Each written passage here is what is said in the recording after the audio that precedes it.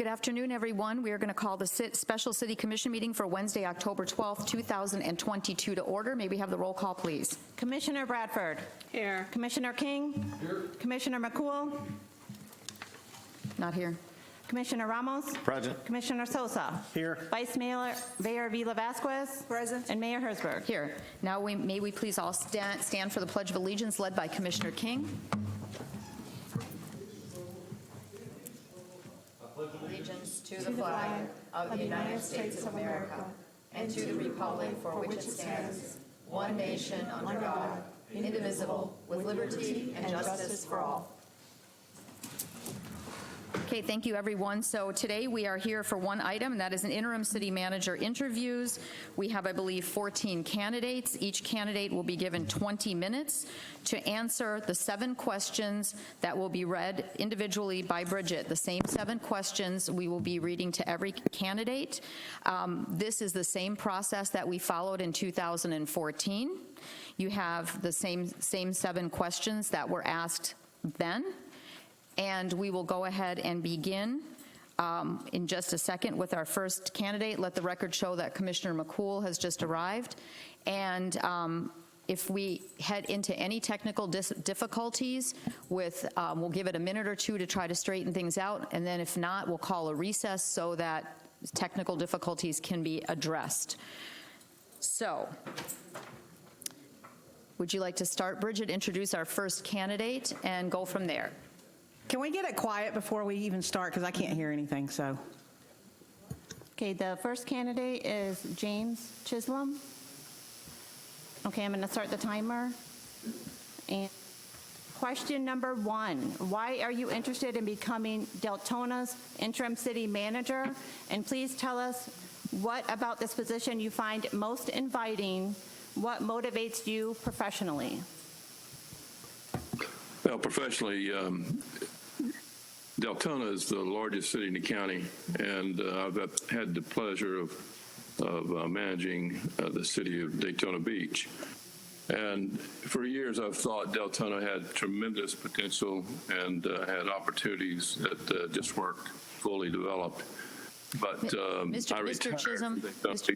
Yes. Chisholm, can you hold on one second, please? Can we please have the courtesy of listening to our candidates and not have any talking, please, because we are having a hard time hearing here. Thank you very much. I'm sorry, sir. Go on. With that, when the position became available, I thought I had some experience and background that probably could assist in keeping the city moving forward in the interim. And I thought it was a great opportunity, and I've always liked Deltona. So that's the best thing I can tell you about my motivation. The opportunities to solve problems is always intrigued me as far as a professional, and I think I've got some talents that might help Deltona. Question number 2. Please identify the 2 management skills you possess and have used the most in managing your staff. I'm an inclusive manager in that I have a team of professionals I work with, and in making decisions associated with the events presented to the manager, I depend on all of us finding that solution as best we can. And I'm a pretty aggressive manager in that I don't let things lay around. When problems present itself, we try to move forward and directly impact that problem. Question number 3, please tell us about your experience with labor negotiations and what is your role or participation in the process? Labor negotiations, and all through my career, I've had it with police and fire, primarily the 2 groups that have union representation. And in Daytona, the fire department was always a real difficult one for us to handle, but we achieved success as a team management in the process, identified the common goals that we could agree to, and the things that impacted the city financially, we tried to keep those solutions consistent with what was offered all employees of the city at the time. So that, as far as my personal involvement, I only got involved in the direct communications in the final end when we finished that negotiations and had it before the commission for approval. Question number 4. Considering what you know about Deltona, what would you say are the city's shortcomings, and how would you propose to encourage economic development? You know, clearly expressing the area for development and having incentives that are available for that process is important. I've been successful in Daytona with bringing industries in, and I think the very same opportunity exists in Deltona. It would take a knowledge of what properties are available for economic development and what type of development that the commission is looking for. Question number 5. As a newly appointed interim city manager of Deltona, what are some techniques you would employ to create an atmosphere of trust and unity within the city administration or government and the community? What experience will you draw upon to assist you in the transition? In the past, I've used direct communications with the public through a newsletter and also presentation of projects to the community through the media that we had available. And at the same time, you have to keep the commission fully apprised of what's going on in the city on a weekly basis, and we do that or have done that over the years. The other element is when something is ready to go to the commission for approval, I take great care in being sure I can explain all of that to the commissioners individually before we get into that meeting. I have individual meetings to review the agenda and to review the items and identify the areas where we have maybe if we don't have all the answers, then we would remove that item from the agenda. But that tends to calm the process down in that if everyone's aware of what is being proposed and had an opportunity to discuss it with the manager, and the manager's had an opportunity to receive that input, then it should create an atmosphere of agreement, if not at least to satisfaction that it has been sufficiently explained. Question number 6. What experience have you had in dealing with staff recruitment and development? You know, it's all it's creating the pool, the professional pool that you need to bring those professionals into the city, and I've never had a difficult time doing it with the administrative staff of the city.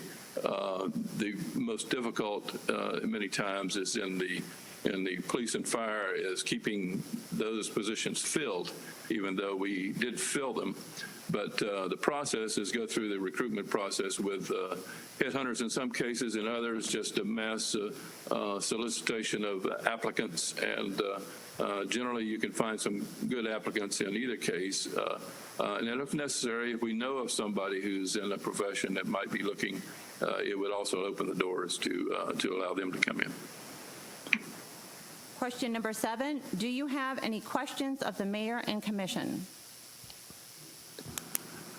No, I don't think, not at this time. I'm sure later if we'll see how this process goes, but I'm very satisfied as to the knowledge I have of what the city of Deltona is involved in and the particular issues that are in front of them. I'm sure I do not, or I am not aware of all of them, but certainly some of them, particularly with a storm in mind, would be anxious to try to be sure that documentation is taking place to allow the city to recover the funds from the federal and state sources that require those reporting requirements. Okay, thank you. That takes care of all the questions, and thank you very much, sir, for your answers. And commissioners, just a reminder, in front of you, you have a sheet for every candidate that you can make notes on, and hang on to that for what we do at the end of the meeting. You also have everyone's resumes to refer to should you need to. Okay? All right. Thank you, sir. Thank you very much for your time. Excuse me. Thank you. I appreciate the opportunity to present to the City Council Commission. Thank you. Yes, sir. Do we get to ask a question? No, in this process, no, Why? because that is the way the process has been done in the past. Am I not correct in that, Joyce? So it's an informative thing. Now, how much time did he have left? The commission, if it's the commission's will, because we have allowed 20 minutes for every candidate. We're not going to go over that time because they're on a strict time schedule. If the commission so desires and as a body would like to ask the individual questions within the time frame that we have allocated, that can be a commission decision if they want to do that, but we're not going to go over the 20 minutes in terms of every single candidate. So that is the commission's will to go ahead and ask a question. Feel free. I mean, we have to agree on that if that's what we want to do. Yes, sir. Thank you, Madam Mayor. My only concern with that is this is an interview, so whatever questions are asked to one need to be asked to every single one. So whomever asks a question here has to make sure that that same question, just to follow protocol in the process, that same question has to be asked to every single candidate. That would be my only concern. Absolutely. Okay, so is there consensus to move forward? But again, if you're going to ask a question, the clerk will go ahead and write that question down, and that same question will be asked to every candidate. Sure. Okay, Commissioner King?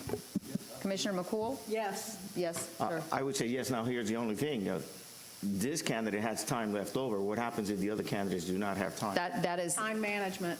exactly it, because we have 20 minutes and we're not varying from that. We are not varying from what we have allocated. We have specifically followed the process that we did in 2014 when we did this. Vice Mayor, did you want to go ahead and ask and have this formally done to ask a question? I don't have a problem, but again, if each candidate do not have the same amount of time to answer the questions, I think it would be very unfair for them. Commissioner Sosa? Okay, so now the next thing is going to be, how are we going to manage these questions?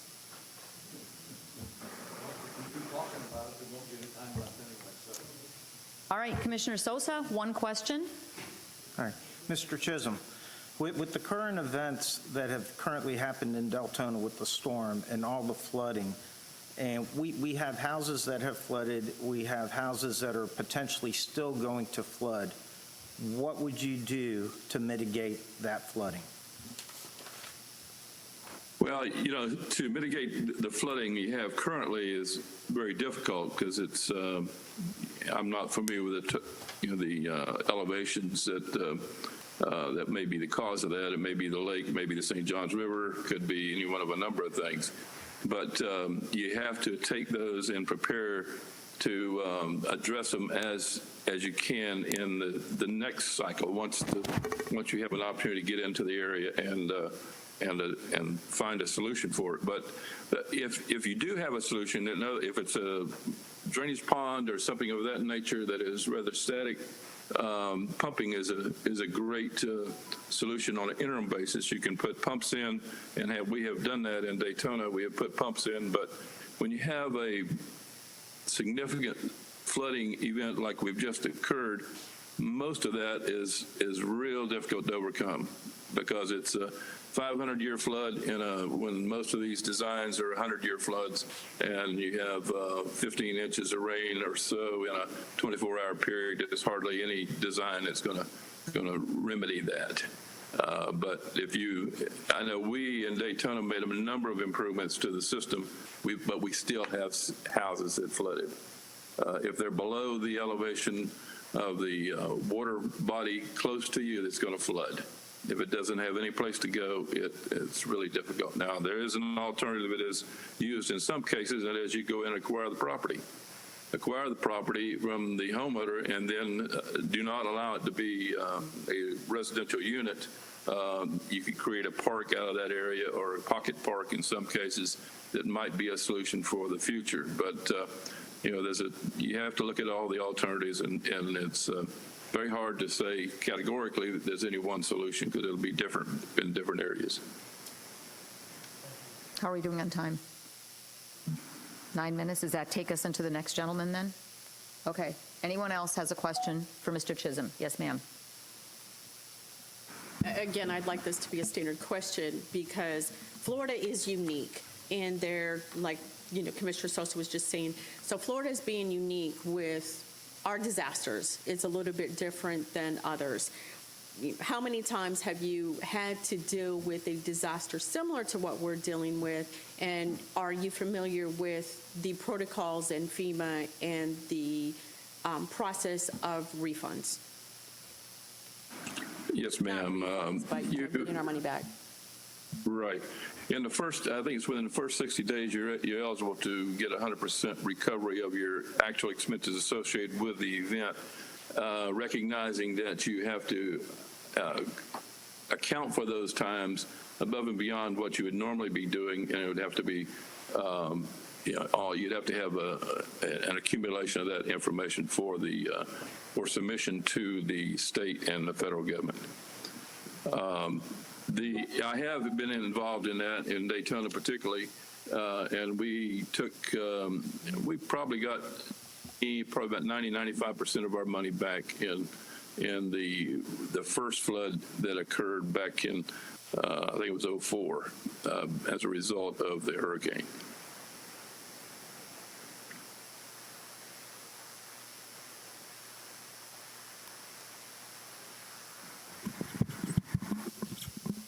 Mr. Chisholm, Lauren King, District 1. Yes, sir. We've had a lot of flooding, obviously, in our district, and we have a lot of people that are still underwater.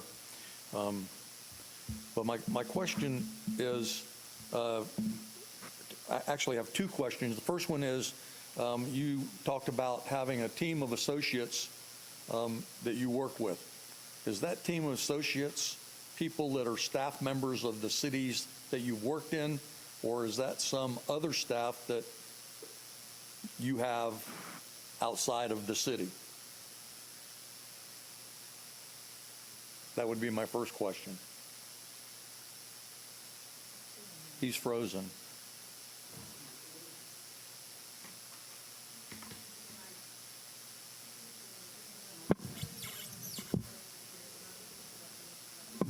Can you hear me, sir? He's frozen.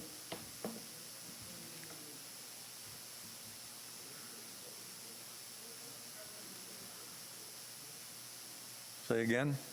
Can you hear me, sir? Hello? Guess we shrunk him down to size, huh? Just kidding. Hey, you got another joke? Hey, hello. Hey, there you are. Did you get my question, sir? Yeah. Yes, sir, I did get your question. And it was city staff is what I was referring to. Okay. The department heads within the city and the legal staff with the city.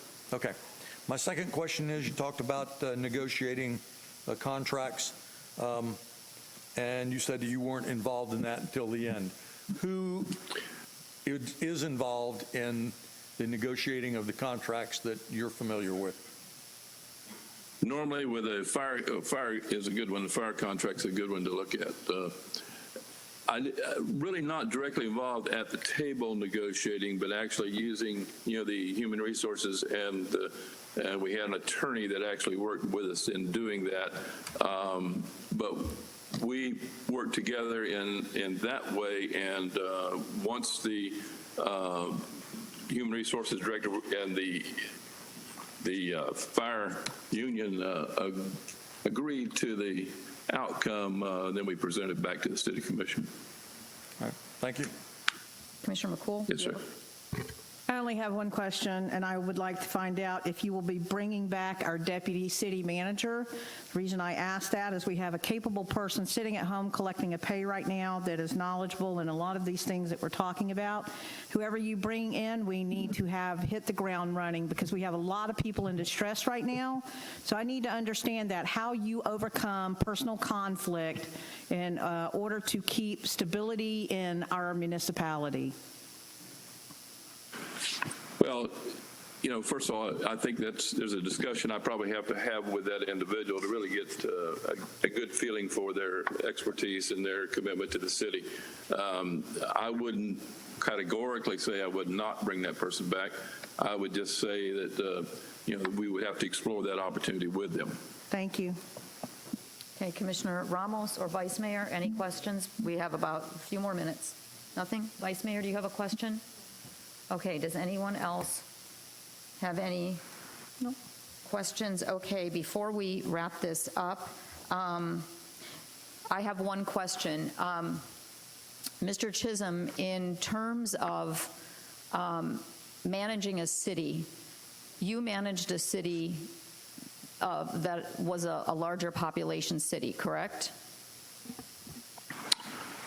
Well, I've managed both cities and I've managed counties that were larger. Deltona had a population of 60,000 when I first got there, has around 70, 75,000 right now. So that was probably one of the, and I was there for 17 years. So that's probably one of the few that were of that size. The county government, as you know, is a very different type of government, but you deal with a lot larger populations. In one county, it was over 100,000 in population. So it's a mix in any way that you look at it. And the reason that I asked that question, what is your experience in dealing with enterprise funds? Deltona has its own utility, and we have stormwater and so forth, because when you manage a city, you also have to deal with the different facets. Do you have experience in dealing with the different enterprise funds and the economic development, and also what is your experience with state relationships, with the state relationships and relationships with Volusia County? I have great relationships with the Water Management District. We work very close with them on water and sewer projects, and actually water reclamation for discharge. I had plenty of experience with airports, but I don't think we have an airport in Deltona. The water and sewer funds are the ones that are really important to manage and to be sure that you keep your system running at the same time. Another fund, I'm trying to think of the other enterprise fund I had. Our streets program was it was an enterprise fund also. But it was, as you know, when you have streets, you have a lot of repairs and a lot of new construction that's involved. But it's essential that you use all the funds that you have in the city, and we used them in Daytona, and we provided a return back to the general fund of about, I think it was a 12% return on investment back to the general fund in those cases. Okay, thank you very much. So that wraps up our questioning. Thank you very much, sir, and thank you for being the first one and bearing with the process. All right, thank you very much. Thank you. Okay, how many minutes do we have for the next gentleman? I mean, are we ready to go with that? Okay, because commissioners, before we begin with the next individual, Commissioner Sosa, you talked about mitigating flooding, and Bradford, you talked about experience with disaster and FEMA reimbursement. Commissioner King, you asked who is on your team. Is that an inside or the outside of the city staffing? You asked a second questioning, bargaining. Have you dealt with collective bargaining, and what is your role and who does the role? Commissioner McCool, you asked about bringing back the deputy city manager and how you get back past conflict. And then I asked about the population of the municipality and management of what size, and I also asked about relationships with the state, Volusia County, and enterprise fund management, just so we have those same questions for the next individual, if you'll try to remember that, so make it easier on Joyce. Okay? Okay, let's go. No, you're going to ask the same questions. They don't have it written down. That's why I tried to write as we were doing that. Okay. We good? Good afternoon. Good afternoon, Mayor. Thank you, sir. Welcome to the City of Deltona City Commission, and we are going to have 7 questions for you. They're going to be read by our Deputy Clerk, Bridget, and she will just go ahead and go through those, and then we'll have a couple at the end. Several commissioners will ask you, time permitting, will ask those questions. Okay? Okay, candidate Al Childress. Question number 1. Why are you interested in becoming Deltona's interim city manager? And please tell us about what this position you find most inviting. What motivates you professionally? Okay, I saw the information from the ICMA. I've been a longtime member of ICMA, and I saw the need for an interim city manager for a 6-month period, which was appealing to me. Also that it's located in the state of Florida, not far from where I'm located now in South Florida. I have the experience working in local government in the state of Florida for over 37 years. So I knew that this would be a perfect fit for me. Question number 2, please identify the 2 management skills you possess and have used the most in managing your staff. I guess the 2 most prominent management skills that I possess is that I'm hands-on. I like to get involved with the staff and get to know the staff and be an integral part of the day-to-day operation and know everything that's going on, ask a lot of questions. And and the second part would be to manage by example, to not to ask anybody in their staff to do anything that you were going to do yourself. Question number 3, please tell us about your experience with labor negotiations and what is your role or participation in the process? My experience with labor negotiations goes back to my years in Miami-Dade County, which was in 1983. When I started off with Miami-Dade County, I was sitting on the other side of the table where I was a shop steward and involved in the labor negotiations. And then with the city of Miami Beach, as a department director, I oversaw a department that had 7 different unions within that very department.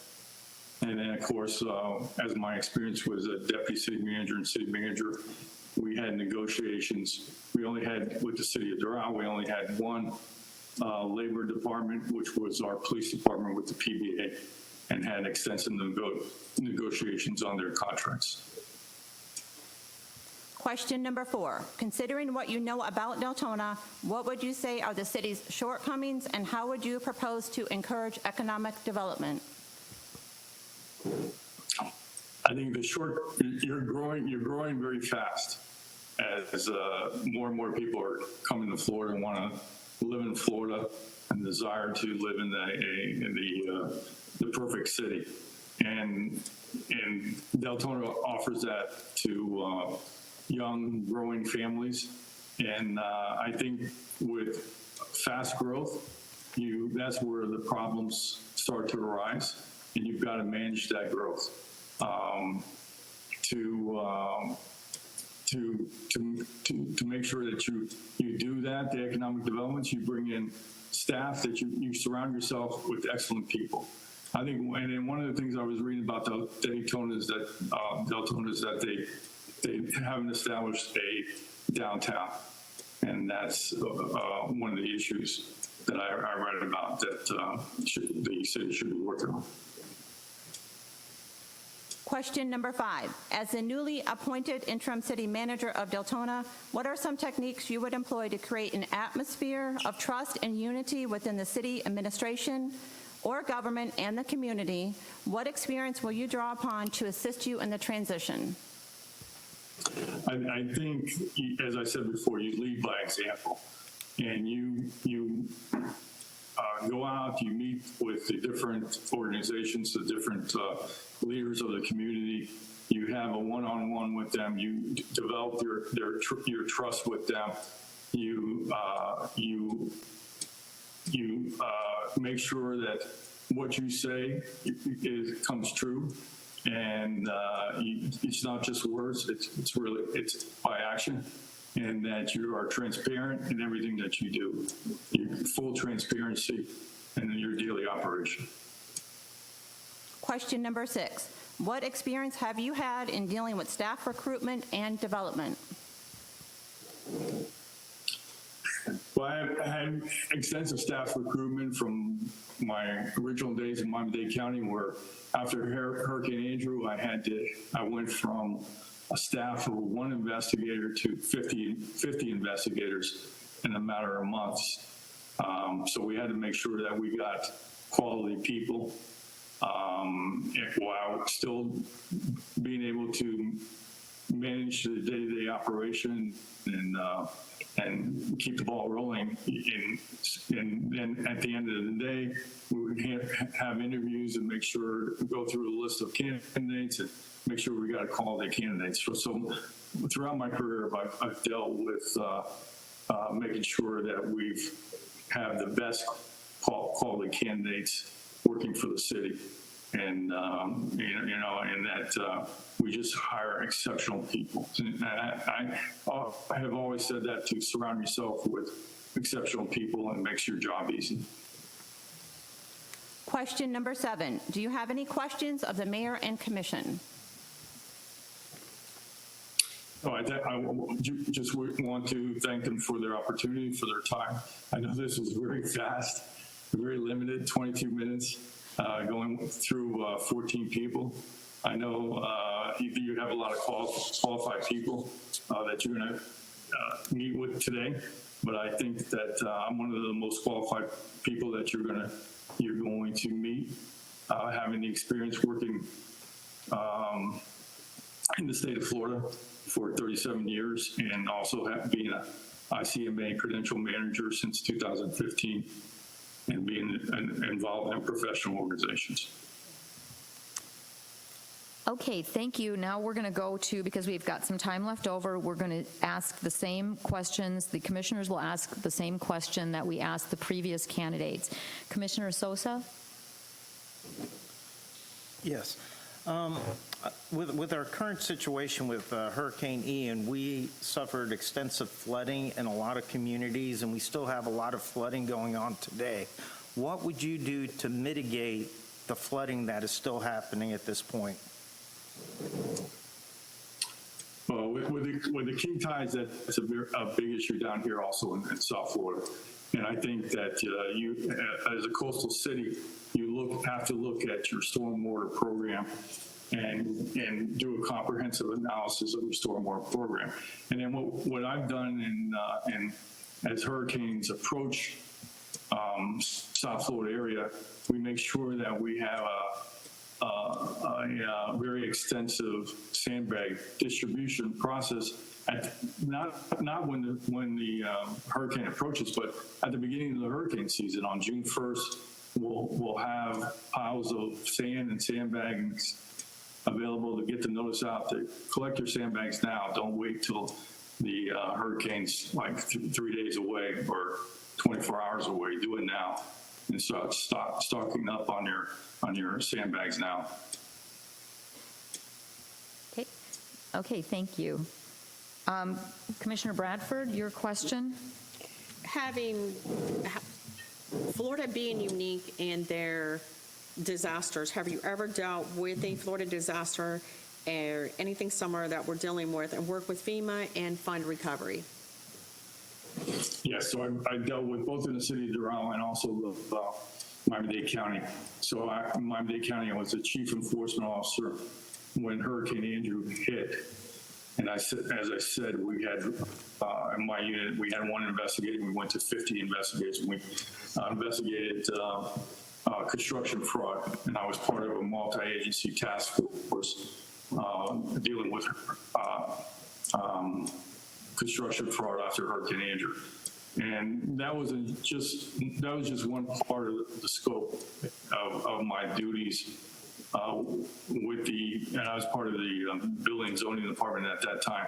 So we were involved in all aspects of the building department, dealing with FEMA And then once again, when Doral, Katrina came through, another hurricane came through, and we had major storm damage that we had to apply for FEMA relief, and we got 95% reimbursement. We were the highest of any other city reimbursement. Okay, thank you. Commissioner King has 2 questions for you. Commissioner King? Mr. Childress, thanks for being here. Appreciate you, the interview. One of the questions that I have concerns your team of associates. When we talk about a team of associates in the city, would you be referring to staff that's already in the city, or would you be going outside the city to help get information to solve the problems that you have? Commissioner, excellent question. I think it's both. I think you use both your internal talent, and then you also seek information outside from the experts outside through organizations like the Florida Association of City Managers, and also the International Association of City Managers. They're excellent resources, and sometimes you don't have all the answers, so you look for those through internally and also externally. So you use both talents. All right, thank you. Second question is, when you're negotiating labor contracts, who negotiates those labor contracts for you? So with the city of Doral, we had a team which consisted of, when I was the deputy city manager didn't get involved, and I didn't get involved either as a city manager. I left it to the deputy city manager, the city attorney, the HR director, and then we would have the finance director sit in also. So to make sure that we're going to the negotiation table, we have the money to back it up what we're saying that we want to offer someone. And so then they would report back to me as the city manager. That committee would report back to me. Every time after each meeting, they would report to me, and then I would report to the mayor and council about what occurred and where we're going through, how the negotiations are progressing. And then we would have executive sessions and report back and forth throughout the process. So you're not opposed to hiring a labor negotiating attorney that does that work? No, not at all. We had in the city of Doral, I had dealt with a person when I was with Miami-Dade County, and that's all they did. And that person was from Broward County, and he had consulted with other municipalities, even counties, and I wanted to make sure we had the best at the negotiation table. So and our city attorney wasn't opposed to it. And actually, he sat in. The city attorney would also be there to back up our labor expert. Thank you. Commissioner McCool? Thank you, sir. Thank you, Madam Mayor. And in the interest of transparency, I just want to, and with the permission, I'm just going to amend this question so that it's more generalized and not pointed. Okay. First of all, thank you, Mr. Childress, for joining us today. I'm Commissioner McCool. Deltona has a rich history of conflict, and I just want to make sure that you are WWE certified before you come here. So I want to understand, sir, what are your 3 tools for conflict resolution? Your 3 top tools for conflict resolution between commission and city manager and staff and city manager, if you could give those to me. Okay, so throughout my career started as the chief enforcement officer with Miami-Dade County, and then director of code compliance for the city of Miami Beach. So the city manager for the city of Miami Beach said, I don't know why anybody would want to be in code compliance. it's a necessary tool, but it's like going to the dentist. He said to me, everybody hates going to the dentist, but you have to go. And I think throughout that experience, you have to have thick skin. You develop this thick skin. So I've done that. I've been able to manage people, and I think when conflicts arise, and there's always going to be conflicts between council and the city manager, I try to make sure that first off, you try to minimize that conflict, and you try to keep the mayor and council informed of everything that's going on throughout the day. And I think that helps to make sure that conflict doesn't arise. And if you're speaking to one, then you need to speak to all, and not just have favorites on the council. And then when conflict arises between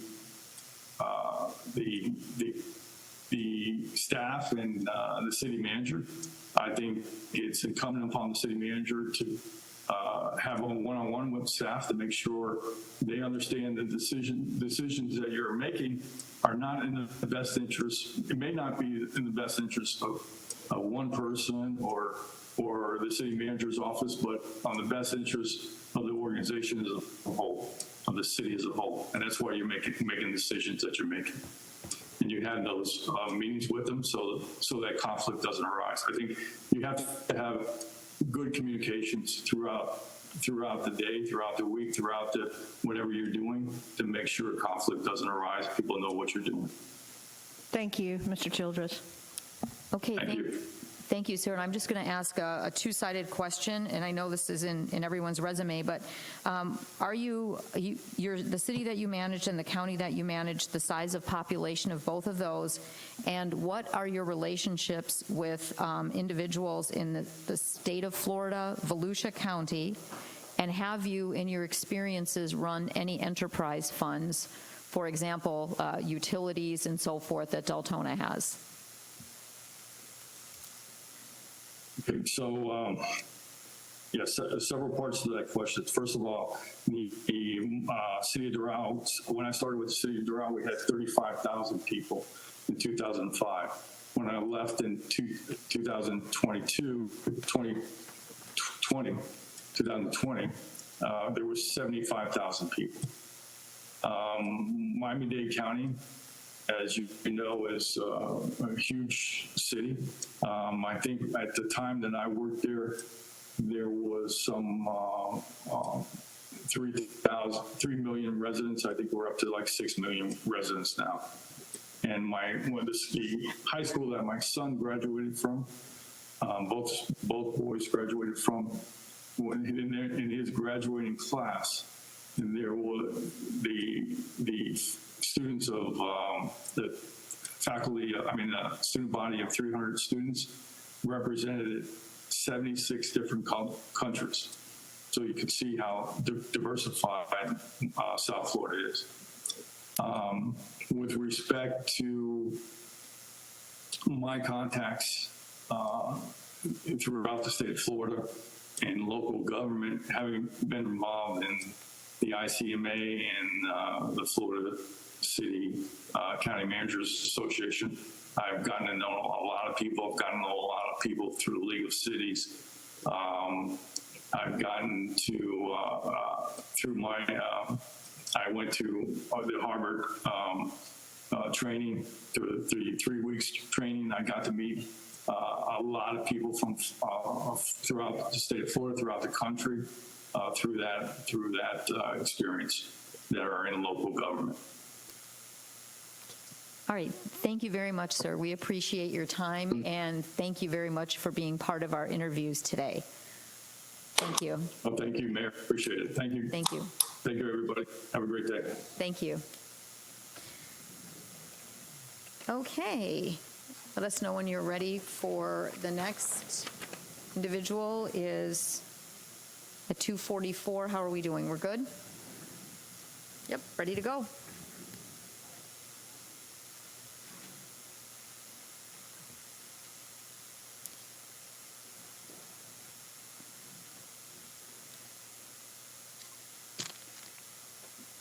Hello. Hello, how are Hi. you? Good, good. You're Miss McHenry? Yes. Okay, welcome. So welcome to our interview process with the City of Deltona Mayor and Commission. And what we have are 7 questions that our Deputy Clerk, Bridget, will read to you. And after those 7 questions, time permitting, we have the several commissioners that have questions they would like to ask you, and they're the same questions they're asking all the candidates. So, Sure. Okay. Candidate Thank you very Colleen McHenry, for the record. Question number 1, why are you interested in becoming Deltona's interim city manager? And please tell us what about this position you find most inviting, what motivates you professionally? Good afternoon, everyone. Well, thank you very much for the opportunity to interview for this position. I wanted to open up and say that. So what interested me in applying for the city manager position is I've been working as an operational excellence professional for the most part of my career. And what that partly means is, for the most part, is bringing together teams, driving efficiency, and developing strategic plans and initiatives. But most importantly, I've worked for the most part, as you can probably tell from my resume, in the private arena. In the past 6 years, I've had an opportunity to work in government, and I love it. I love working for the public. I love seeing how driving efficiency transpires and supports the residents. I love engaging with the public, and there is definitely a correlation and a connection between what we do from an operations perspective and how that translates and to benefit to the residents. And so that's what motivates me, is serving the public. Question number 2, please identify the 2 management skills you possess and have used the most in managing your staff. So the 2 strongest, there's quite a few, but the 2 strongest that I would lean towards are definitely full transparency and development of teams, facilitating what I call our Kaizen sessions. I actually believe very strongly in Kaizen sessions, which is bringing cross-functional teams together and in full transparency and mapping out processes. Developing strategies and developing action plans for those strategies would be my second one. Those are definitely my strong skill sets, and which of course translates into problem solving. Question number 3, please tell us about your experience with labor negotiations and what is your role or participation in the process? So I haven't had too much participation in labor strategy and labor reductions and dealing with the union. However, I have followed them. I've been in government for about 6 years, so my role has more so been on an operations management perspective, as far as understand what the labor staff should be, what the roles and responsibilities as defined by HR should be, and also from an HR perspective, understanding what that what if disciplinary actions should become involved, what those things should be. So some of the policies is where I've been involved in that. Question number 4, considering what you know about Deltona, what would you say the city's shortcomings are, and how would you propose to encourage economic development? So I've done some due diligence in reading the city's strategic plan, and I've done a little bit of research in understanding the city of Deltona. I think the city of Deltona has an opportunity to drastically expand from an economic development perspective. I think this is a fun time to probably be in the city of Deltona and be part of those change and part of those developmental growths. So my recommendation in terms of economic development, I definitely support the 2040 vision with the multiple villages. I think that's an outstanding plan. So as a city manager, I think it would be important to engage the community in those developmental plans, make sure the diversity is supported, and make sure there's a rational between how the economic development model and the diversity, make sure that there's some synchronization between there, as well as jobs. Question number 5. As a newly appointed interim city manager of Deltona, what are some techniques you would employ to create an atmosphere of trust and unity within the city administration or government and the community? What experience will you draw upon to assist you in the transition? First thing that comes to mind is accountability with that question. It was a full question, but I think the word we're talking about here is full accountability, and it's not only to just the employees, but it's also to the residents. And I think the key to success of implementing any strategic plan, as well as mitigating risk, is to ensure that there's full transparency to the public. The public is engaged in any decision making, and as well as the staff understands what their part is in that strategic plan. Question number 6. What experience have you had in dealing with staff recruitment and development? Oh, I've had a lot of experience in dealing with that.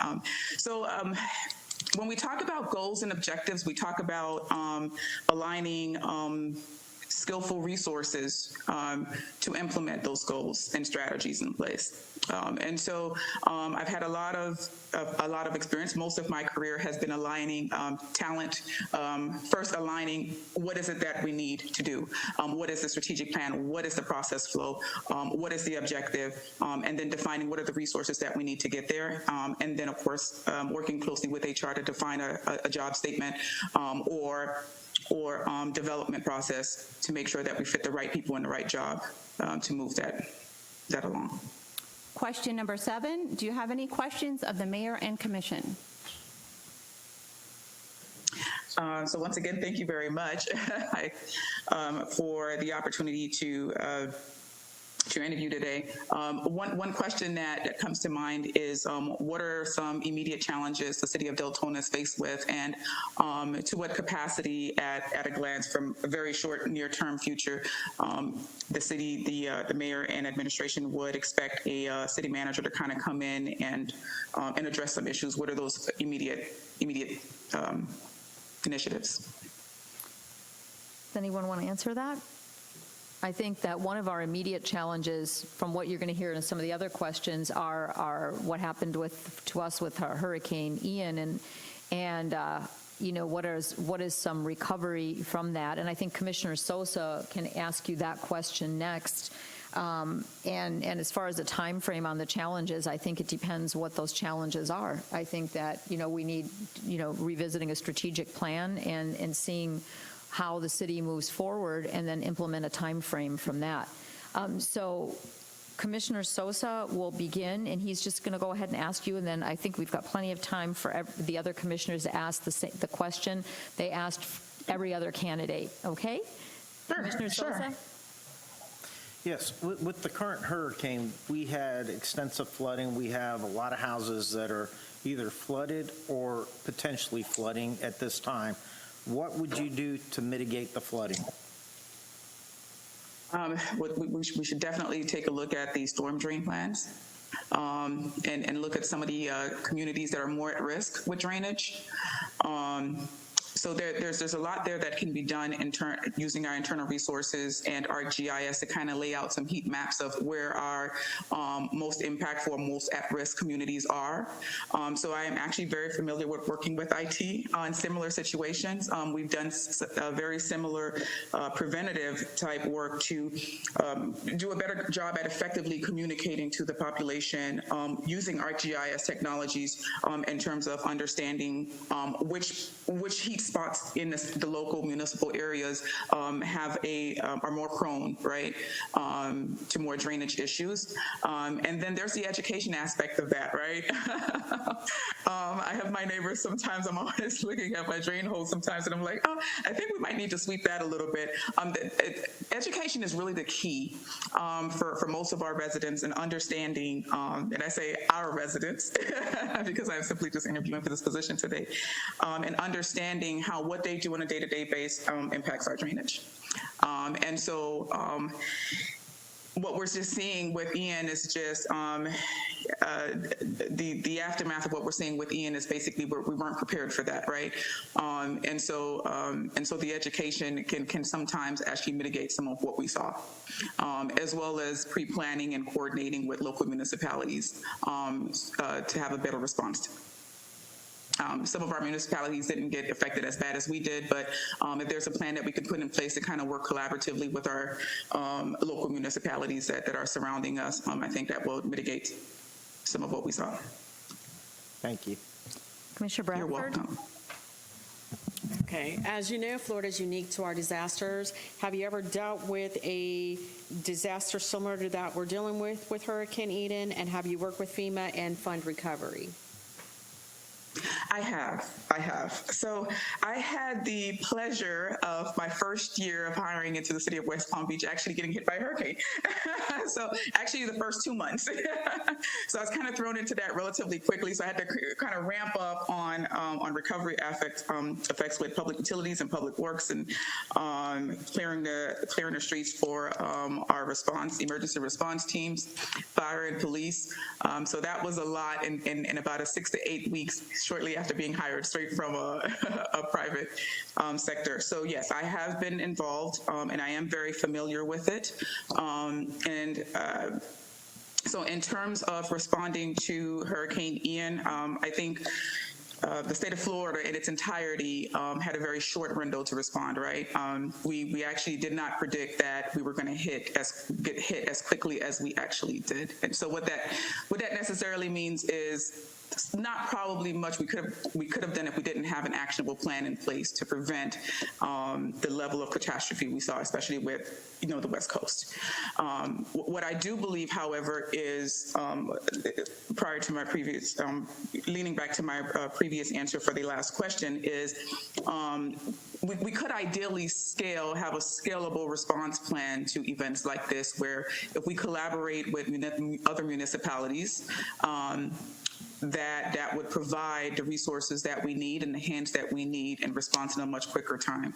I have worked with FEMA in the past, and then making sure that, of course, we are prepared in terms of what assets we're going to be using, who's going to be on emergency call, those types of things, making sure we understand what the resources are to respond. Those are the things that FEMA is requesting, and well documentations of that so that they appropriately reimburse the city. Most of things like that is really through, a well-defined plan, right? Having that in place so that way we document and get reimbursed by FEMA appropriately for all of the efforts. That's how I would respond to that. Thank you very much. Commissioner King has two quick questions for you.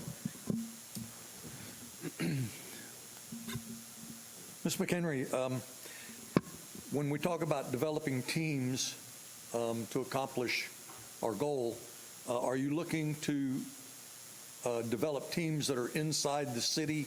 In other words, you're using staff and the people that are employed by the city, or are you looking at a team that's coming from outside? That would be the first question. That's a very good question, Mr. King, Commissioner King. So when I say team, I'm actually talking about internal and external.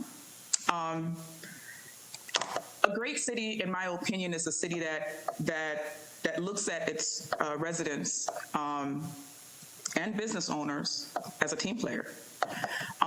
We are here to necessarily serve the city. We're here to serve the residents, and we're here to serve the business owners. And developing an action plan without them is probably a recipe for failure.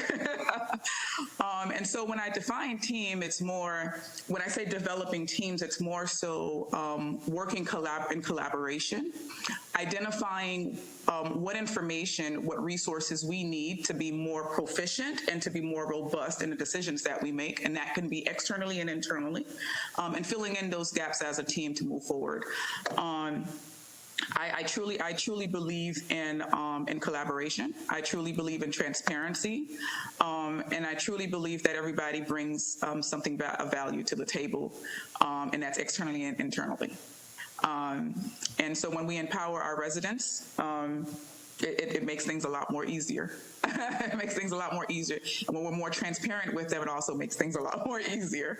I've had, and just a brief example I can probably use without probably going over time because I don't know how much time I have, is we were going through some rate changes in the city of West Palm Beach. And once again, within the first year of being in the city of West Palm Beach, I was tasked with the cadence of having to do presentations to commissioners, going to create some workshops. I went with my communications director, obviously. And so it was imperative to me to ensure that the local community, especially in the downtown area, understood the details of what went into that rate structure increase and how their generation rates actually weren't changing. And so sometimes the disagreements or disconnects is really, it's just a matter of misunderstanding. And so the transparency helped a lot in not only pushing that through from a majority vote, but it also made it a lot easier to sustain, and it also made it a lot easier to identify other opportunities, right, and to bring them on board. So they in return, as being the community, actually were now driving certain things as opposed to the city driving certain things.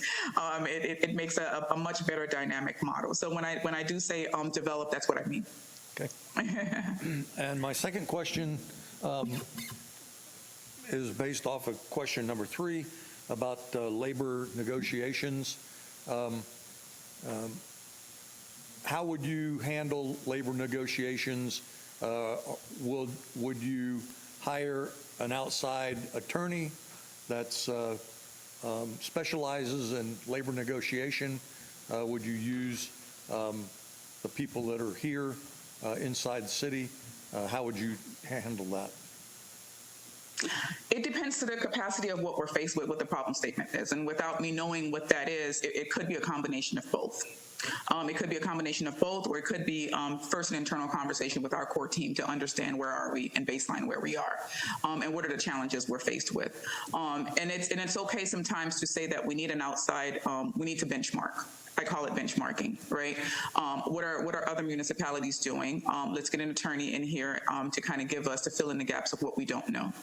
And so driving decisions, data-driven decisions are a lot more easier for people to accept. And I find that sometimes it's okay to say, let's get a professional in here to kind of help guide us where we are unable to pull the data. So it really is what is the issue we're faced with. That's really what would drive, which direction we go. Thank you. Yeah. You're welcome.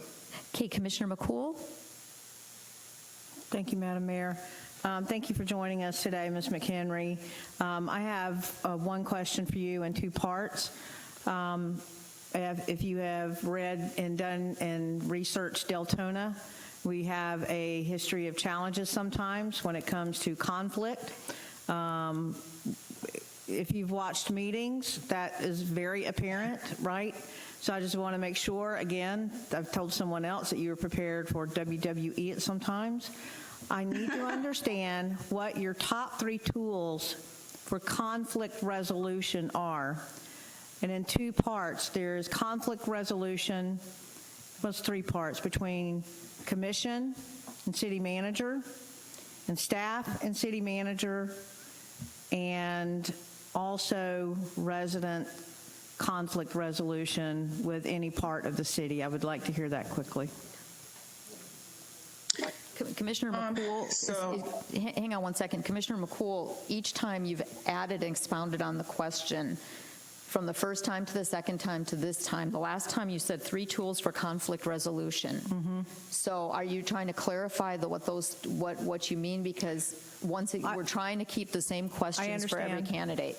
I understand, and I would frame that in any way. So if she could just give the top 3 tools for conflict resolution, understanding that there are 3 dynamics involved with conflict resolution. So let me back up, Ms. McHenry, and simplify. If you could please give me your top 3 tools for conflict resolution, and I will leave it that way, ensure that it would be applicable to anyone in the city.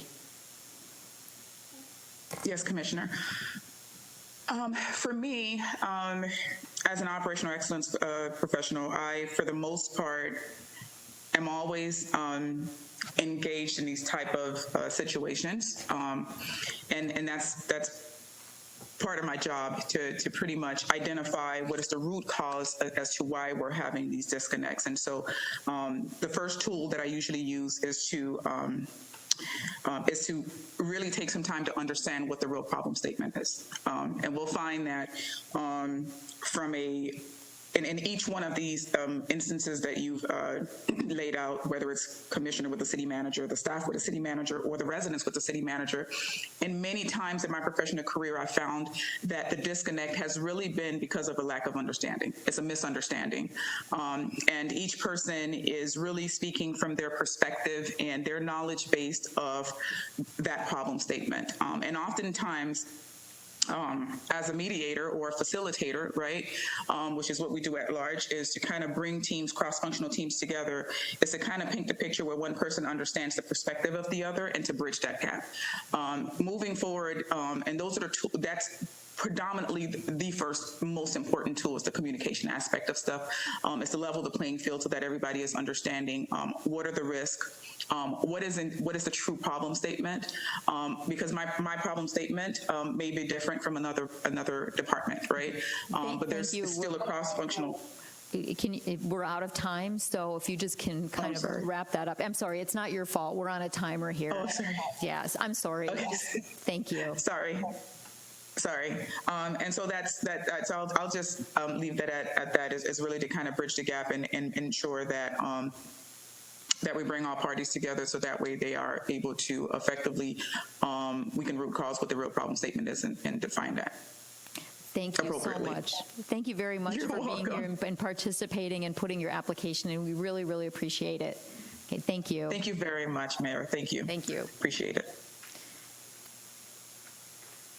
And the next time, I did not have a chance, just for the record, to ask the questions if she's managed a municipality, if she's managed a municipality of any size, if she's managed an enterprise fund or anything like that. Thank you.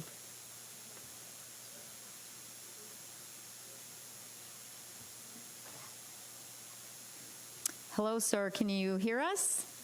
Yes, ma'am. Good afternoon, Miss Mayor. How you doing, ma'am? I'm good. How are you? Oh, God, good to me. I can't complain. Thank you and the commission for giving me the opportunity to interview with you all, ma'am. Thank you for being here. So what we're going to do is we have 7 questions that our deputy clerk will go ahead and read to you one after the other, and then time permitting, we have a total of 20 minutes for each interview. Time permitting, we have several questions from some commissioners that will be added at the end. Okay? So Bridget will start. Thank you, sir. Okay. Candidate Emmanuel, I don't know how to pronounce it. How do you pronounce it? Adediran, ma'am. Thank you, sir. Just Emmanuel will be fine, ma'am. Okay, thank you, sir. Question number 1. Why are you interested in becoming Deltona's interim city manager? And please tell us what about this position you find most inviting. What motivates you professionally?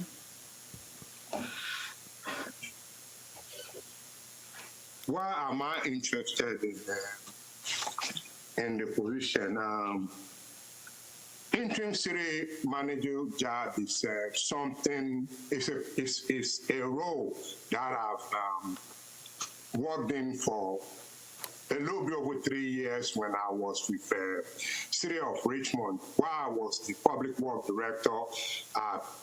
From time to time, when the city manager is, we call it chief administrative officer, not but I ran the city off and on for over 3 years, and I was with the city for almost 18 years.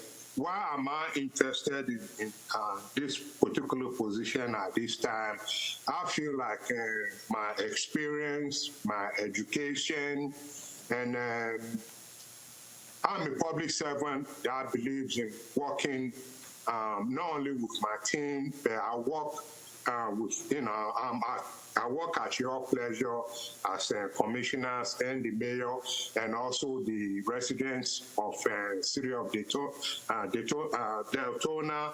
I believe I have more than enough experience because Richmond, where I work at, we have over 62 square miles and almost 230,000 people, and I work with 9 council members there, and it's just sometimes when you are not in a position to be able to fully execute what you've learned over the years and the help you can do for the community. This is the right position that I believe I will not only serve your commissioners, but I'll be able to serve the residents too, to the full extent of achieving all the goals, all the policies, everything that needs to be accomplished. I feel I'm well equipped, with the experience and education and the different organizations that I belong to. If I need help from them or I need teaching materials from them, I can always reach out to them to get all the help that I need. Question number 2. Please identify the 2 management skills you possess and have used the most in managing your staff. The 2 most that I possess, the first and foremost, I have a collaborative leadership style, and then the second one is coaching. The collaborative staff has enabled me not only to stay within the budget constraints, that I'm presented with, because when your team members buy into the programs of the city commission, you'll be surprised to what extent, they will go out to try to do the best that they can do for, not only me as an individual, but for the commission and for the residents. And the coaching part, that helps a lot because my experience, not only education, but life experience, and, being in the municipal system for close to 30 years, and I've worked for the federal system, I've worked for the state system, and I've learned different techniques and different ways to be able to coach my team members. I always meet them at their point of needs, and we accomplish what's required of us. Question number 3. Please tell us about your experience with labor negotiations and what is your role or participation in the process.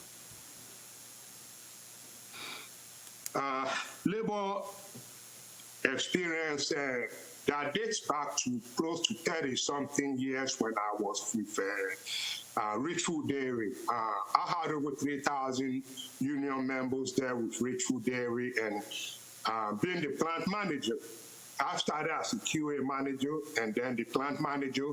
I was the key guy. I spearheaded the negotiation with the union members, and I always had a sharp steward in the plant that I work with. And then from the private sector to the municipal or government sector, with the federal government, it's a labor union is involved, and my role with them when I work for the federal government, I was one of the members that go over the policies and procedures and see what is amicable for the government and the employees. And I served the same role when I was with City of Miami. As a matter of fact, the unit I was with there, the solid waste, we had the most employees that was in the union. It was 2 unions, the supervisors and the labor guys, and I was one of the main guys. I spearheaded the rewriting of the negotiation, and I was part of the negotiation team for the city. I work with the legal unit, and the job I'm on currently right now with the City of North Miami Beach, we just finished negotiating the union contract, and there also with my experience, I was one of the key members that worked with the law department to reach an amicable resolution that is, good for all. And we have, everywhere I've worked at this, I've never been a strike or sit down, no work duties.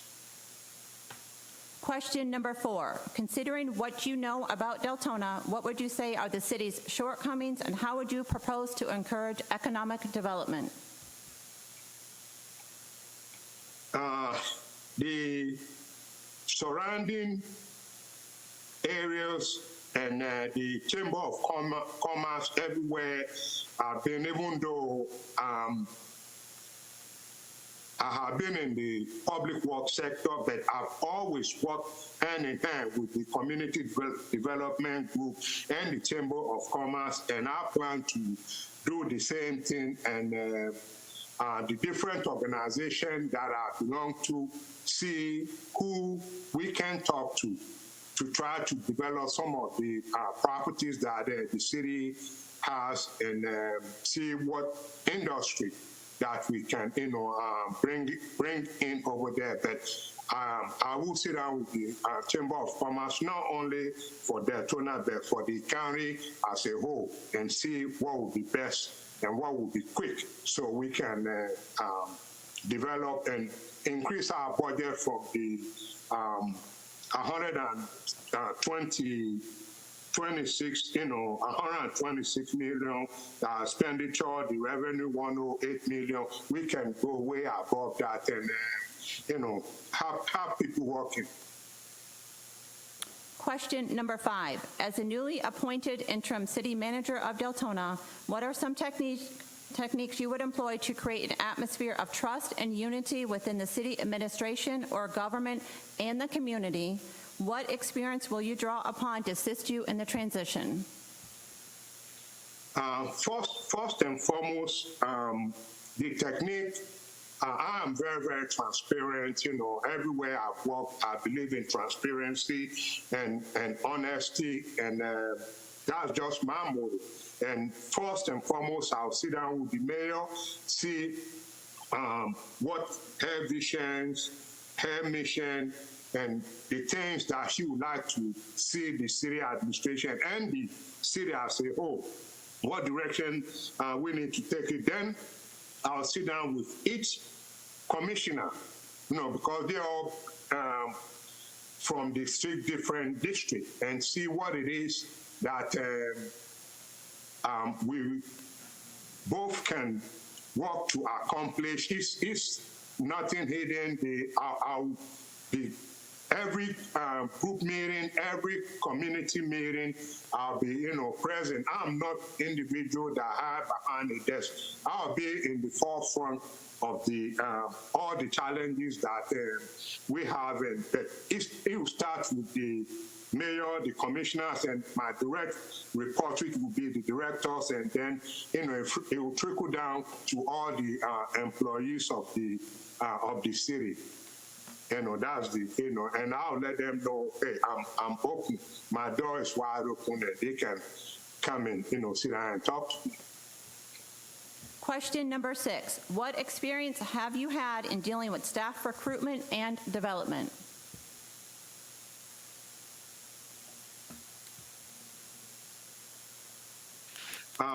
For over 20-something years, I've worked in the HR capacity, even though I don't have the certification. I've always, been part of hiring from the private sector.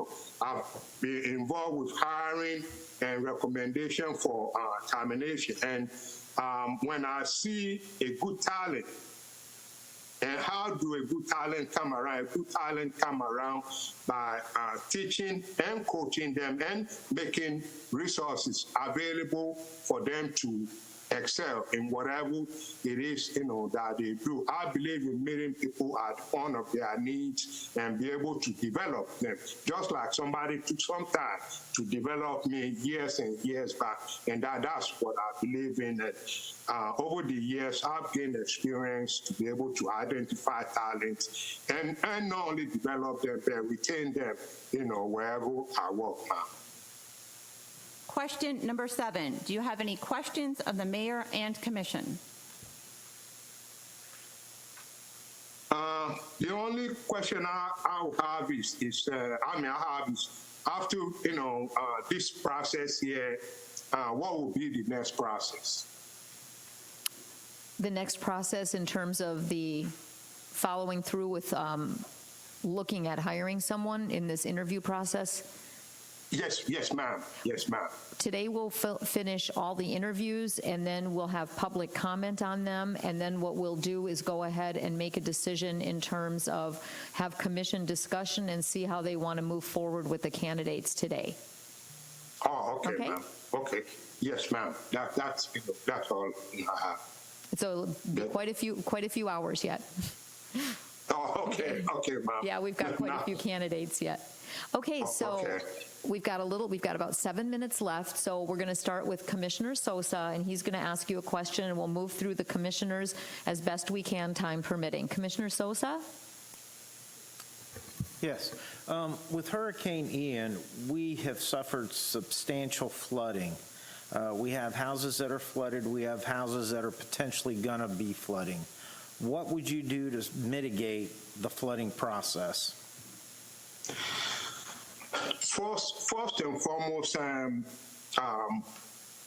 Fema certified. I work for Small Business Administration up to a few months ago, and just like I've done in the city of North Miami Beach, I will look at the studies and areas that are prone to flooding.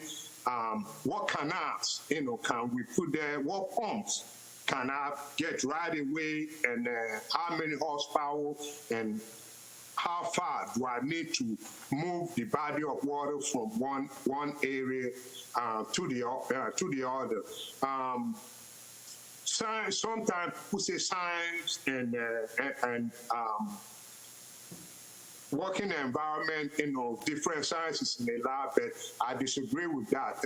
I thank God I have the education and the experience that I helped during the Hurricane Irma in Miami. I helped during Hurricane Maria in Puerto Rico. I helped on Hurricane Michael in North Carolina, South Carolina, and Georgia. So can we defeat Mother Nature? No, sir. But we can put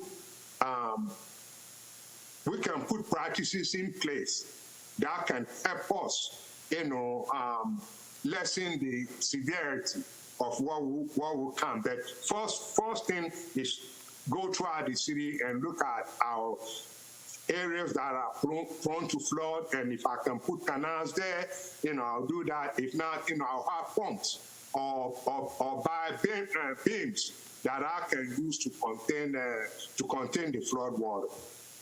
It's something I've done, it's something I've experienced, and I know it's something I can do, sir. Yes, sir. Thank you. Commissioner Bradford? Yes, sir. Have you ever dealt with a disaster similar to Hurricane Ian and work with FEMA and fund recovery? Yes, ma'am.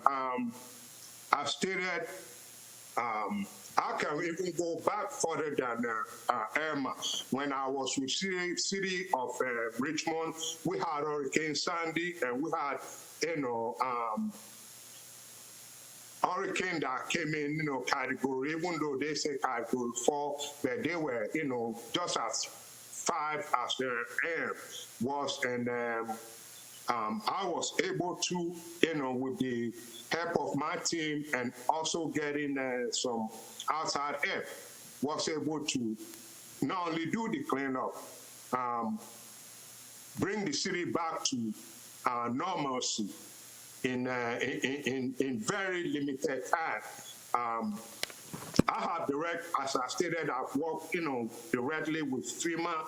I've worked for them. I've worked for SBAs. I know the individuals I can call, that will, come right away and help us out. But, I have dealt with different hurricanes, and the key thing, ma'am, is preparation before the hurricane hits. Just like enough Miami Beach, if the hurricane had came down south, one thing I can guarantee you, ma'am, is coconut won't be a mishap that will damage properties or hurt individuals, or because first thing I did when I got there was trim all the coconut trees way before the hurricane season. And any tree that is not in good firm standing, we took them out. And then I wrote the policies and procedure for emergency preparedness. I also wrote the policies and procedure for the Cook Plan. That's first thing I did for North Miami Beach. So if the city hall or your offices floods or we can use it, we'll have laptop and we'll have areas that everybody can work from, and we'll have enough hotspot to be able to connect and conduct city business. It's something I've done in the past, something I'm doing now, and it's something that even I'm getting better at it, ma'am. Okay, thank you. Commissioner King has two questions for you. Commissioner King? Sir, my first question relates to putting together teams to accomplish some of the goals that you will have. I'm wondering, would you be prone to use people inside the city, staff members and so on, people that are knowledgeable in certain areas before you went outside, and would you go outside to get other help? I always, I was taught to believe charity begins at home. My help and people I have in the city are the ones, I know as an individual coming from Deerfield Beach, that I have to rely on them because they know the city more than I do. All I know about the city right now is what I read from the book. But I have individuals that have lived there years and years and years, and those are the ones I will depend on. I always believe in a team effort, Commissioner, and team wins. Okay, team always win. Individual does not win. Teams always win. And when you have the right people in the right position, you'll be surprised, how far you will go. So I'll start with my team on the inside. And then if it's something that we cannot accomplish, then that's when I'll go outside. Then no, I'll always start with my group. I'll always meet with my direct reports every week to see who has what strength and who has what weakness, and what is it that I can do to bring all of us to the same level of expertise, same level of accomplishment and everything, before I go outside. No, my team on the inside, yeah, those are my teams. And I've always depend on my team on the inside. What was your second question? I'm sorry, sir, we're out of time. We have just a little bit more for the next, we have 1 minute till the next candidate. So thank you very much, sir. We appreciate you participating and putting in your application. Thank you again for your time. Thank you. Thank you all, man. Thank you all, commissioners. Thank you. Thank you. Thank you, sir.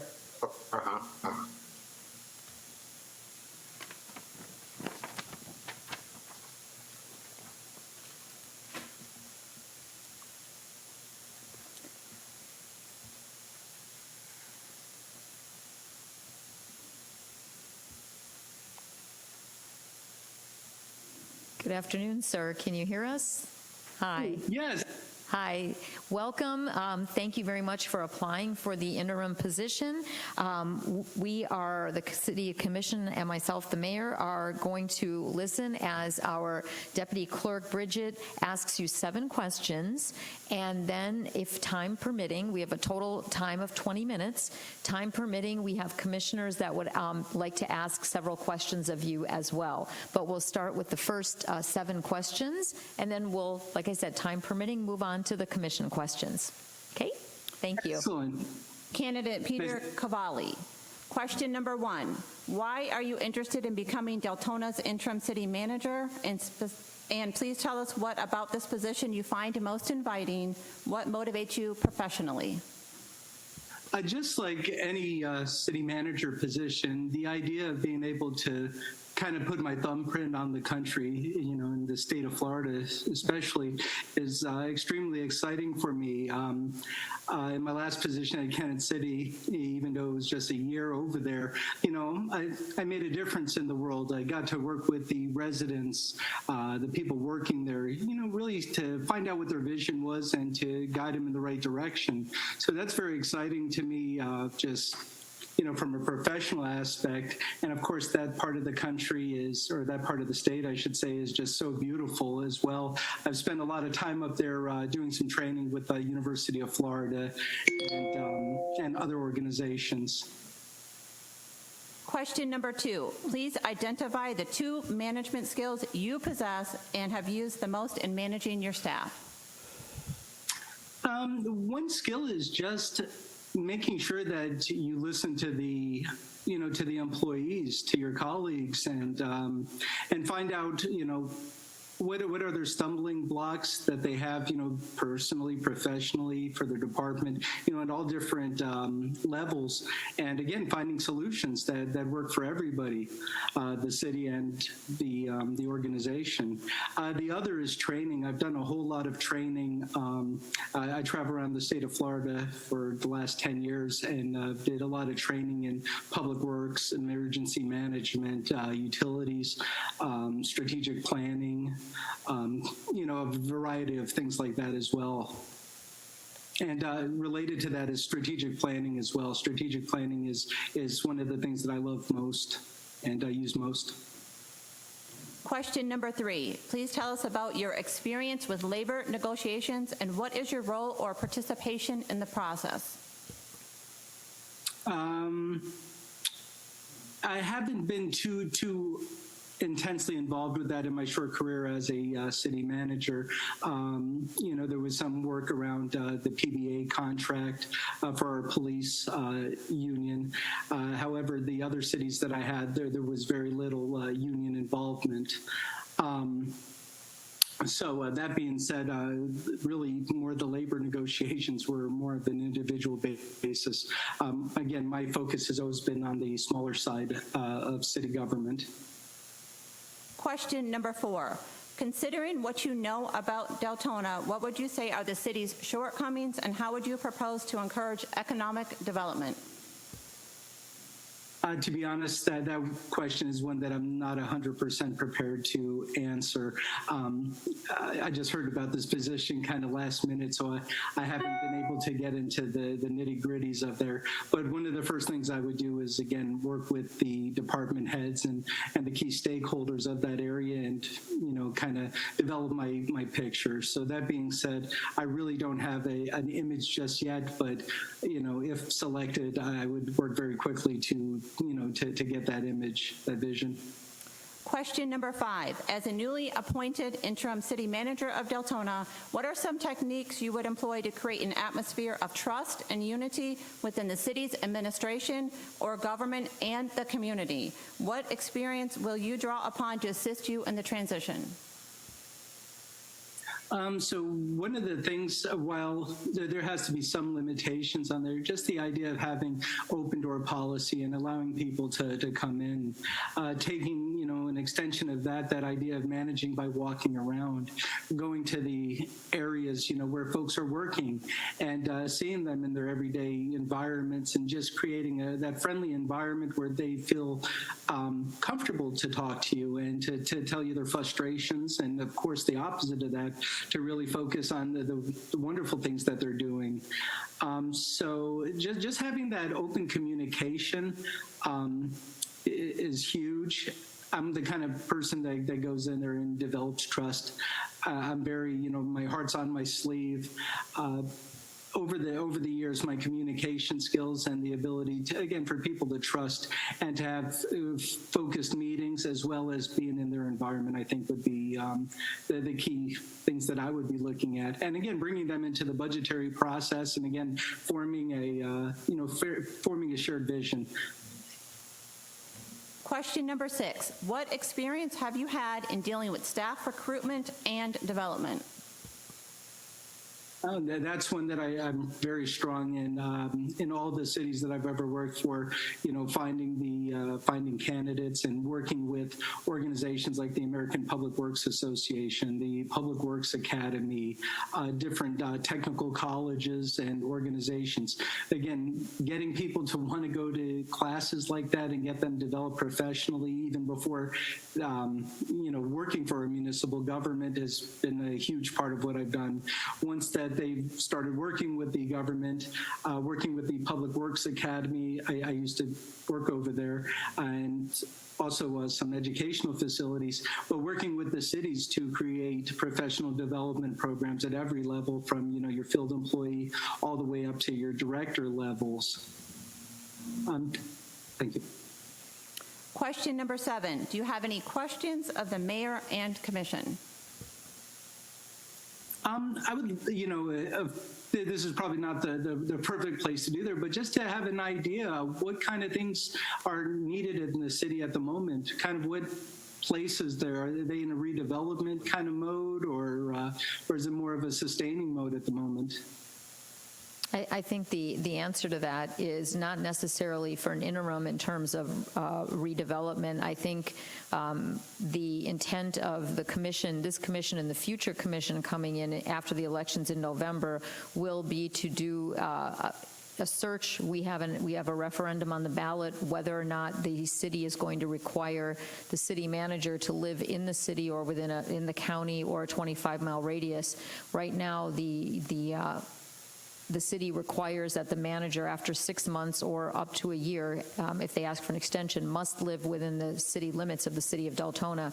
So truly, until after that referendum either passes or fails, to live in a radius as opposed to directly in the city, I think the new commission would be looking at doing a nationwide search. That is the intent right now. But again, after the election, that's a whole new ball game. But a lot of this really focuses on whether or not that ballot, that referendum question passes or not.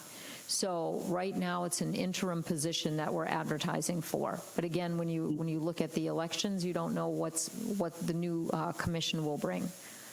I hope that's a little more clear. Absolutely. Okay. Thank you.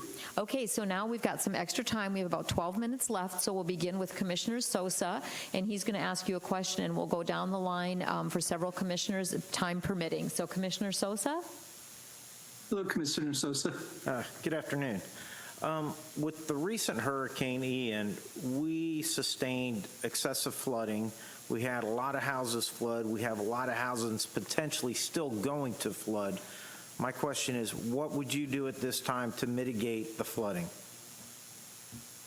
Well, I hate to say it, kind of part of the problem is mitigation is before the fact rather than after the fact. So, part of the response, obviously, we'd have to have our crews out there as fast as we can to work on the stormwater systems, make sure that they're cleaned, all the way to the outfalls, so that happens. When you talk about mitigation, again, preparing for the next flood, the next set of hurricanes, after an event like this, a certain percentage, about 7.5%, comes back that was meant for a response, comes back to mitigation. And I would imagine your county has a local mitigation strategy. I would make sure that we had a member on that. If that wasn't myself, it would be, a planner or public works or police or fire. And they would put on the projects that would make the biggest impact for future flooding. And I would make sure that they get, again, playing politics and making sure that where we write up the reports as good as possible to get them high up on the list so that they could get funded, because again, all the municipalities in the county kind of have to agree on those placements. Another thing, my gosh, could you imagine? Well, I mean, we live in that area. The idea of being flooded, being out there, putting a hard hat on, getting to know the residents, and finding out what their needs are specifically. Again, we can talk about broad things, but again, each individual is going to have something different. Finding out as best I can what those needs are, and again, comforting them a bit as well. Okay. Thank you. Commissioner Bradford? Have you ever dealt with a disaster similar to Ian and worked with FEMA and fund recovery? Absolutely. My first hurricane that I worked with and dealt a lot with the PA reimbursements, the public assistance reimbursements, was Hurricane Charlie, if you remember that. I believe it was 2004. And that's, I was working for the city of St. Petersburg. Some of the things that I did when the FEMA PA representatives came down, they were looking for workspace. So what did I do? Really quickly, I found workspace in the city of St. Pete Beach, where I was working, right next door to me, and that really made communications good. I learned a lot, and really on a personal level, got to learn a lot from these PA representatives. Another hurricane that I dealt with, a lot for reimbursement, however, there was pretty minor stuff, was Fickle Fay, if you remember that. I want to say that was about 2007 or 2008. And when it comes to emergency management, I literally have a stack about 2 feet tall of different certifications, everything from, like you're talking about, reimbursement and things like that, to response, to Homeland Security exercise and evaluation program training, so that I would implement those things in how we trained and prepared for these things, everything from learning about them, that old-fashioned book learning, to tabletop exercises, to full-scale events. And that includes not just the typical response that we see out in the field, but including things like reimbursement. I think that is so important. Okay, Commissioner King has 2 questions for you. Thank you, Commissioner King. Yes, sir. When we talk about figuring out what your goals are and putting together teams to accomplish those goals, do you look inside the city to staff and directors, or do you go outside to outside sources?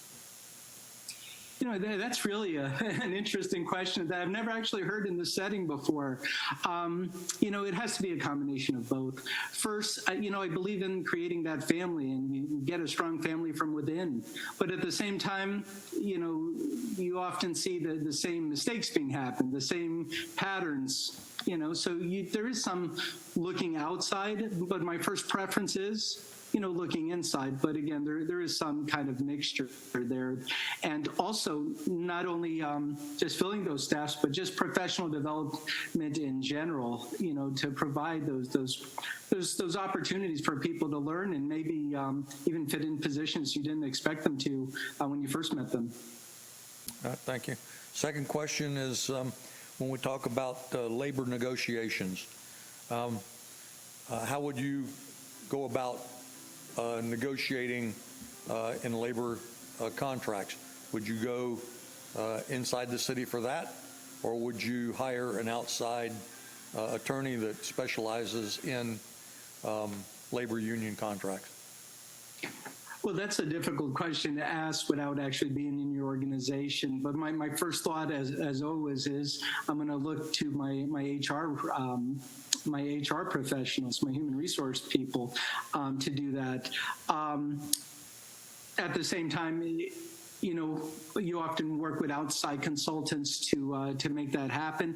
And also I'd look for some more, maybe, I don't want to say non-traditional, but not just going out with consultants, but there's a bunch of organizations out there, such as the Senior Advisors for the Florida City and County Managers Association, that I could rely on them. My city manager consortium in your area, I would rely on some of my fellow colleagues. So again, I would look at all the resources and kind of fit the ones that, I think would be the most effective, and of course, looking at the cost. All right, thank you. Commissioner McCool? Thank you very much. Thank you for joining us today. I appreciate it. I wanted to ask, what are your top 3 tools for conflict resolution? First thing, again, just listening.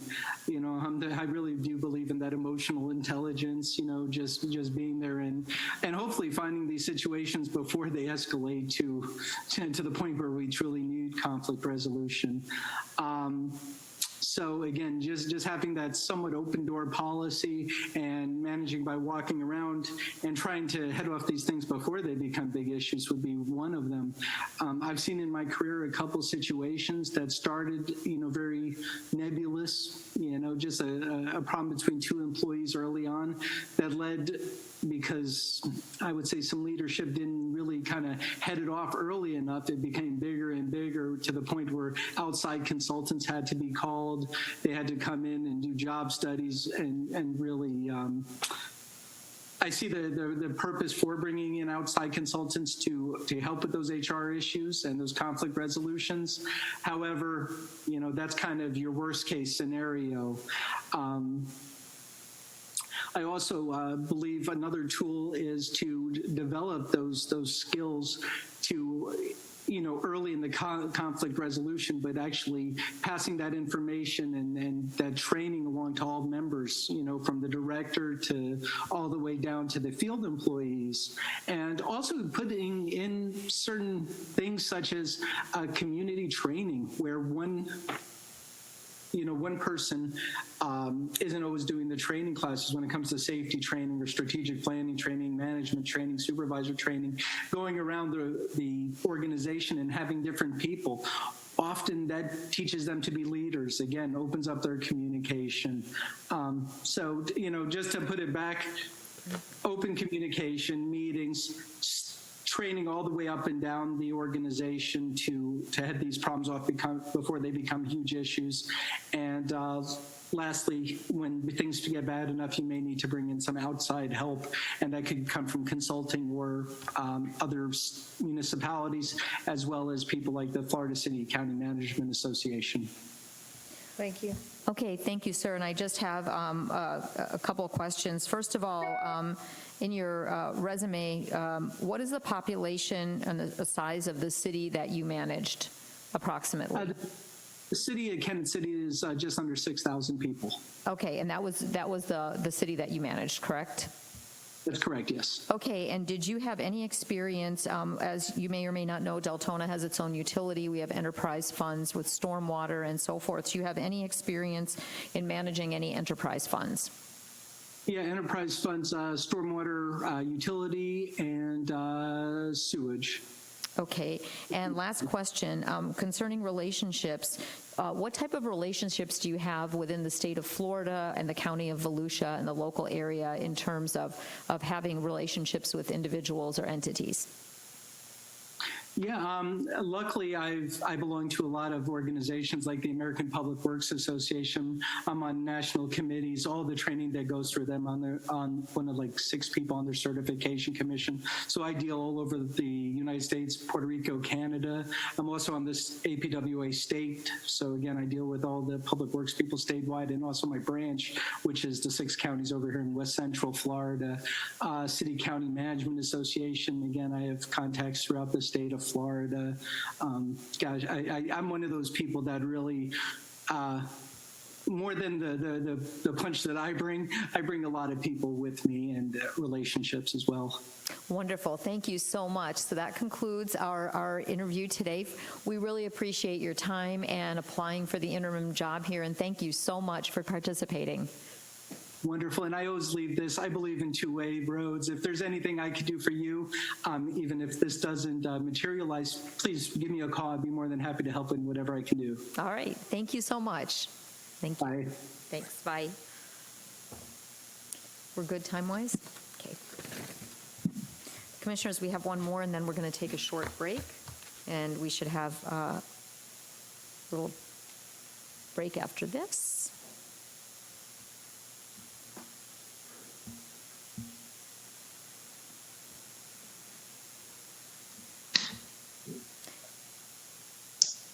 Good afternoon. Sir, can you hear us? Hello.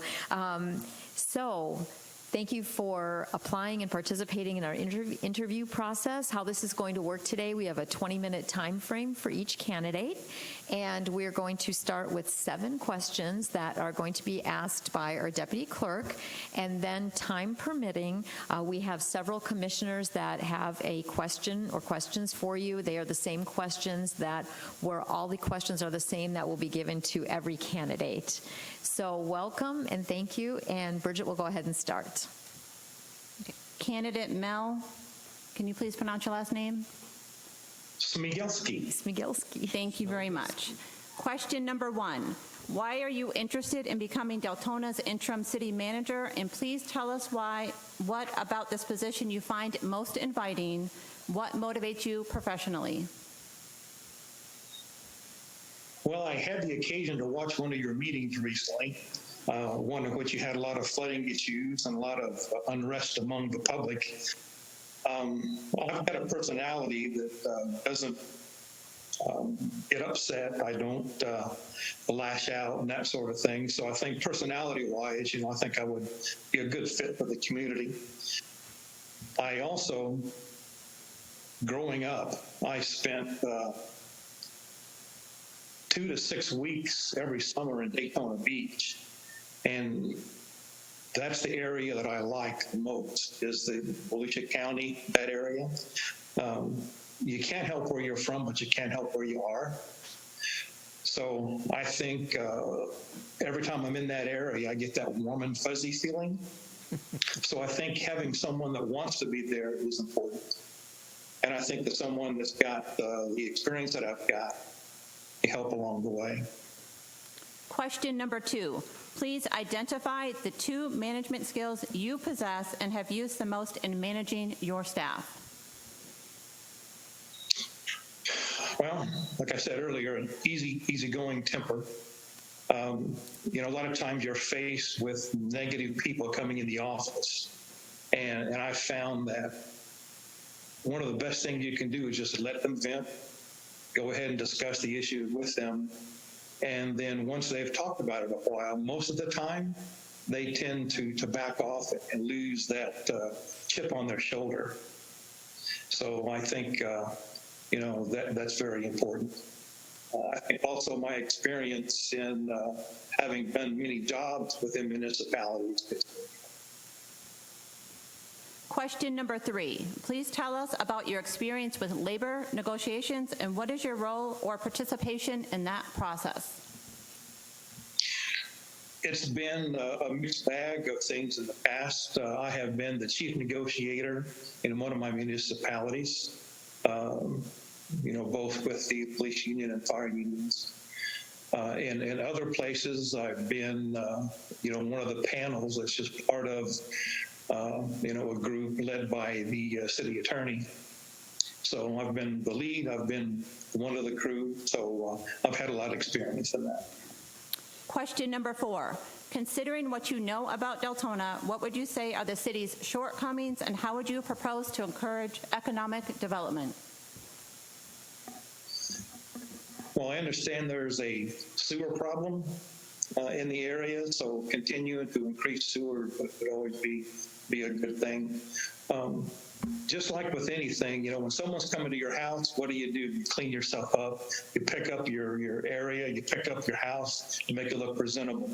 And I think, making the community look presentable is always the first step. You got to make it to where people want to be there.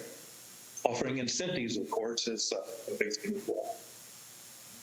Question number 5. As the newly appointed interim city manager of Deltona, what are some techniques you would employ to create an atmosphere of trust and unity within the city administration or government and the community? What experience will you draw upon to assist you in the transition?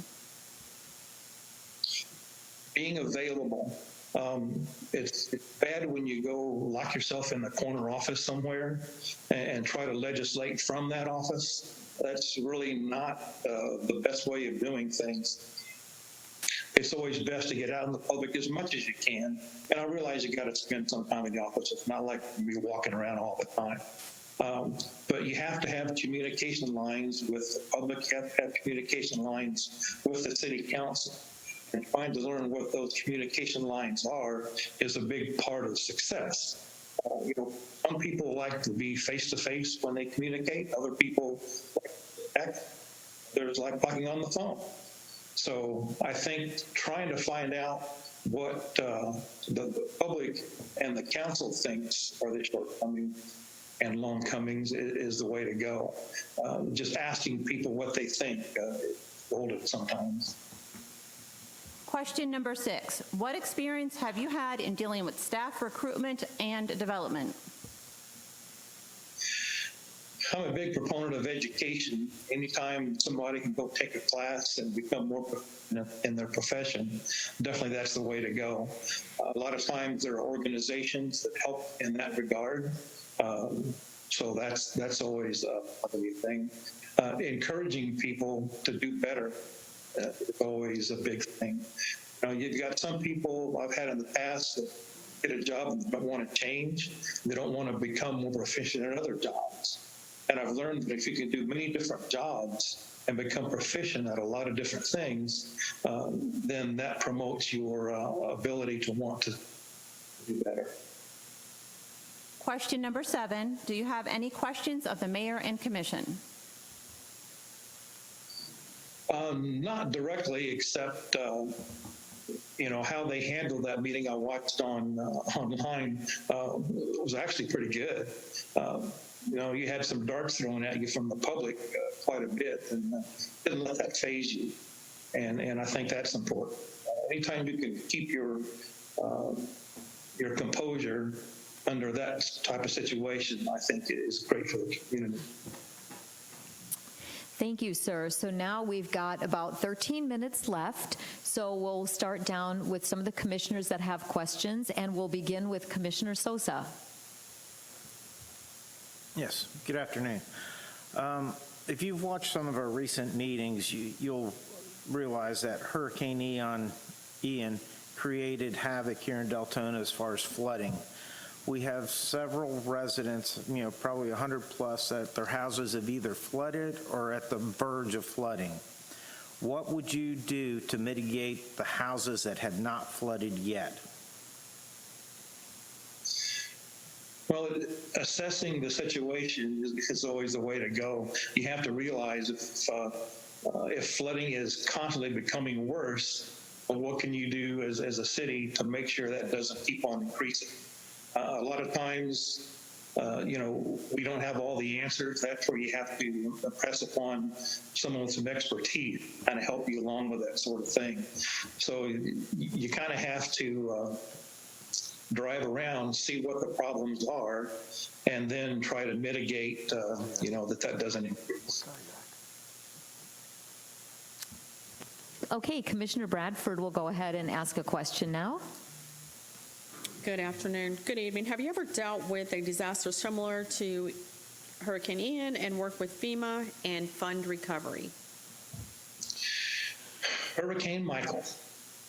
I think you've all heard of that. So I was working in Defuniak Springs when Hurricane Michael hit, but we have our condo here in Mexico Beach that had some damage.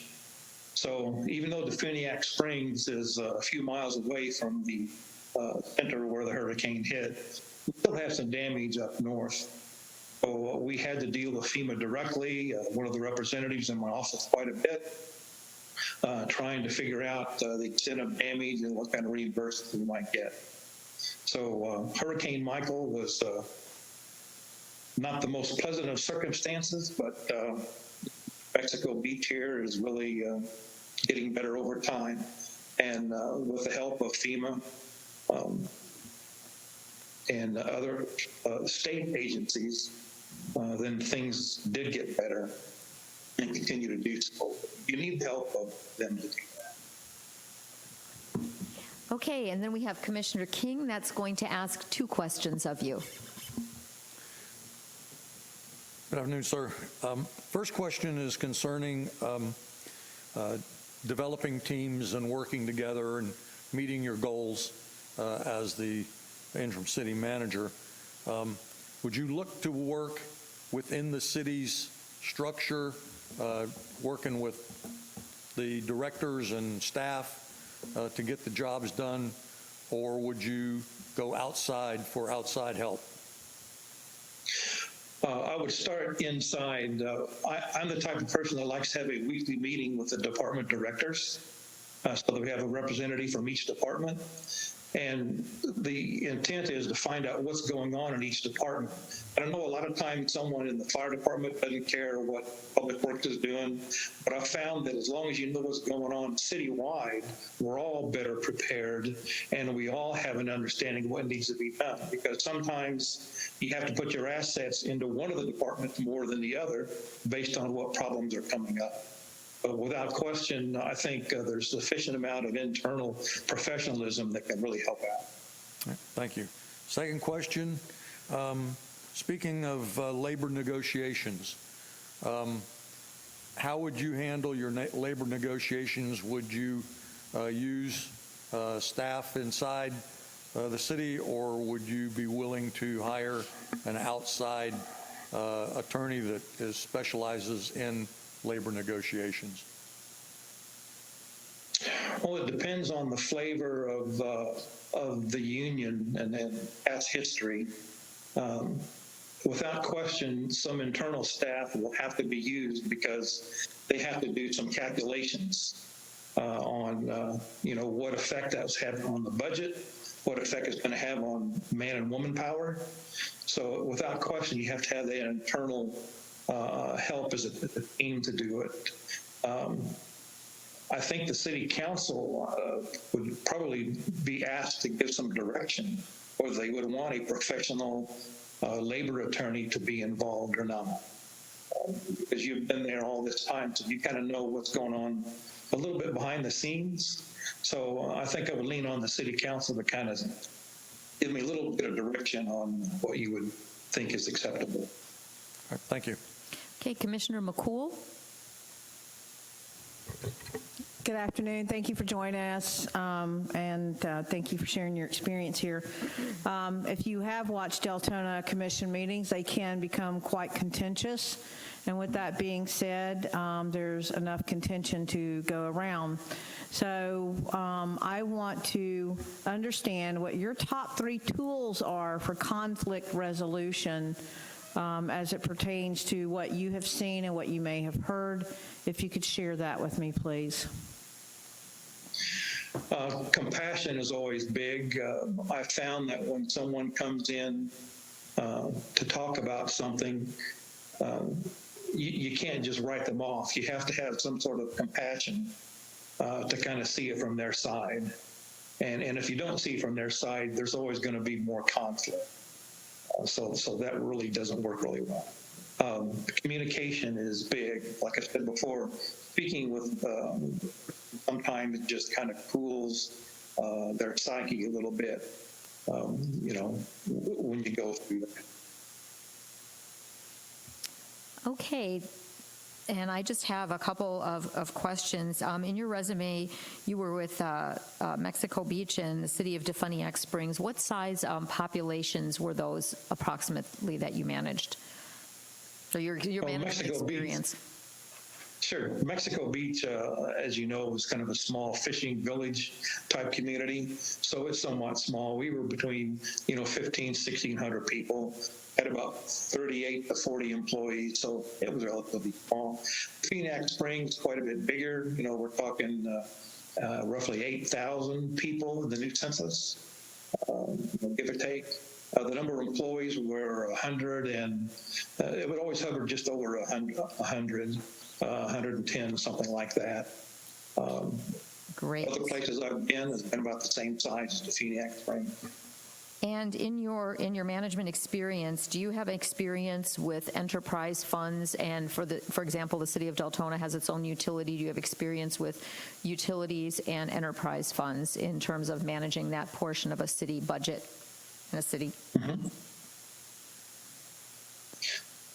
That's right.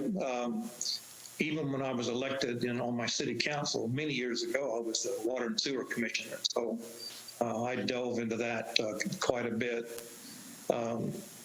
utilities are kind of the backbone of the whole municipality.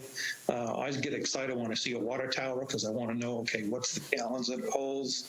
How many are there in the community? So I don't want to say I geek out on that sort of thing, but my wife thinks I'm crazy. And last question, regarding relationships, what type of relationships do you have with the state of Florida in terms of looking at, the state, the legislative appropriations and so forth, and specifically any relationships in Volusia County? Well, having worked in Walton County, Bay County, of course, Volusia County is a place that I don't have relationship. But when we did go for, let's say, appropriation, from the state, we did contact and go to Tallahassee quite a bit, do some lobbying. We also hired a consultant into that. That helped us quite a bit because they really have the ear of the legislators.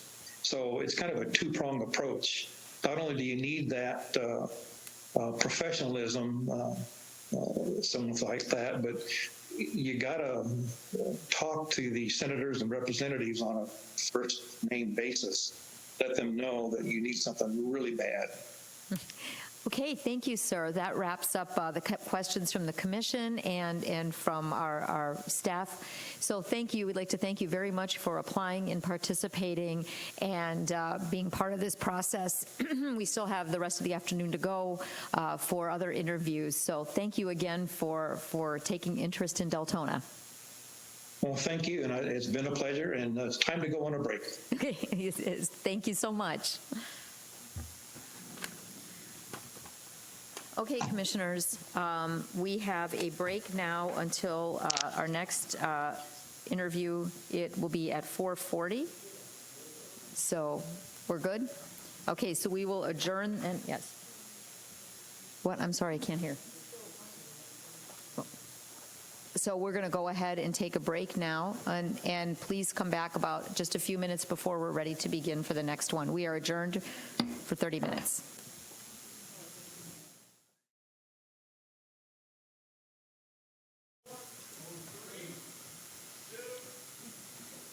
Okay, we are going to reconvene our meeting with our interim city manager candidates. And next up, we have Mr. John Williams, Jr. Hello, sir. How are you? Doing good, Mayor. How are you? I'm great. So this is how we just took a quick break after doing some of our other candidates. So what's going to happen is Bridget, our deputy clerk, is going to be reading 7 questions. The questions have been asked of everyone. And then time permitting, we have several commissioners that would like to ask the same questions we asked other candidates. The individual commissioners are going to ask a question if they have one. Commissioner Sosa was here and he had to leave, so his question, he was first in the queue, will be read by Bridget after the 7 questions that the city has listed. I just want to clarify that because that just happened during our break that he had to leave. So, okay, Bridget, thank you, sir, for being here, and let the fun begin. Thank you. Okay. Candidate John Williams, Jr. Question number 1, why are you interested in becoming Deltona's interim city manager? And please tell us what about this position you find most inviting. What motivates you professionally? Yes, thank you, Bridget. First and foremost, I'd like to first say thank you to the mayor and city commission for this opportunity to even interview for the interim city manager position. What has intrigued me the most, has me the most excited about the possibility of becoming the interim city manager at the city of Deltona is simply the fact that this is a city that is growing. And like we all know, cities that are continuing to grow, there's going to be change. And there's someone that there's when there's change, there needs to be someone that is at the lead for that change, and that is what this city manager position is there for. Of course, under the direction of the mayor and the commission, someone needs to lead the troops. What's exciting for me about this is I've been in public service my whole career, 11 years in local government, and I have a passion for the community. I have a passion to serve. So being able to serve at the highest level and in a city that is growing, that is thriving, that has clearly laid out a strategic plan on how they plan on getting to that vision is exciting for me. Again, I'm just thankful for this opportunity, and my goal is, again, to continue to lead in public service.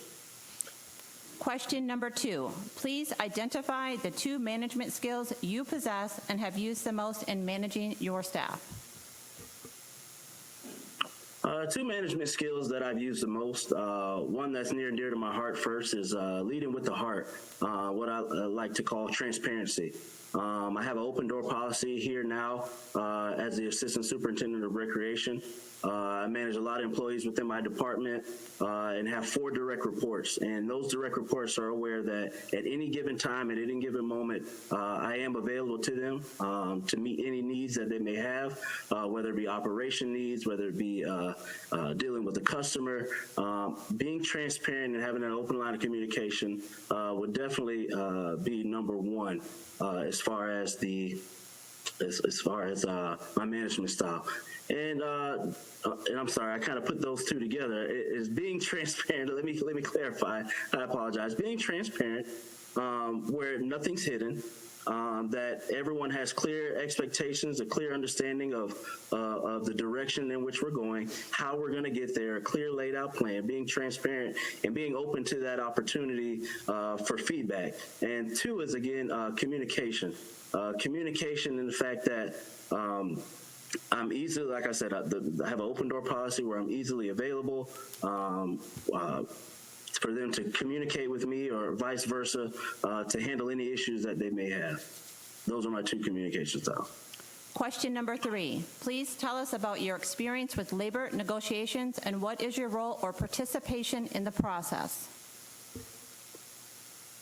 All right. So as of right now, I do not have any labor or relations experience. I am somewhat understanding of the process. There is a negotiation process that does go back and forth. And of course, both sides will need to be heard. There's some mediation that needs to be done, but this is an area in which I would need to grow that I do not have much experience in.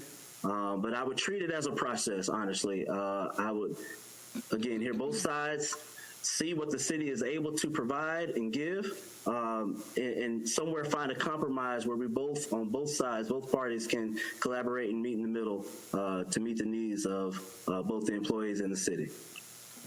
Question number 4, considering what you know about Deltona, what would you say are the city's shortcomings and how would you propose to encourage economic development? So and this is me, I don't look at things as a shortcoming. I look at it as an opportunity for growth. And I'll give you an example I saw in your strategic plan. Recreation for all was something that was mentioned. And having my background in recreation, I know that one of the things that we constantly hear from our citizens is we want more programming, or we want to hear about more of the programming that you would offer. So those are different avenues and ways that I will go about trying to just simply address the different needs throughout the community. And before I continue, I just want to make sure I'm answering that question correctly. If you wouldn't mind, please repeating that one more time. Okay. Question number 4, considering what you know about Deltona, what would you say are the city's shortcomings and how would you propose to encourage economic development? Okay. So encouraging economic development, I'm a strong proponent. I have a background in 501c3 of reaching out to businesses to offer some form of donations or sponsorships, or whether it's creating a new rec center. Those things encounter a huge cost. on the city. So I would reach out to different businesses, not only to help with funding projects, but also funding programs. We all have neighborhoods within our cities that persons may not be able to afford certain programs and things that we offer at centers. So being able to partner with local businesses to get those persons, get those communities involved, and then providing programs to teach them trades and jobs that could potentially create future jobs for our entire market, which in turn just empowers our citizens and puts them back into the workplace to maybe one day they can even come back and work for the city, which is continuing to grow the city and allowing those dollars to continue to circulate throughout the entire city. Question number 5. As a newly appointed interim city manager of Deltona, what are some techniques you would employ to create an atmosphere of trust and unity within the city administration or government and the community? What experience will you draw upon to assist you in the transition? I'd lean to one of my management styles of transparency. One of the things that's being done here in the city of Lakeland, and I admire it, and I would take it into this new role if given the opportunity, is our city manager currently does a video at least twice a month, speaking to the citizens, speaking to the employees about all the new and exciting things that are going on in our community. And what I would do is simply engage. I would set up, get with our communications team or the department that handles all of the website information where we reach out to our customers and we want to hear from them. I would set up something to where ask the city manager essentially and allow them to ask any questions that they may have regarding any department, whether it's an electric bill or some of the recreational programs that we offer. No question is off limits. And what I would do is just create a pipeline to where communication flows. And again, nothing is off the table. It would just be some better ways to streamline that communication in a friendly manner that is friendly to the community, easily accessible, whether it's, like I said, through the website or a mobile app. Something in a way that would just allow them to easily interact, and of course invite them out to commission meetings, because again, we that is a platform that is provided where they can speak and be heard. Question number 6. What experience have you had in dealing with staff recruitment and development? Staff recruitment and development. In my role here currently as the assistant superintendent, I'm overall HR operations from the hiring to the unfortunate firing of employees. So as far as recruitment efforts, we're constantly in communication with local colleges, surrounding colleges, different high schools, or just basically I would reach out to the different avenues around us, the different resources, to just continue to find ways to recruit employees. One of the projects that I'm currently on right now is a wage compensation study that we're conducting for the entire city of Lakeland. And through this compensation study, we've already realized that we're at least 5% under the entire market, and we're looking to increase that. And that is done, again, through comparisons of wage studies for the various cities in comparison to size. So by looking at the study and seeing if this is something that the city could take on, we're hoping that our recruiting efforts will be a little bit more appeasing to persons looking for employment. They would see that our rates are comparable with other cities, if not better, in an effort to retain employees. And then also, I think an issue that a lot of cities are facing right now is retaining employees, and the fact that again they're able to go other places. So I would get with. As the interim city manager, I get with our department heads, I get with our HR team to see what we can do to incentivize our employees to want to stay with us. Exploring different avenues within the legal realm to be able to make that work. Question number 7. Do you have any questions of the mayor and commission? Yes. So again, thank you all for your time. I'm excited for this opportunity to be able to lead. I have a heart for public service, and I guess my question I would have for mayor and city commission would be, what exactly are you, and I understand that there's been laid out in the job description, but there's been city managers before that are no longer there, and that is why we're having this process. What is it exactly, would you say, would be the number one need of your city manager at this time? The number one need of the city manager at this time, and, Commissioner McCool. I think that, the city of Deltona right now has several challenges facing us. We need a city manager that is going to bring the team together, and that is going to we have several things that we're dealing with right now, and that'll be one of the next questions. Hurricane Ian did a lot of damage to Volusia County and to the city. We have a collective bargaining process that is ongoing right now. We have an economic development items that are in process. We're in the middle of a moratorium for single-family planned unit developments. So we have a lot of needs and a lot of things on our plate that need to move forward. And we have to continue, in just my opinion, with the team building of the staff that we have. And then we have to also look and enhance what we have for our community. In other words, reassess parks, reassess a lot of our departments. I think that it is the main thing right now. Our big struggle is Hurricane Ian and getting through that, and really reassessing our stormwater and how we mitigate that in the future. Okay. So quite a few challenges. Thank you. It's a great question. Bridget, and now Bridget is going to ask the question that Commissioner Sosa had asked all the other candidates, and then after she's done with that, if we have time, we'll move on to the other ones. With the current situation with Hurricane Ian, there are homes flooded and some on the verge of flooding. How would you mitigate the situation or keep the current houses from flooding? Hurricane Ian was a huge storm, and it was devastating for certain areas more than others. I think the first thing we would need to do is get with our emergency team and figure out which areas were hardest hit.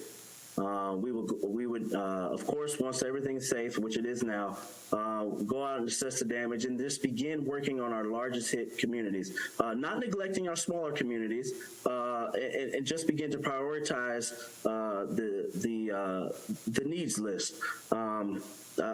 Just maybe for an example, if power lines or something needed to be restored on a larger scale, but we can get some smaller ones taken care of right away. I think we get those smaller ones taken care of right away, because now we start the progress going. We start to give our citizens some hope and trust and reassurance that the city has their back, and the city is out there fighting every day to make sure that they gain power, gain access back to their daily needs. I have a son as well, and just to share with you all, and we lost power for Hurricane Ian for about maybe 12 hours. We were blessed. We were fortunate. Our city employees were out there working hard and restored the power. But there were other citizens that didn't get power back for a couple days. But through constant communication with our communications department, our Lakeland Electric, we continue to provide updates to those citizens almost around the clock to let them know that we are addressing the needs. No issue is too small, and we are doing our best to get everyone back fully restored and at least with power as the example of what I use. So through constant communication, through assessing the needs, understanding that no project is too big or too small, I think we go about it that way, and then just continue to show our community and show our city that we will work our hardest, our best to get you back where you need to be. That honesty and trust in that part, being transparent about that, would be very important during these times. Okay, so the next question will be from Commissioner Bradford. Good almost evening. Have you ever dealt with a disaster similar to Ian and worked with Fema and fund recovery? Yes. When I was with a nonprofit organization, Police Athletic League of Lakeland, this was during Hurricane Irma. we were without power for over a week. And what we did in our organization is we understood that, of course, with our community center being in the heart of one of the of our underprivileged neighborhoods and communities, what we did was we reached out to Fema, we reached out to different food bank organizations and provided service and aid to those families in need, and just to show them again that we had their back. As far as FEMA goes with the reimbursement, I personally have not, but I have been a part of that payroll process, speaking on the side of management, making sure that the employees that are going out there, that are putting their lives on the line, that are putting almost essentially the city first, and meeting the needs of the entire city, that they are compensated correctly first, but then also compensated well for the overtime that they put in.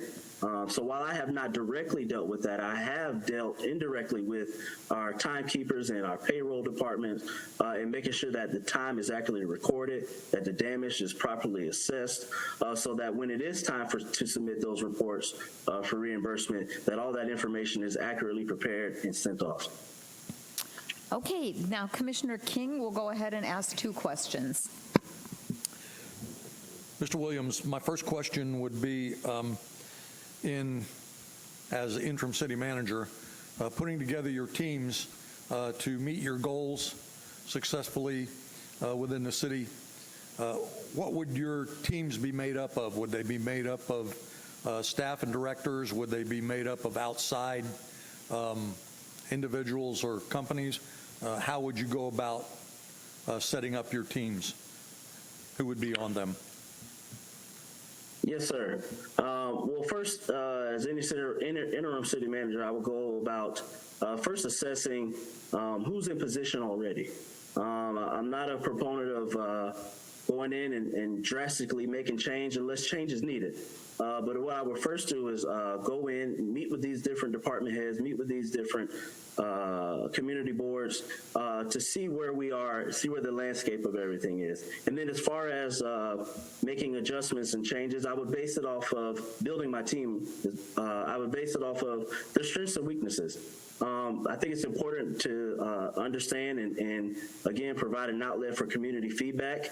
What we may feel on our side of city management is the best appropriate measure. The community may feel different. So it's important to make sure that we have a clear dialogue back and forth to be able to understand the need it is that we're trying to meet, and then also meeting that need. And if we aren't currently doing that, then again, I would assess the team that is in place. And if I need to get rid of someone or if I need to remove someone, then that will be done. Again, it is not about us as city employees, it's about the community in which we serve.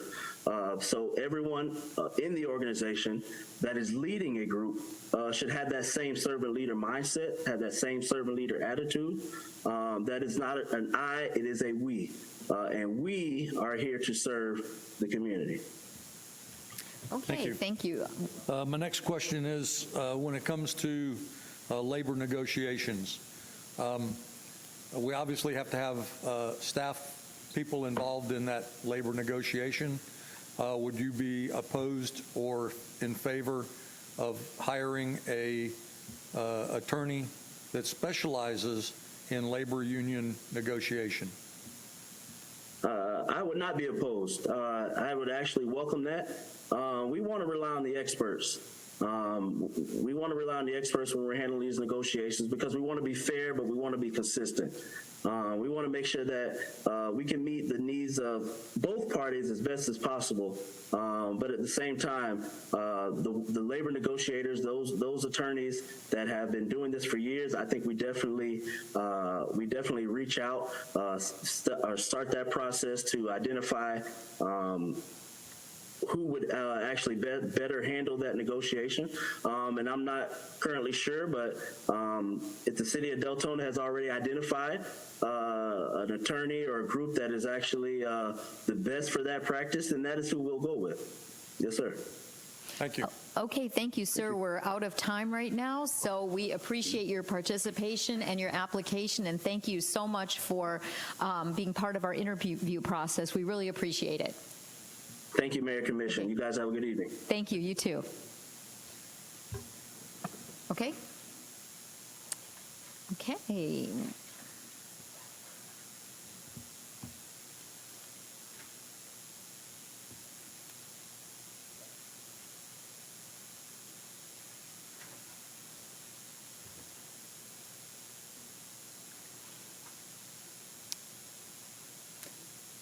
Hello, Mr. McHugh, can you hear us?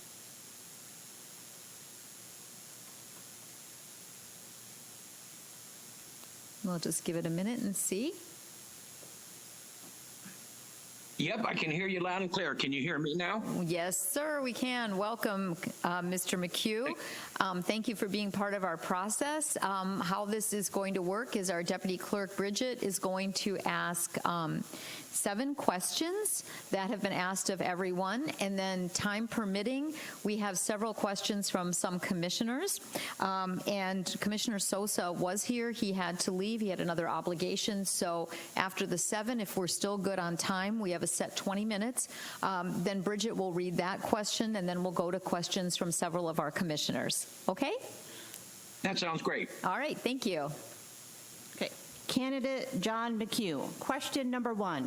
Why are you interested in becoming Deltona Interim City's manager? And please tell us what about this position you find most inviting. What motivates you professionally? Okay, I'll start with the last part of that question first. I've had a passion for public service for some time now. I've worked nearly 30 years in local government. I taught at 2 state universities, FIU and FSU, in the public affairs programs, both in the master's and undergraduate level. So it's kind of been my passion for a long time. To be honest with you, I wasn't even aware that the city was recruiting for an interim, and I found out last Monday. And at that stage of the game, I talked to a couple of people, and they encouraged me to take a shot at it. So Wednesday afternoon, I submitted a cover letter and a resume, and I think the thing that the one thing that it offered me, this particular position, was near to home and interim. I have no desire to go back into city management, as I've had 30 years in the public sector, 8 or 9 years in the private sector, and but this would give me a chance to kind of get back into it for a little bit. If I could help the city move forward until you get a full-time permanent manager, that'd be quite rewarding to me. Question number 2. Please identify the 2 management skills you possess and have used the most in managing your staff. The first skill that I'm very, very proud of and that I will take with me for whatever I do in the future is delegation.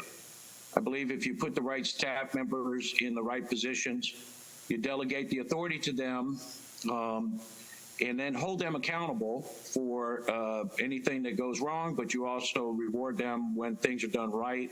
You provide them with the appropriate tools they need to be successful in their job. And so I believe that's one of my strongest suits in regards to managing staff. I'm also a big teamwork builder. I've been doing teamwork development all the way since I began in Dade County. We did what we'll refer to as quality circles. You bring staff in, you let them talk things out, and what you're looking for is to get the staff to come up with the best outcome for an issue and whatever deliverable you're looking for. So I think that pretty much would be my primary focus in regards to dealing with staff. Question number 3. Please tell us about your experience with labor negotiations and what is your role or participation in the process? Yeah, I first got involved in labor relations when I was working in Miami-Dade County in the 80s. I had kind of I guess a secondary role to the team leader that was involved in the primary negotiations. But I learned an awful lot. That was kind of like your graduating high school course, I guess, at that stage. When I was in Orange City, I negotiated the PBA contract with the police department twice. I believe that the police department was inadequately provided the equipment that they needed. So I brought more to the table at that stage of the game than the union representative did. I also moved over to the Florida retirement system, which took away from the old pension plan that we had, and they gave a promise to the officers and the rest of the city staff, actually, a better pension program in the future the longer they stayed with the city. It came to the point where actually the city police department, after 25 years, unilaterally went and disassociated themselves with the union, and that was not pushed by me, and it wasn't even encouraged by me, but they did it on their own. And so I felt that that was a success, because then that meant that they could rely on the city council and the city manager going forward from that point forward. Question number 4. Considering what you know about Deltona, what would you say are the city's shortcomings, and how would you propose to encourage economic development? Here's where I'm going to be probably a little different than most of the other candidates. I'm not looking at this position as a full-time. I don't look at this as 6 months for a probationary kind of check me out, see if I'd be worthy of the full-time position. So to be honest with you, quite frankly, I haven't looked into the city that well. My normal course of action in an interview would have been to study that budget, know it from top to bottom, would have looked at what the economic development issues are, so that if that question came up, I would have looked at all kinds of development issues regarding what type of development standards and all that, so that when the questions came my way, I'd be prepared for them. I wouldn't see my role as an interim as doing much more than setting the stage for a permanent full-time manager to come in and have everything and all the staff ready for that person that comes in to move immediately forward. Now, I do have a little bit of history with Deltona. I know that economic development is an ongoing challenge, and I believe it's mostly by the way that the city was originally developed way back in the day. And I know that I've noticed there's some commercial development going there. Be quite honest with you, I took advantage of that when I was the city manager of Orange City, and that's how we kind of became the retail and commercial and the hospital and all those. We became that kind of center for Deltona, DeBerry, and to a certain extent the land. So the issues that Deltona faces in the economic development arena have to be looked at from a long-term perspective, maybe some short-term goals here and there. I know that you're all building some big warehouse operations on the west side over near I-4. I've seen them go up. I've read a little bit about it. But my goal would not be to jump in there as the interim and start trying to move in the direction of the economic development guru. My role would be to kind of keep things moving. Now, mind you, when I say that, I don't mean that I won't be involved in that process. I just don't see it as a role of an interim manager to jump in there and start setting the path for what the economic development arena should be. I'm sure you have plenty of staff working in that arena, and I'm sure there are plenty of community people that are working in that arena, and local interest groups that are working in that arena. So I guess in that regard, I would just be kind of more organizing and keeping that flowing. Question number 5. As the newly appointed interim city manager of Deltona, what are some techniques you would employ to create an atmosphere of trust and unity within the city administration or government and the community? What experience will you draw upon to assist you in the transition?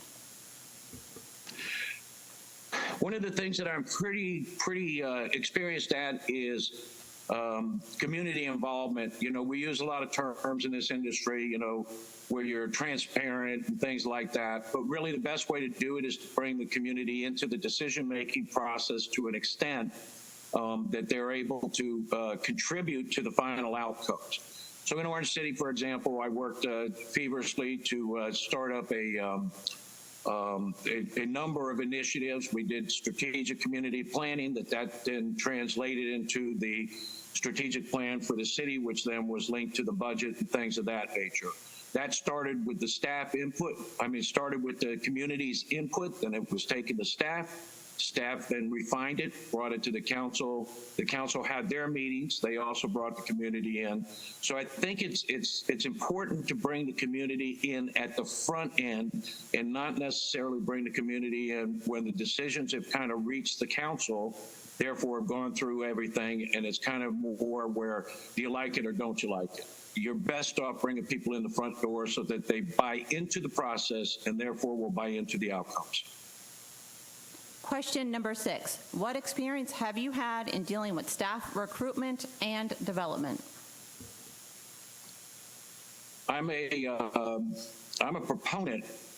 To me, the city staff is what I refer to as the ambassadors of the city government. They're the ones that are out on the front lines every day, whether it be your public works, your utility operations, your firefighters, and all of the staff are the ambassadors because they're truly in the face of the public more than the city manager or the deputy city manager, and even to a large extent the city council.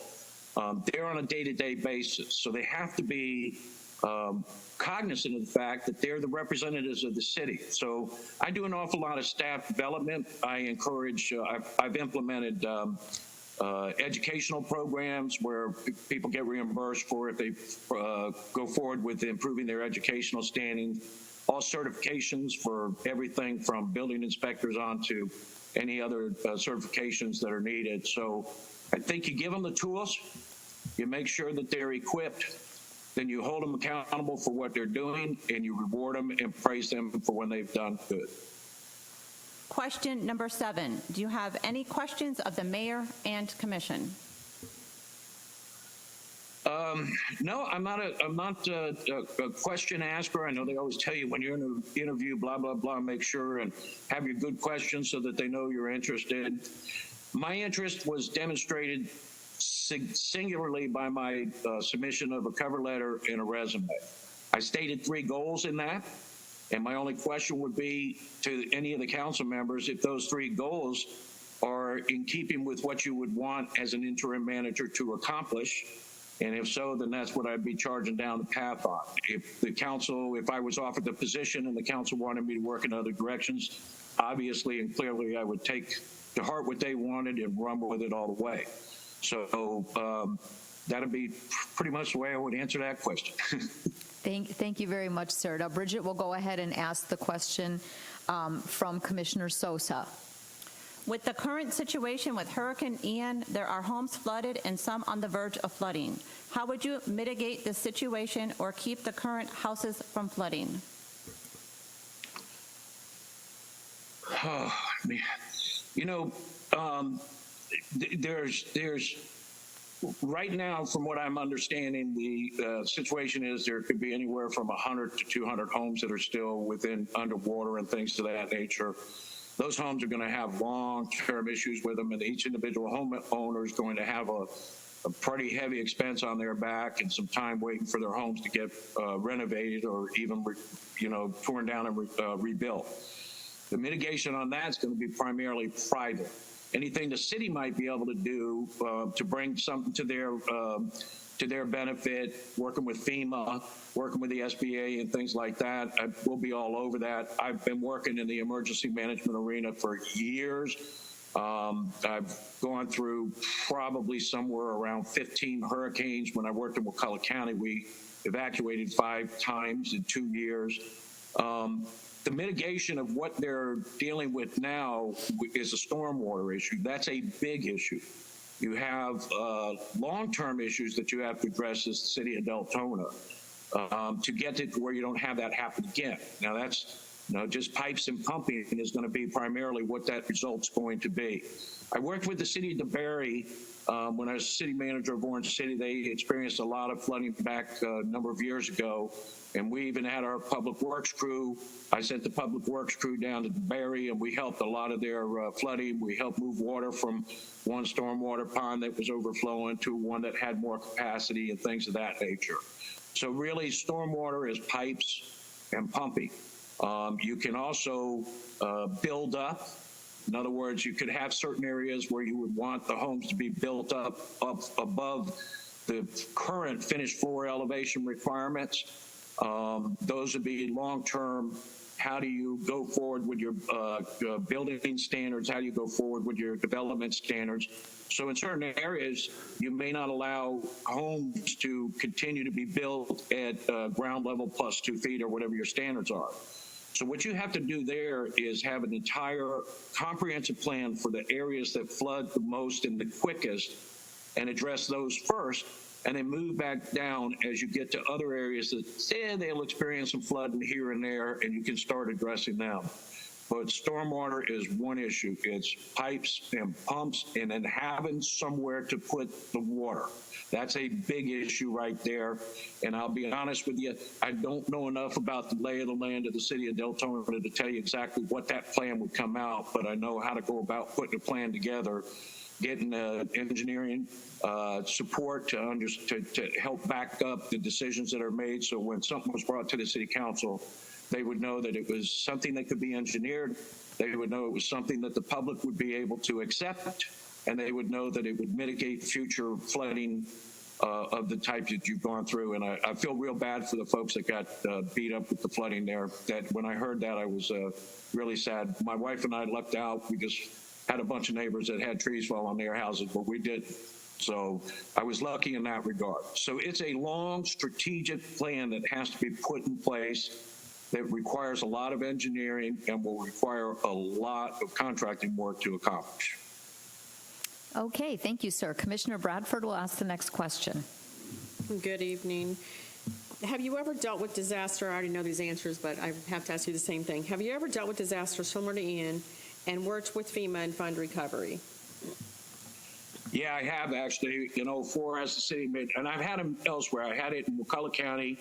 I'll go back there real quick. We had some terrible flooding between Wakulla and Leon County, the city of Tallahassee area. Excuse me. And I fought with probably 5 different counties. I teamed up with Leon County. My chairman of the county commission and the chairman of the county board of Leon County, and the city manager and me went into, I think it was, into the governor's office, and we fought with Columbia County and all these other counties to get a bunch of money that was put down from FEMA to Leon County, basically, to do the distribution. So I worked on there, and we were lucky enough to win it out. We did pretty good on the FEMA funding. And then in Orange City, we had, obviously in 04, if anybody was around back in those days, we had 3 or 4 storms come through. There was an awful lot of flooding in the Berry, DeLand, some in Deltona. It's a lot in the unincorporated county. So since the city of Orange City wasn't flooded per se, we had flooded areas and we were addressing those locally. The thing is your reimbursements, when you have a FEMA program, when you have a general emergency declared, it's important that you get your FEMA reimbursements. So there's a very intricate process of certifying the amount of debris that's removed, having audit checks on it, and verifying so that when you submit, you get your reimbursement. When they come back and audit a year or 2 later, that they don't come back and say, oops, you guys made some mistakes, so you kind of got more money than you were worth. I literally got 104% back on the money that we did when in 04, and I tried to turn the 4% back into them, and they wouldn't accept it. So yes, I have plenty of experience with FEMA. I developed comprehensive emergency management plans throughout the state, and I've fought many hurricanes, and I'm one of the city managers that goes out in the hurricane and works with the first responders. The hospital in Orange City was flooded out really bad, and it was out with the fire department literally in wading in chest deep water trying to unplug some of the drain systems that were plugged up. So I've got a lot of experience in emergency management from a storm perspective. Okay, thank you. Now, Commissioner King will ask you 2 questions. Good afternoon, sir. Good afternoon.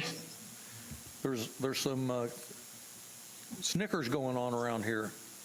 They think you and I look alike. I cleaned up today. Yeah. I shaved my beard down a little bit. I'm on vacation, so I'm sitting in my hotel room in Newport, Rhode Island, and I told my wife, I said, dang, I'm going to have to shave today. I understand size matters, and mine's a little bit bigger than yours. So, Yeah, I've heard that before. one of the things that I'd like to ask you is concerning, I know you're only planning on being here for 6 months, but there are issues here in Deltona, and I'm sure that you would have to put together teams that would start working on those things that need to be done in hopes of getting it to the point where someone can jump in and hit the ground running. So in doing that, how would you put your teams together? Would they be teams of people first inside the community or inside the city, directors and staff and so on? And at what point do you go outside, or do you go outside for other help? Oh, excuse me. You know, obviously, I don't know the staff. My first effort for going in there would be to sit down with the council, ask each individual council member what their goals are for my term there. And 6 months is not a finite. It's an indication that I don't want the job permanently. So if it took a little longer to get that recruitment going, I'm all good with that. So I'd sit down with the council and I'd find out, based on their feelings and based on their knowledge of the community, what are the biggest issues. I would probably also ask them, do you know of staff members that are like right on top of this already, that are already involved in that kind of thinking and that kind of a process? After I gathered all that, then I would sit down with the staff and I would ask them similar things. What are we doing about this issue? Has it been approached from a, yeah, we'll get it done perspective, or is it being approached from a, we're not trying to get this done short, sweet, and get people off our back. We're trying to get this done so that it doesn't come back and bite us in the future again. So those are long-term versus short-term goals. So when I direct and guide staff through that thinking process, they're the ones that are going to be doing it. It won't be me. So therefore, the person that you finally get on board to take the reins on a permanent basis, those staff will be ready to feed them all the information they need. And this is what we've been doing, and this is where we've been going. It'll have kind of a backdoor council involvement based on my conversations with the council. I'm going to bring that into that decision process. Okay. That manager will then come back in and take that information and then kind of cogitate on it a little bit, see if it's keeping with where they would go on it, check with you folks when, on whether or not, if he wanted to change it, modify it, or move forward with it. Okay, Consultants, thank you. Thank you, because we're out of time and our next candidate is right in the next room, unfortunately. No problem. So thank you so much, sir, for sending in your resume and being part of our interview process, and we really appreciate it. Thank you for all your answers. Thank you. Thanks so much. You're more than welcome. I appreciate the opportunity. Thank you.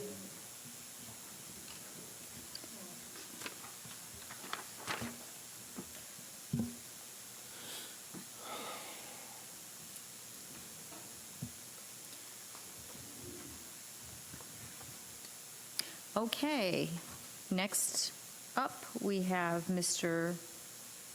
David Lynch, correct? But you'll cut it off here. Okay. Hello, sir. Can you hear us? Yes, I can hear you. How's the audio on your end? Great. It's really good. Welcome, Mr. Lynch. You'll be next. And how this process is going to work is that our Deputy Clerk, Bridget, is going to ask 7 questions. The questions have been asked to every candidate. And then we also have several commissioners that want to ask some questions, time permitting. We have a total of 20 minutes. And Bridget, one of our commissioners had to leave. He had another commitment. So Bridget will read his question after the 7 initial questions. And again, time permitting. So thank you very much. Bridget? Sure. Candidate David Lynch, question number 1. Why are you interested in becoming Deltona's interim city manager? And please tell us what about this position you find most inviting. What motivates you professionally? Well, I think professionally, my experience in government management at a municipal level began with a large Rust Belt community in the Midwest, Euclid, Ohio, a community of between 68 and 70,000, a completely different dynamic from what we're experiencing in Deltona, because in the Rust Belt communities, it was kind of an economic development rescue operation. In addition to that, my experience in Newton Falls was with a rural community.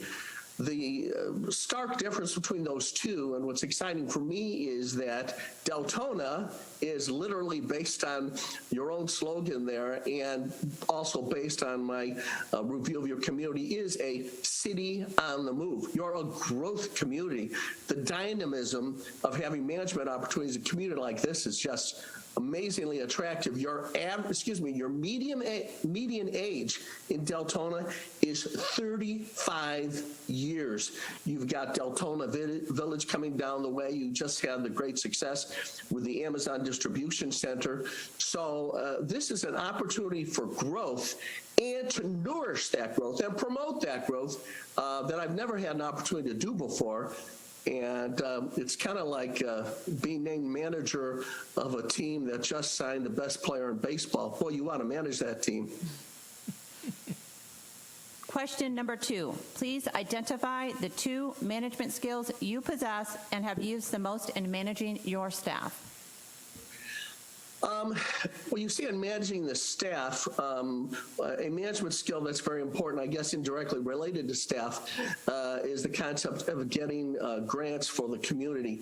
I have the highest record of per capita grantsmanship in the state of Ohio, and that was great for the staff and for my department heads, because it meant that I was finding unusual ways to find resources so they could do their job, so the people in charge of the sewer department could focus on that, because I had a special skill in being able to go get grants. In addition to that, economic development has been part of my strong suit.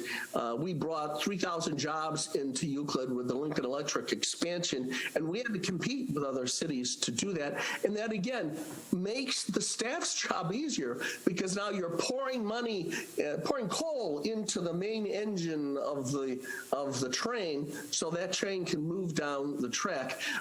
Specifically as it relates to staff, I will tell you that I do believe in strong management with compassion and kindness and encouragement.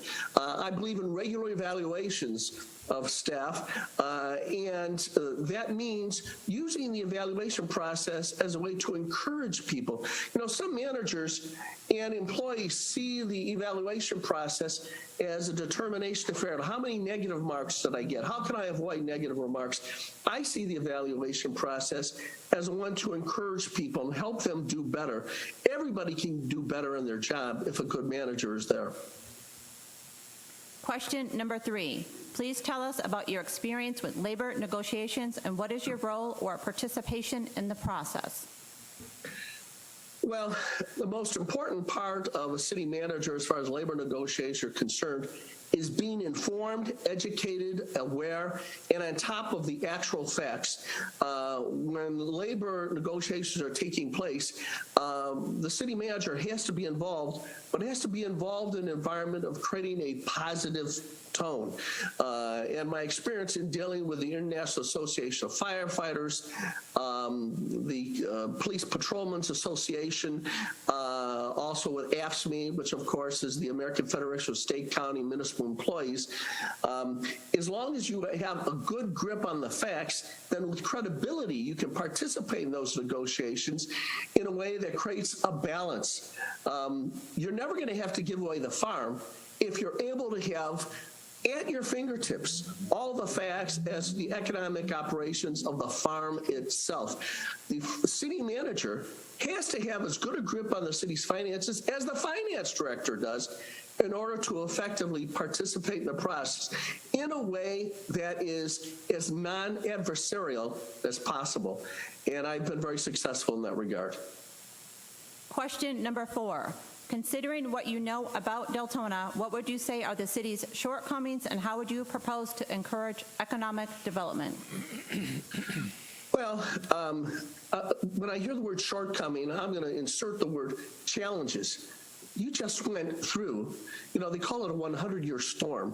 It seems like they continue to occur on a more regular basis, but you just got belted with one of the major weather events of all time. And that, of course, is one of the major challenges. And a way to deal with that is to make sure that other resources are ever present. That's where this grantsmanship comes in again. The timing is unbelievable. The Inflation Reduction Act, which was just signed by President Biden, which many can argue is kind of a $1 trillion boondoggle, which is going to cause inflation. But the point is that almost $1 trillion is sitting on the table. You better have somebody at the helm who's aggressive and going after those dollars. Somebody's going to get those dollars. While I don't want to promote inflation, I want to promote Deltona. And now you need money and are eligible for money for recovery ways, which probably goes even beyond what you had to do and what you received as related to COVID. Now you have some other challenges. Your financial report indicates that one of your concerns is restriction on how you can develop those property taxes because of state limitations. But you're already doing the right thing by increasing your values through the development over at the Portland Center and Deltona Village, investing in the infrastructure so that your real estate values will go up and you'll have more revenue despite some of these limitations at state level. One thing you are looking down the barrel of, 37% of your employees are age 50 or higher. So there are going to be some management skills needed to replace those employees. And in addition to that, to make sure your services can continue to expand, your average number of employees per 1,000 residents is about 4, which is relatively low. Deltona is a city on the move, but some of those things are going to have to be addressed in order to satisfy those concerns. Question number 5. As a newly appointed interim city manager of Deltona, what are some techniques you would employ to create an atmosphere of trust and unity within the city administration or government and the community? What experience will you draw upon to assist you in the transition? Listen, the key, they say in real estate, location, location, location. In city management, especially when you're a new city manager and an interim city manager, it's communication, communication, communication. That is, staying in touch with all the members of the commission and Mayor Hertzberg to make sure they understand what we're doing, and especially communicating with the staff and especially the department heads.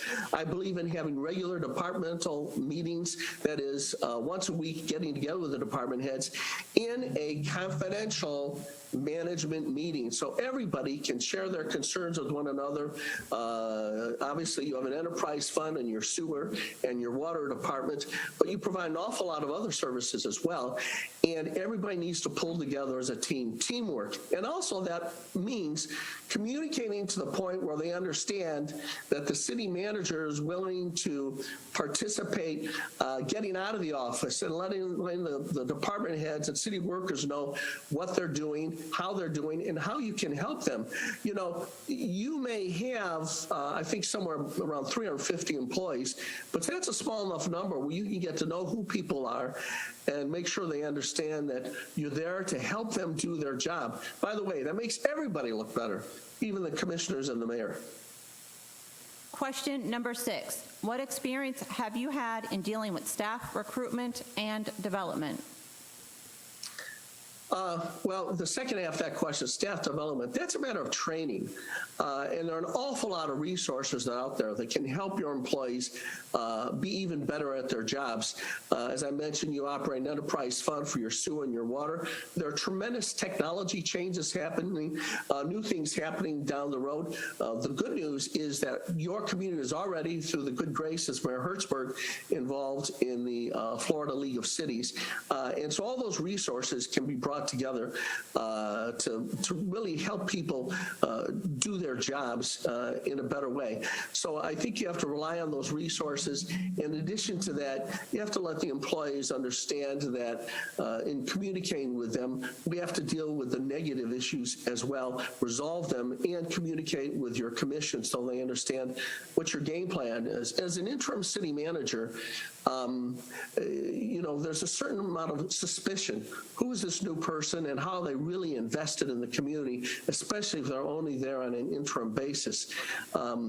We need to make sure that everybody understands we roll up our sleeves together and demonstrate a sense of rapport and truth-telling with one another as we get through these issues. Question number 7. Do you have any questions of the mayor and commission? I do, from the standpoint that is the interim city manager limited from the standpoint that as you seek a permanent city manager, is the interim city manager able to participate in that process, or are there some built-in limitations that you have put into place as part of your community? Do you mean in the process of hiring a permanent city manager? Yes. The desire of the commission was in the past to, and when we began the process about 2 years ago, to go ahead and hire a recruiting firm and then go ahead and go out nationwide for recruitment. We have an election, obviously, in 4 weeks, and the new commission that comes in will be charged with that task, how they want to go about that. We also have a referendum on the ballot that right now we require any manager to live in the city within 6 months with an extension up to a year. They have to move into the city. The ballot question is, can they live in Volusia County or in a radius? And we'll have to wait and see. I think the new commission will have to address that, whether that passes or not. And the desire has always been, at least from this commission and from members of the public, to go out for a full manager search. So that would be the next step, should the new commission agree with that. Mayor, yes. I'm not sure that his question wasn't, if he is selected as the interim city manager, is he limited from becoming the permanent No, city I mean, there's no limit. I mean, that's what I'm saying. They would go out for a full-blown management search is what the thing is. So you could, yes, you definitely could participate in that. Okay. Absolutely. All right. My screen just changed, so I don't know if I just ran out. Okay, back again. All right. Am I allowed to ask other questions, or the other questions that I need to respond to for you? Okay, so yes, you can participate in if you were to want to become the permanent manager, if that's the nature of your question, absolutely you would be able to apply for that. There's no restrictions. Okay. Just know that there would be a search for that. That's the intent. Of course. How am I doing on time? Okay, you're good. We have 7 minutes, and Bridget will start with Commissioner Sosa's question. Oh, sure. Did you have another question you wanted to ask? Yeah, I did. Given what's happened with the hurricane and some of the damage, have there been new infrastructure needs that have developed as a result of damage? Because I've been looking at your capital improvement plan. You've got a number of things on the board, especially related to water and sewer and some of your road projects and infrastructure for new development. But I was curious if new infrastructure capital demands have made themselves apparent because of damage. Well, what we're going to be doing next week, Monday, at the commission meeting is a presentation from Public Works, the Utilities, and Stormwater to show where our current stormwater plan is and do an overlay of where the flooding has been. In other words, where are the projects that we've done? We did a lot of projects after the 2004 hurricanes, and now we're reassessing where are the current projects going, where has the funding been directed, and then when you do an overlay of where you have your flooding and your failures right now, how do we direct funds to that? So yes, there's going to be definitely an internal review is already going on to see what we have with our engineers from Tetra Tech and Pegasus. Everyone's working together. They're assessing the damage, and they will present that all to the commission is the plan right now, what they can get together. And, the commission, this commission and the next is definitely going to have to show where they have to redirect the funding and what funding is available and what we, as you suggested, what we can get from outside sources. Okay. You said there was another question from the absent commissioner? Yeah. So we'll begin with those. We have about 5 minutes left. So, hey, Bridget. With the current situation with Hurricane Ian, there are homes flooded and some on the verge of flooding. How would you mitigate the situation or keep the current houses from flooding? Well, listen, there are three evil persons in the world that you deal with on a professional basis. I say that kiddingly. Lawyers, bankers, and then the last one is engineers. And you do, I have a great experience dealing with hydro engineers, and you have to have a complete, expansive strategic report as to what happened. You know, one of the things that at least a tragedy like this does is it reveals flaws, especially in your storm drainage system. And as we know, Florida is notorious for having a high water table to begin with. I've been watching news reports. People are talking about standing water and the stench. So the immediate thing to do is to get competent engineers to give us a full report and make sure that full report contains an action plan. I do want to mention this, though.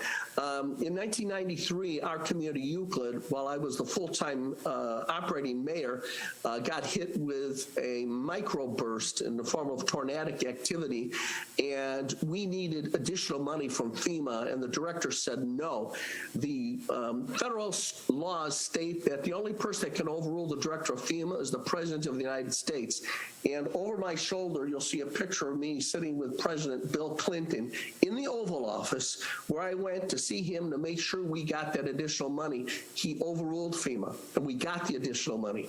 What does that mean?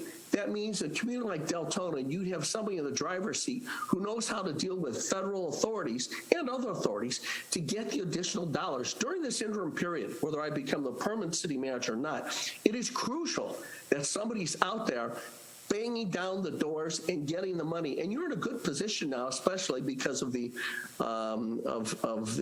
Inflation Reduction Act. You know, President Obama's chief of staff said, never let a good crisis go to waste. That's an awfully cynical viewpoint. However, things like this can reveal opportunities for you to get additional dollars, and you've spent your dollars so wisely in Deltona. It's amazing. You have won the Government Finance Officers Association Award since, I think, going back to like 1992. You have a AA rating with Fitch in the bond ratings, so you've managed your debt very well. So here's the key. Can we use this as a launch pad to get your other goals satisfied, so you can be a city on the move, so you can be a gallery of villages, which is what your strategic plan talks about? I think you can. And that goes back to the original question. Why do I want this job? It's a great place with great opportunities. Commissioner Bradford? Well, congratulations on your book this year. My question to you is, you saw the impact on Hurricane Ian. Have you ever dealt with a disaster similar to Hurricane Ian and work with FEMA and fund recovery, which I think you kind of just went into and answered part of that? Yeah, that's right. Our involvement with FEMA was very, very direct on a regular basis. In fact, before the storm had dissipated, I was going out in the community surveying damage, and I remember walking to a gentleman's living room, and he was one of the few people that had telephone service back then. And I got on the line. He was shocked with his mouth open as I spoke with the governor, and the National Guard arrived within just a couple of hours. You sort of need a field general kind of approach in dealing with FEMA. You have to act with tact and treat people in a professional way. But you have to deep down understand that when it comes to protecting the citizens, especially in emergency situations, you can't take no for an answer. We had generators operating in our local hospital and operating our municipal services. And you have to have the right touch and let people understand you're going to move heaven and earth in order to make sure that things are accommodated in an emergency situation. That gives comfort to your citizens. And also, it shows your elected officials that the oath that they took is one that's going to carry through to the administrator in the city manager's office. You ought to protect your citizens because you love them. They're your families. You live there. You better have somebody that feels the exact same way in an emergency situation. And I think I've proven that. Okay, thank you very much. We have 32 seconds left. I don't know, Commissioner King, if you can fling a question in 30 seconds. Probably not, Give right? me a quick one. Can I pick my question then? You can pick your question. All right, so you mentioned earlier about negotiating contracts with labor. Here in Deltona, we were in the process of doing that. I'm just wondering how and who would be negotiating the contracts. Would you use staff to do that? And would you use an outside specialized attorney that deals specifically in union contract negotiation? Commissioner, it's got to be a combination of the two. And the reason for that is the outside individual has a way of taking a little bit of the brunt of there are emotions involved in these negotiations, but the staff people have to be involved because they're a source of information. You can hire the best gunslinger in the world, but if he doesn't understand what's going on the ground, which the staff people do, it can be problematic. So it's a combination of both. So I'm not going to pretend to say, oh, we'll save lots of money with Dave Lynch because we won't have an outside person come in. You should have an outside person come in. After the negotiations are over with, we still have to live with each other, and it's important to have a combination. Yep. Thank you very much. Thank you very much, sir. We appreciate your participation, and thank you for submitting for this job. Thank you very much. Thank you, Your Honor. Thank you. Mayor, the PIOs just need a few minutes. They're Okay. going to do some tweaking back there, and then Okay. the next one will be up. Okay. Are we still on schedule? Yes. Okay, do you want to take a quick break? 5 minutes? Or yes. All right, we'll adjourn for 5 minutes. Hi, can you hear us? Good evening, I can hear you. Yes. Okay, awesome. Thank you. So, Mr. Drum, welcome. The way the process is going to work is we have 7 questions that we've asked every candidate. Bridget from our clerk's office will read those 7 questions. Time permitting, we have several questions from commissioners, the same questions that have been asked of everyone, time permitting. We have a 20-minute total of time, so we'll go ahead and start with the initial 7 questions, and if we have time, we'll go to the questions from the commission. Okay? Thank you. Okay. Very good. Thank you. Okay. Candidate James Drum, question number 1. Why are you interested in becoming Deltona's interim city manager? And please tell us what about this position you find most inviting? What motivates you professionally? I've had a long history of city management in the state of Florida. And a number of years ago, I relocated out of state to Georgia, and then I'm onward to Pennsylvania for a short period. I'm currently not working, but I would like to get back into Florida. It's my goal to come back home. And so this position, and as I'm looking at positions in Florida, it's maybe easier to find a position in Florida if I'm actually in Florida. And also gives me the opportunity to come back to work and work in Florida. Though I've been active in the Florida City County Management Association for a number of years and still am, and have been while I was out of state, I would like to put those skills back to work, and I would like to come back to Central Florida, and I'd like to help the city in the condition it is at the moment, and the fact that you're without a manager. So certainly it would be beneficial for me, and hopefully for the city, for me to serve as the interim city manager. Question number 2. Please identify the 2 management skills you possess and have used the most in managing your staff. The 2 professional skills, I'd have to say there's probably more than 2, but if I'm focusing on it, I'd have to say I'm very good at achieving goals and details of budget, and I would say personnel management. I started off with human resource management, and I've always carried a lot of that with me with organizational development, which would involve team building, staff development. So I would say working with the staff and team building and budgeting and financial management. Question number 3. Please tell us about your experience with labor negotiations and what is your role or participation in the process? I've been involved in labor negotiations for fire and for police in Florida. And in the two communities I've worked for that I did that, I had different roles. I did lead the team in one community where I was the team, but I also had a labor attorney with us, so we would negotiate the contracts. In another community, I actually did not have the attorney, and the attorney reviewed the documents after the fact, and I served as the main negotiator and did work a lot of the details of the terms. I took issues as far as developing the contract, the collective bargaining agreement, working with the bargaining teams, and took it to the board. I also had the ability to administer the contract as the city manager when issues would come up regarding either discipline or other concerns the union may have regarding the contract. Question number 4. Considering what you know about Deltona, what would you say are the city's shortcomings, and how would you propose to encourage economic development? Well, I think I'd have to look at that. Not having actually been on staff, I think I'd have to determine. I'm not sure I would be the one to determine what your shortcomings are. I would think I would need to actually consult with the commissioners to see what they believe some of the concerns were that needed to be addressed immediately on the interim period.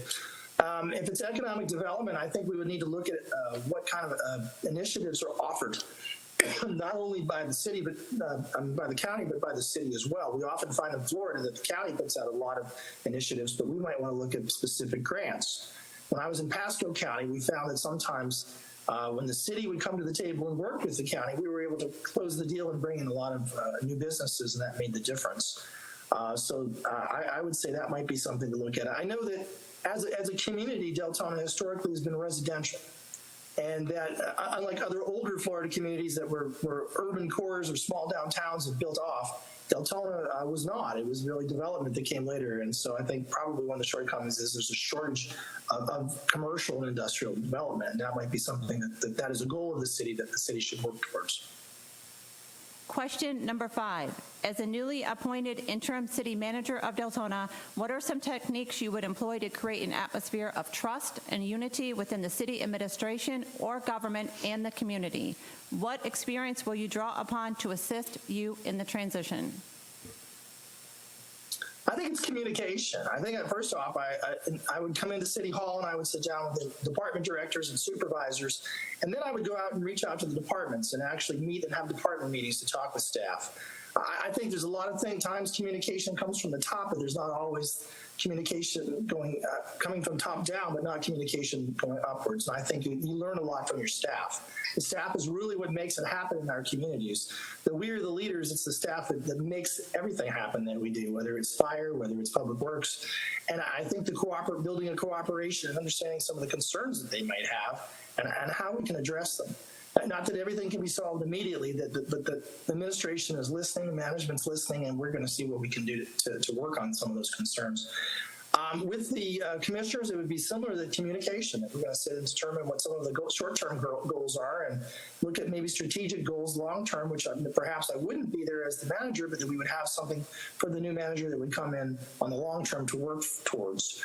I would say with the public, again, it's communication. I think we need to let them know that we have certain direction and plans for the short term for the 6-month window that this position might have and beyond.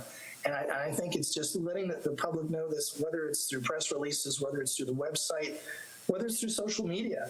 I think you're seeing a lot of people in our communities that want to be more involved in government and want to learn more. And I think we need to just get that information out and they can be part of that. Question number 6. What experience have you had in dealing with staff recruitment and development? I've had many years of staff recruitment and development, both at the department head level, bringing in fire chiefs, police chiefs, human resource directors, finance directors, a number of department positions, but also at the lower level. When I started in my public service career, I worked in human resources, which I mentioned earlier. And I worked a lot with organizational development. I worked a short period in county government where I actually did job studies and job descriptions and worked on consolidations where it made sense, where some technologies have come in to make it where you may not need as many positions, but also in growth to determine that where there's a need to expand on departments and create new positions. So working with staff development and training, I'm very familiar with all the municipal operations and some of the training that's available throughout Florida and the country. And would hopefully promote that for staff members, look at potential development for certain positions, because I think succession planning is very important. We often sometimes find the long-term staff is looking at retirement. And if we don't have some people in the department that has that experience or training, that we should try to sometimes build our replacements from in-house. Question number 7. Do you have any questions of the mayor and commission? I guess my question would be, what do they see as the main concerns, or I should say challenges, facing Deltona in the next 6 months to a year?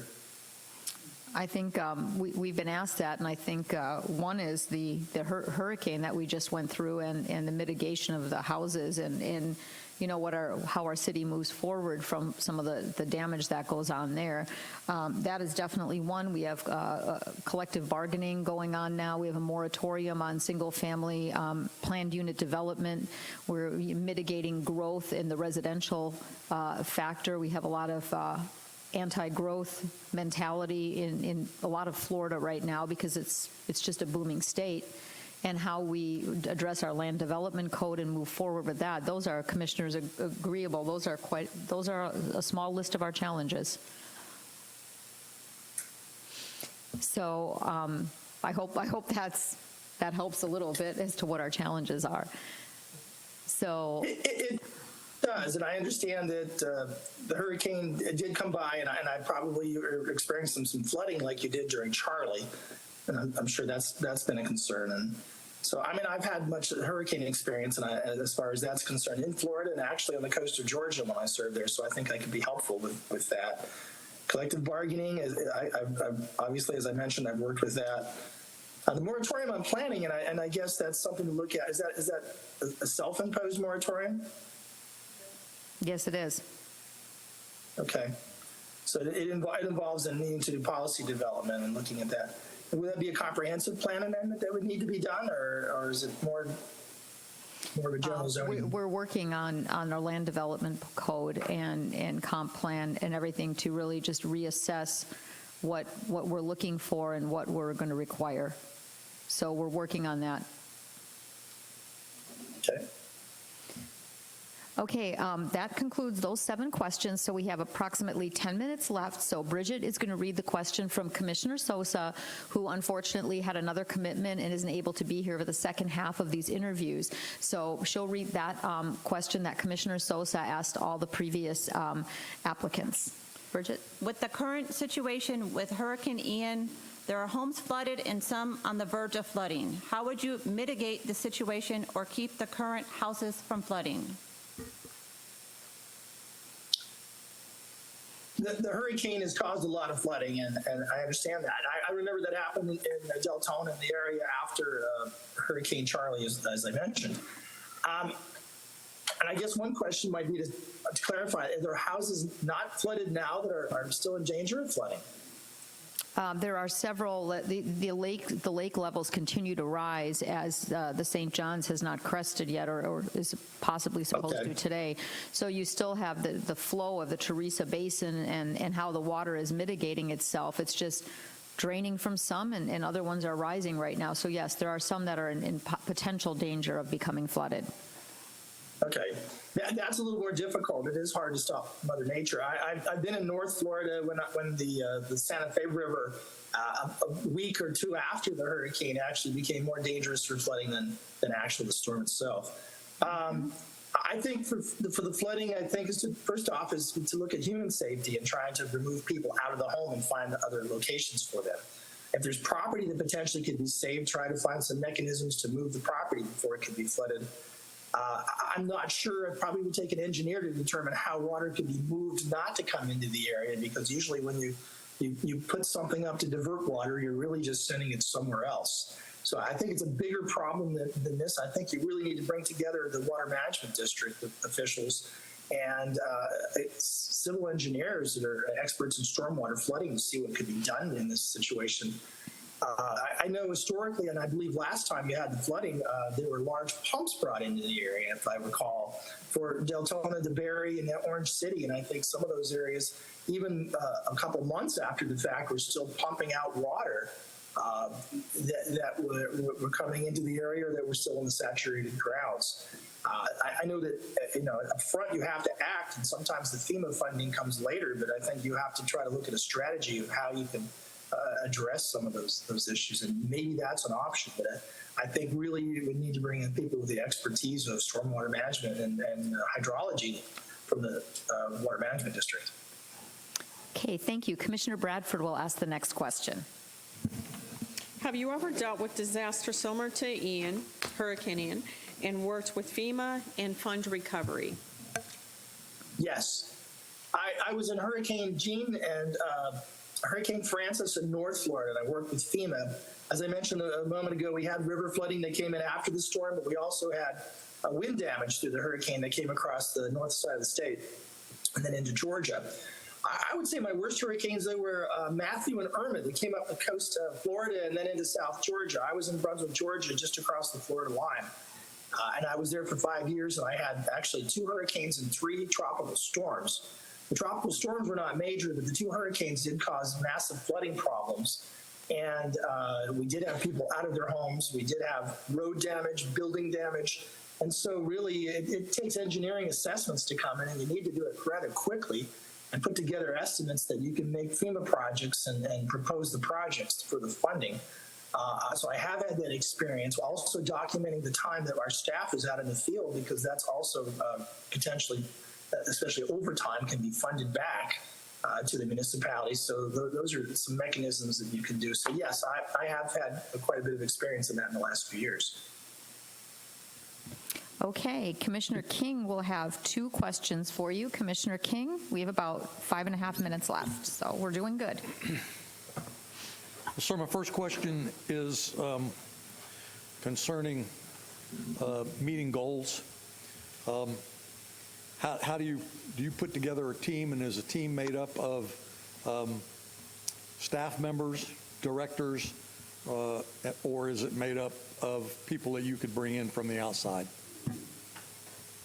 I guess it depends on what the project is. If we're referring to the hurricane or a hurricane response, it more than less would be the directors, and it could be an outside specialist if you don't have that person on staff, such as an engineering consultant or something like that. I mean, if we're talking about other projects throughout the community or in the city, then it might involve just a couple of directors that may be more geared to whatever that project may be, say construction project of a fire station. It might be the fire chief, the public works director, and then an engineer. And then we try to put in place goals that could be accomplished over a period of time, document problems that might come up, and sometimes they do. And then, so yes, I pretty much come across goals, and I try to tie it to timetables and work that way. In the case of the hurricane, timetables are difficult because you're sometimes working with FEMA, and unfortunately they work a whole lot slower even than local government. People tend to pick on county and city government or state government, but FEMA moves very slow. And so, but putting ahead the goals and constantly working with them to push them through and constantly contacting them is what tends to make that happen. And I will assign department directors sometimes duties that are outside of their normal area, such as the planning director may be in charge of insurance instead of HR or the risk manager, just to move some of the projects further and quicker. So yes. The other question that I have, Mr. Drum, is talking about negotiating contracts with labor unions. We obviously have to have staff involved in that, but are you opposed to bringing in outside specialized attorneys who deal specifically with union negotiating contracts? No, as I said, I've done it both ways, and I will say it's a little nicer to have the attorney in there, whether even if because they're actually hearing what's being said and what's happening.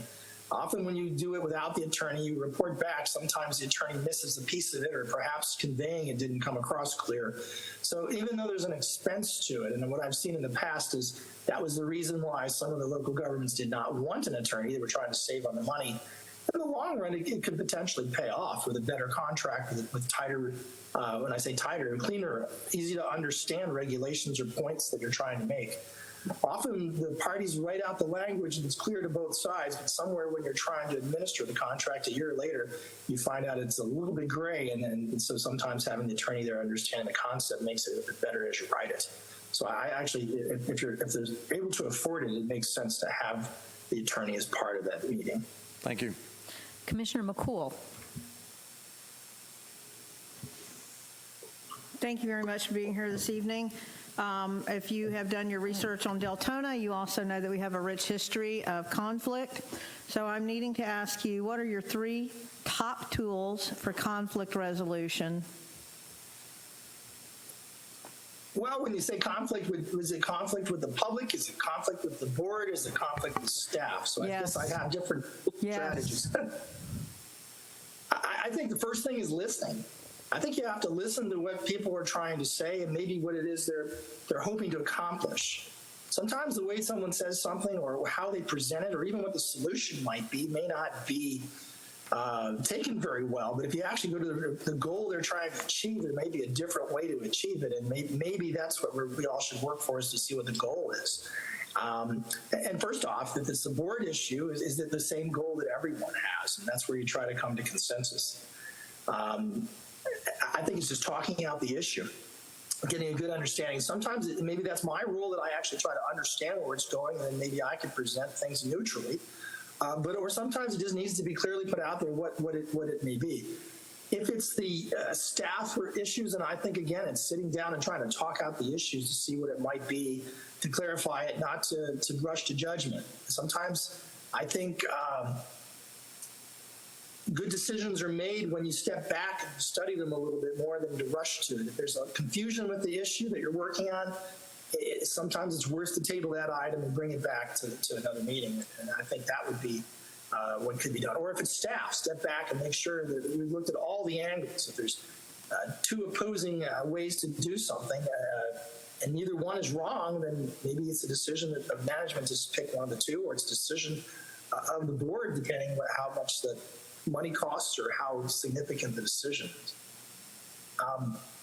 And when it comes down to general staff, just having disagreements and sitting and talking, and sometimes even as the manager, I find I've been pulled in between two general employees to talk with HR about an issue, and I'm happy in my role to do that.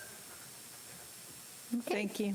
All right, we're down to 20 seconds, so we'll go ahead and forego the rest of the questions. So thank you very much for participating and sticking with us all day. We really appreciate it. Thank you. Not a problem. Thank you very much. Thank you. Good night. Thank you.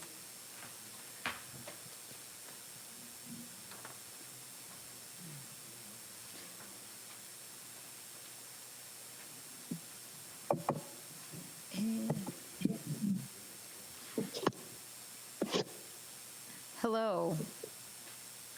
Good evening. Can you hear us? Good evening. Yes, I can. Can you hear me? Yes, we can. Okay. It's Dennis Stark, correct? That is correct. Thank you very much. All right. Thank you. The way this is going to work this evening is we have 7 questions that have been asked of every applicant. Bridget from the clerk's office will read those 7 questions. We have a 20-minute timed total, 20 minutes. And if we have time permitting after those 7 questions, we have several commissioners that have a question, same question again asked to everyone.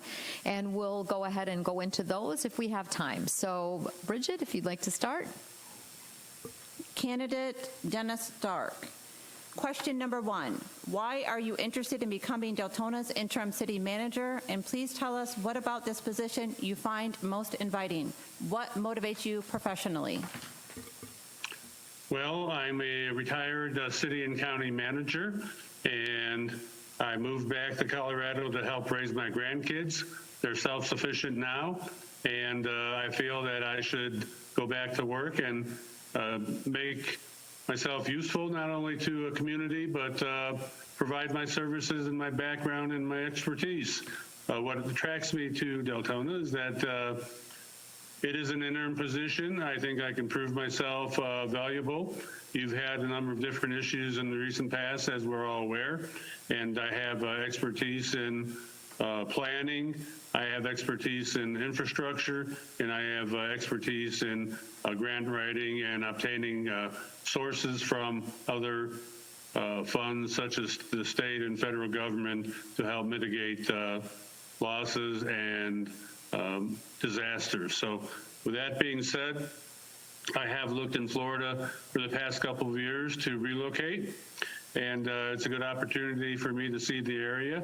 You know, I've explored Tampa, Boynton Beach, Bradenton, and other areas down there, and this would give me an idea of what the culture is and the ambience is, and if I would like to continue to explore moving down there. Question number 2. Please identify the 2 management skills you possess and have used the most in managing your staff. Well, the 2 management skills that I possess that I use to manage my staff are I lead by example, and by that I mean I practice what I preach, and I mentor people, and this is important that they see a sense of leadership in not only calm circumstances, but in exigent circumstances. I'm somebody that can be relied on, and I like to show that through my leadership skills. And once again, you know, I give them the tools that they can use to provide the services to the citizens that people deserve, the best value for the tax dollar. That's my philosophy. So my leadership skills are those two mainly. I do try to develop people in their skills and their traits. People and our personnel are our most useful resource, and I expect the best out of them as I do myself. Question number 3. Please tell us about your experience with labor negotiations and what is your role or participation in the process? Well, I've been on both sides of the table with labor negotiations. When I was a police officer, I was on the board of our FOP, our union, and we negotiated against the city, well, I wouldn't say against the city, but with the city for benefits and different perks. But as a city and county manager, I'm on the other side of the table, and I negotiate with an attorney, and I use the budget as a background resource to offer my point of view and the city's point of view as far as what we can offer, what we can provide, and what is reasonable. So I tried to bring the two parties together, the two sides, and I'm pretty honest and transparent as what we are able to do. I look at the budget, I look at the requests, and I am pretty straightforward as to what we can provide to the other side. I know the asks are sometimes high, but then again, I'm able to talk with them and be reasonable enough to provide them some benefits or some additional, things that the city can provide, but still recognize that the budget has constraints. Question number 4. Considering what you know about Deltona, what would you say are the city's shortcomings, and how would you propose to encourage economic development? Well, I don't know that any city has shortcomings. What I know about Deltona is that it's experienced some setbacks in the recent past. I think there needs to be a strengthening of the team, of the leadership and the management at the city level. Make sure that the citizens are kept informed as to what is happening with the government and the administration. And I also believe that one of the things that we should focus on is long-term planning. You know, you've got different plans, short-term and long-term plans in place, and I'm not sure if they're being followed or not, or if they've been kind of waylaid a little bit. But one of my strengths is planning and bringing in residential development and also economic development. In the past, I've developed industrial parks. I've brought in downtown businesses, enhanced streetscapes, and everything that it takes to bring in the residents and bring in the businesses and sustain the economy that our budget is, has a good slush fund and a rainy day fund. And those are things that are very important, I think, certainly in the planning process, to bring in not only residential, but businesses that would attract people. They want to live there, they want to work there, and make that their home. Question number 5. As a newly appointed interim city manager of Deltona, what are some techniques you would employ to create an atmosphere of trust and unity within the city administration or government and the community? What expertise will you draw upon to assist you in the transition? Well, I obviously have education, background, and experience to help me in the transition. When I go into a community, I go in with the attitude that I belong there. I'm not an outsider. What I typically do is go and spend some time in the community. I go to the businesses, introduce myself, look at who they are, what they've been doing, what we can do to retain them. I go door to door in the neighborhoods and talk to people, learn their issues. I obviously meet with the elected officials and discuss with them what their priorities are as an individual and as a group. Some of these things are very important to establish a firm grasp of where the city has been, where we're at now, and where we expect to go in the future. So I also like to have weekly meetings or bi-weekly meetings with staff and managers. We sit down at a round table, have an open forum and discussion to see where we've been, where we're at now, and what the needs are for their different departments and what their citizens are expecting. So with that in mind, I like to bring the staff out to coffees in the neighborhoods, the community centers, the chambers and rotaries, different groups like that, and introduce the staff or have the staff available to answer questions. And I also use social media to make the administration and the government's information known and transparent to the citizens. Question number 6. What experience have you had in dealing with staff, recruitment, and development? Well, one thing I notice is that there's a need for staff at the city. I have worked with human resources in the past, developed job descriptions, performed evaluations, and actually had brought in staff to different organizations that I had worked with previously. So I know how to develop a job description. I know how to post it and advertise it. I know what the requirements are legally and philosophically, and can fill them for the benefit of the city. Question number 7. Do you have any questions of the mayor and commission?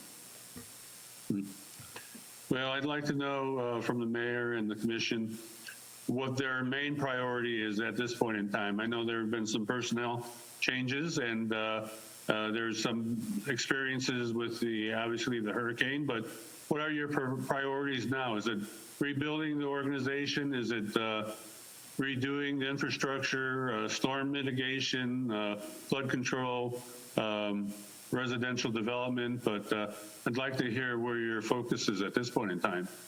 I think the consensus up here has been that the number one focus right now is the storm mitigation and dealing with the residents that have been impacted, the properties that have been impacted, and then how we move forward from there in terms of looking at our stormwater master plan, where the next set of work and funding needs to be directed. In other words, what have we done that's worked, and where do we need to go ahead and provide funding? I mean, that is I think a big issue at the forefront right now. And next in line is we have right now a moratorium on, self-imposed moratorium on residential planned unit developments and working on our land development code and so forth. And I think that is the next big long-term task that the city's looking at for future growth. Is the future growth dependent upon annexation, or do you have room within the city limits at this point in time? There's room within the city limits. Basically, annexation was an issue years and years ago. There's voluntary annexation. It's available within certain parameters of utilities and so on and so forth. But right now, there's definitely room in the city. But publicly, and on the commission as well, a definite anti-residential growth subdivision flavor right now. And the trending of the smaller lots and so on and so forth has, I think, not only in this area, in a lot of Florida, a lot of Volusia County has been. It's an issue with a lot of people right now. How do you develop properly, especially residential? Yeah, well, I'm glad you have a moratorium on that, correct?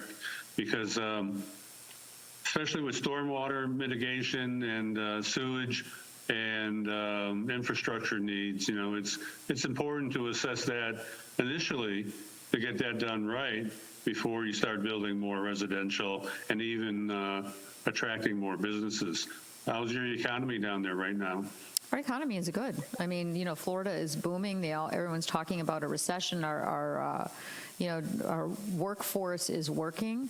But you also have, like everywhere in the country, higher prices for a lot of goods. And, gasoline and so forth is high, but people are pouring into this state like we can't absorb them all. There's just a lot of people moving here right now. And, when you look at our infrastructure, we've put money where we can in terms of stormwater, in terms of sanitary sewer. We don't have a lot of sanitary sewer in this city, but we're working on that in the business and commercial areas. So those kind of infrastructure needs we're a large and sprawled city. So those are our challenges right now. And the developments that are going in provide their own infrastructure, but how do you mitigate like what happened with the hurricane? For the rest of the residents that are not in an area that has stormwater, sanitary sewer, and so forth, curb and gutter. So it's a challenge. What do you foresee the city being 5 or 10 years from now? What do you want to be known for? Oh, I think that's a question for the commission and for the strategic plan. I think cohesiveness, as Commissioner McCool just said, we have to work together and make this a viable city for the next 5-10 years, and have a good quality of life. We have to look. Is the budget pretty good? Yes. Yeah. Mm-hmm. Yep. But one of the things that attracts me to the area is that, well, as you probably read from my materials, I was the chair of the state board in Nevada for bicycle and pedestrians. And I really believe in the quality of life, being outdoors, the environment, and making the city and my area attractive for people not only to live, but to work. So if we've got a good workforce that's available in-house in the city, we want to make it really viable for them to work and live there too at the same time, and be proud of both aspects of where they're at. Well, and I think as a whole, Deltona's really grown. I mean, we have our own hospital. We have really good commercial developments coming in. We have Amazon. We have another large spec warehouse of over 1 million square feet going in. We're working on the medical complexes. We have a lot of things that are going in that are good that are coming in. A lot that's coming in terms of balancing that large residential 80-20, used to be 90-10. So we're getting there to bring in a better commercial base so residents can stay here and work here. So we're getting there, right? So does that help? Hopefully answers your questions. Oh, yeah. Okay. Yeah, I'm excited about the area, and hopefully I can be of some assistance. Once again, I've got a broad knowledge of the area. I've been down there a number of times, and the position really attracts me as far as being able to assist. Well, I'm going to have Bridget. Now we've gone through these 7 questions. The next question that she's going to ask, we have just about 5 minutes left with you, was Commissioner Sosa, who had to leave. He asked this question of the other candidates while he was here. Bridget? With the current situation with Hurricane Ian, there are homes flooded and some on the verge of flooding. How would you mitigate the situation or keep the current houses from flooding? Well, I would assess the situation and see what needs to be done as far as alleviating the water, removing the water from that area or from the houses. And, I know it all the services impact each other: sewage and water and transportation, services provided, rubbish and gas. All those things are impacted. They're all symbiotic. And I think removing the water is probably the most important fact.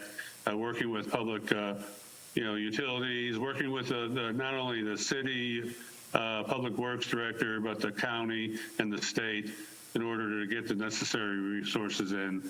I know the state has a lot of resources. They are pretty stretched thin, though, nowadays.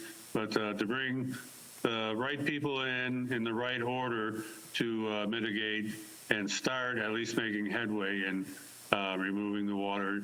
I'm assuming you haven't had any more rain since the hurricane, which is probably a good thing. But as we speak, it's raining. It just rained. Oh, I'm sorry, yeah. But I would certainly assess the needs and how to remove the water, and then incorporate what we learned about what had happened into the future plan. Okay, Commissioner Bradford will ask the next question. You've kind of covered it, but I'm going to ask you the same thing we've asked everybody else. Have you ever dealt with a disaster similar to Hurricane Ian and worked with FEMA and fund recovery? Well, one of my first disasters in Nevada was a flood. It was the Fernley flood. It displaced about 10,000 people, and it was quite an experience to work with not only local officials, but FEMA also, state officials. And as a result of that, I became certified as an emergency director. I worked in the emergency center at the state level, and the work with FEMA and other organizations to get grants and funding to rehabilitate the homes that were flooded, or develop new homes to replace structures that had been damaged beyond repair.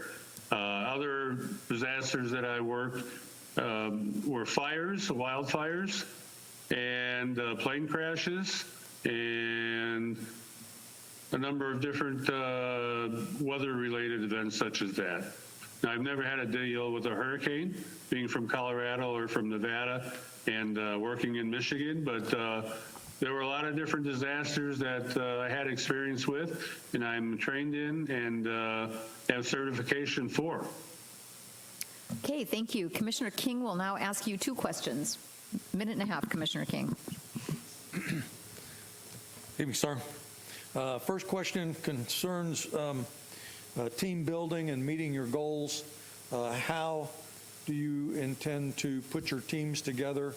Are you using staff and directors already working for the city?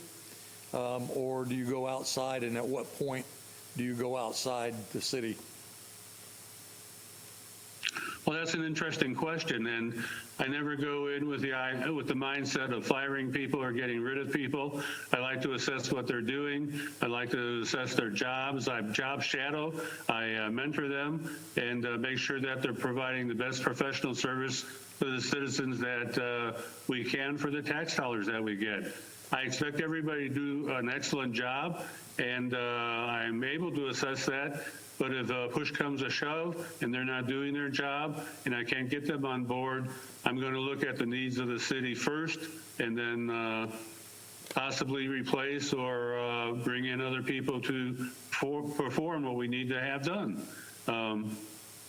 It's difficult. There are a lot of entrenched people in different organizations, but I like to make use of the background and the history and the knowledge that people bring in the organization first before making any kind of determination. Okay, thank you. That takes up all of our time. Thank you so much for being a part of this and for your participation in application. Thank you very much. All right. Thank you very much, Commissioners, Mayor. Thank you. Take care. Thank you.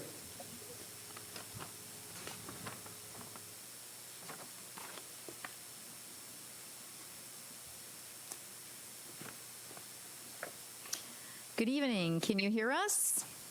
I can hear you fine. Okay, thank you. Mr. Bonner. Let me turn the kitchen on.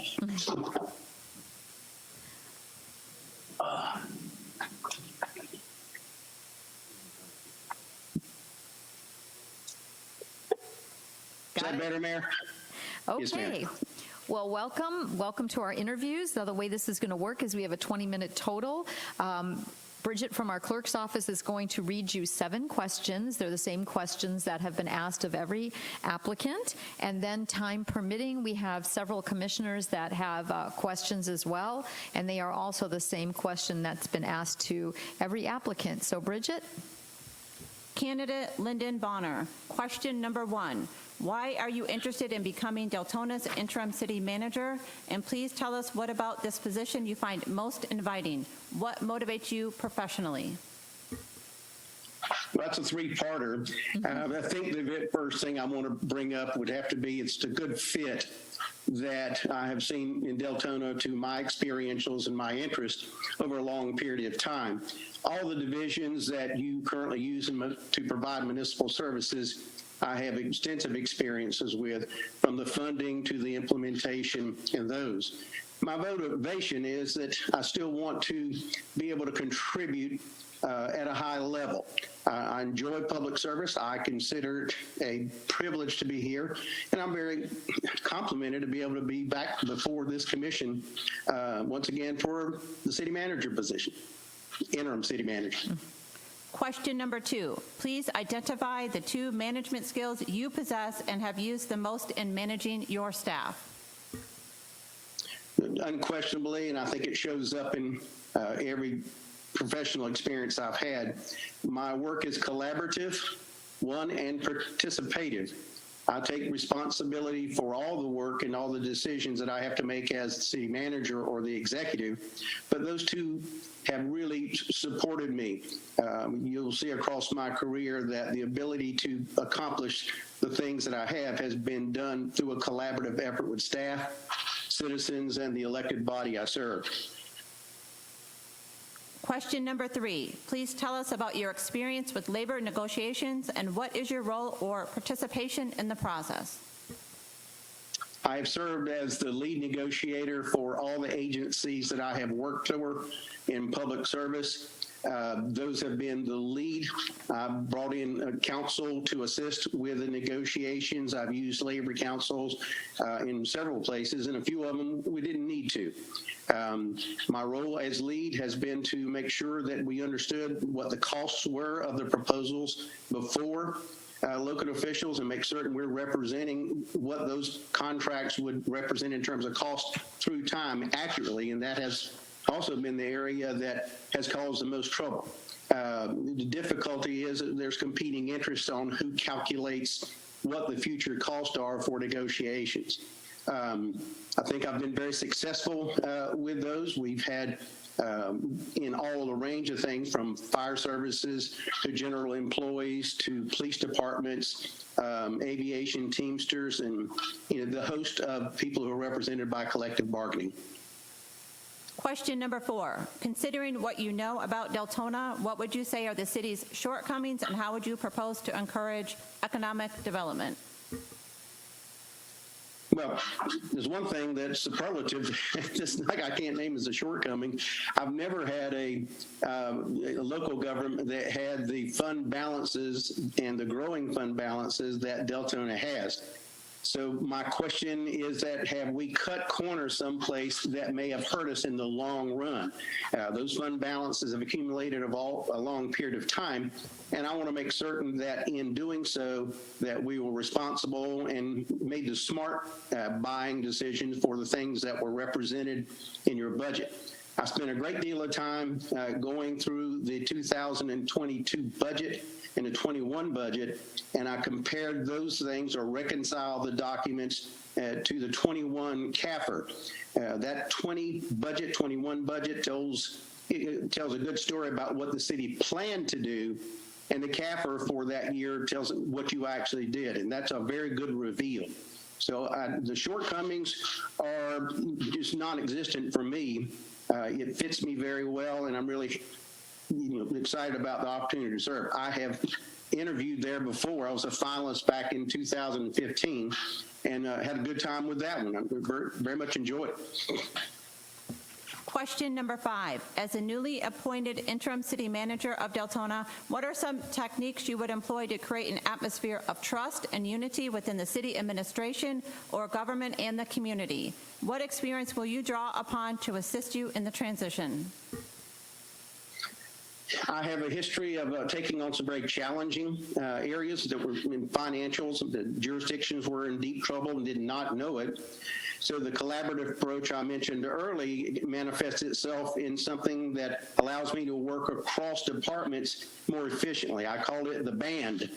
And it's a metaphor from the musical world where you get several people playing different instruments, and as long as they're playing on the same sheet, you can get a lovely melody out of it or get successes in understanding what the real issues are from the intellectual reserves, my staff, my elected officials, recommending bodies. From the standpoint of what I see in Deltona, I am concerned I don't have enough information from some of the capital work. I'm looking at the water production facilities. I've had to do several of those wastewater treatment facilities that I've have experience with, and I just need to spend some more time with staff. When we get, if I'm successful and able to go a little bit further into this process, I'd have an opportunity to ask certain questions of staff that would maybe alleviate that or illuminate some areas I can contribute stronger at. Question number 6. What experience have you had in dealing with staff recruitment and development? I have been involved with personnel issues, recruitment, retention, development. In every assignment I've had, I've been in small cities and jurisdictions much larger than Deltona. So it's been more from an administrative part of it into larger organizations, but I was still hands-on in how we went about the retention programs, how we went about negotiations for collective bargaining, how we looked at general employees. Those functions of HR have been a cornerstone for me to learn more about what the needs of the employees are and what we can afford. Question number 7. Do you have any questions of the mayor and commission? Not at this time. I think the questions I'm going to have would be more appropriate should I be selected to go further in the process. They're more technical questions. I feel at this point in time I have done my due diligence and understand pretty much what I'm walking into and what the elected officials are looking for in an interim city manager. Okay, so now Bridget can go ahead and read the first question. That was Commissioner Sosa's question, who had another commitment and had to leave. So, Bridget? With the current situation with Hurricane Ian, there are homes flooded and some on the verge of flooding. How would you mitigate the situation or keep the current houses from flooding? Don't know the technical rise of the river right now. It's going to continue to rise. The St. Johns River Basin is going to be inundated, and I think tomorrow is actually when the crest is going to occur. When I was in Deltona some time back, we were looking at where we thought floodplains would be. But from a mitigation standpoint, the damage is done at this point in time. If we've done everything where our stormwater system was just overwhelmed, and that appears to be the case in Seminole County, Volusia County, Flagler County, it certainly has that look that, those kinds of rains is not much we can plan for. But in going further, when we look at the FEMA response and we start looking at what mitigation may be available to us, I would expect the Water Management District as well as FEMA to be looking for us to come up with some solutions that would minimize those flood hazards that Volusia County experiences. I know Volusia County has done a real good stormwater management project over a period of years. I'm somewhat familiar with it just from reading bunches of it. But at this point in time, right now, we're still going to be in a reactive mode. And as we learn where the issues came up at and what the resources are going to be available from the authorities that can make that available, then we'll pursue what the priorities are that the citizens told us and where we lost most.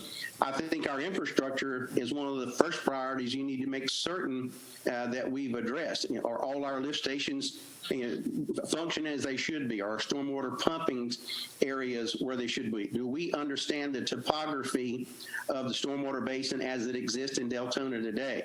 All very big questions, all workable engineered solutions, but not something that we're going to be able to address for some time yet. My biggest concern about the flooding is, my experience is there's a lot of things that are going to show up related to flooding and related to storm events that we won't see for a while yet. And those are the things that are hard to track and we need to keep an eye out for. And it's something I've learned the hard lessons of, that we want to do a better job with that in all our responses. Okay, thank you. Commissioner Bradford will ask the next question.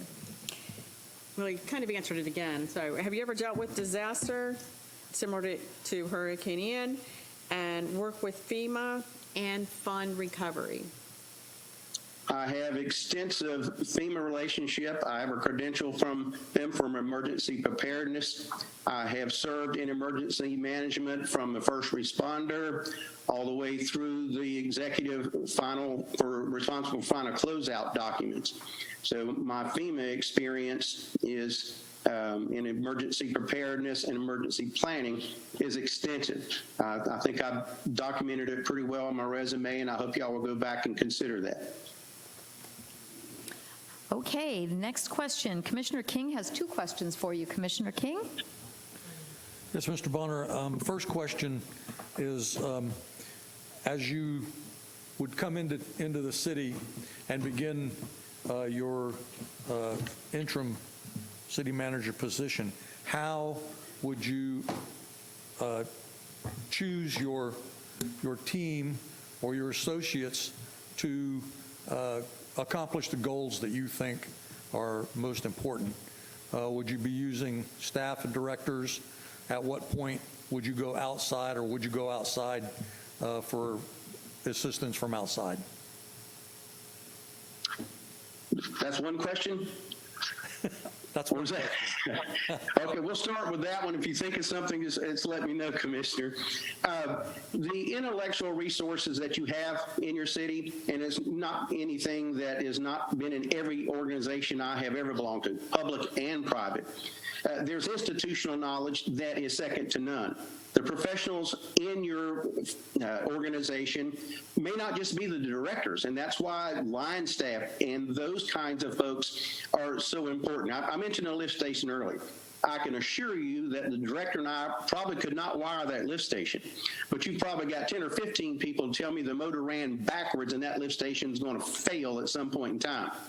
It's the same thing with your stormwater management. It's the same thing with your facilities managers. Those air conditioners that have been wet and the breakers aren't working and have been subject to interrupted power supplies, going on standby generation, going back to grid, those are finicky electronic devices, and it takes a different expertise. And as smart as I think I am electrically and with mechanically, I know that their institutional knowledge, there are persons who far exceed everything I bring to the table in those disciplines. So I'm going to go to staff first. If staff tells me there is a deficiency there, or they're unsure, or they're unsafe about it, I have a host of contractors in Volusia County that I know how to call on, and I trust that we can work with to accomplish what our staff needs as backup. But first and foremost, Commissioner, I don't want to mislead you. There's institutional knowledge in your organization that's not tapped as often as it should be. And in this critical management system, everybody's a team player and everybody's got something that can improve my decision-making for the public. Thank you. Second question I have is concerning the negotiations of labor unions and contracts.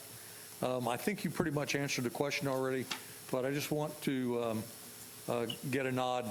At some point, we know we have to have people that are part of the staff that are working diligently to help negotiate those contracts.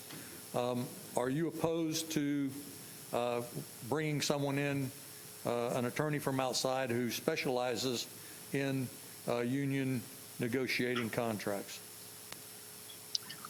Well, the short answer to this is no, I'm not. I've used professionals, labor attorneys to help me because the labor unions generally come with their own attorneys. And I think I would be doing a disservice to the process if I didn't take advantage of all the expertise these two bodies have, both for the collective bargaining unit and for that what I would need as your administrator and lead negotiator.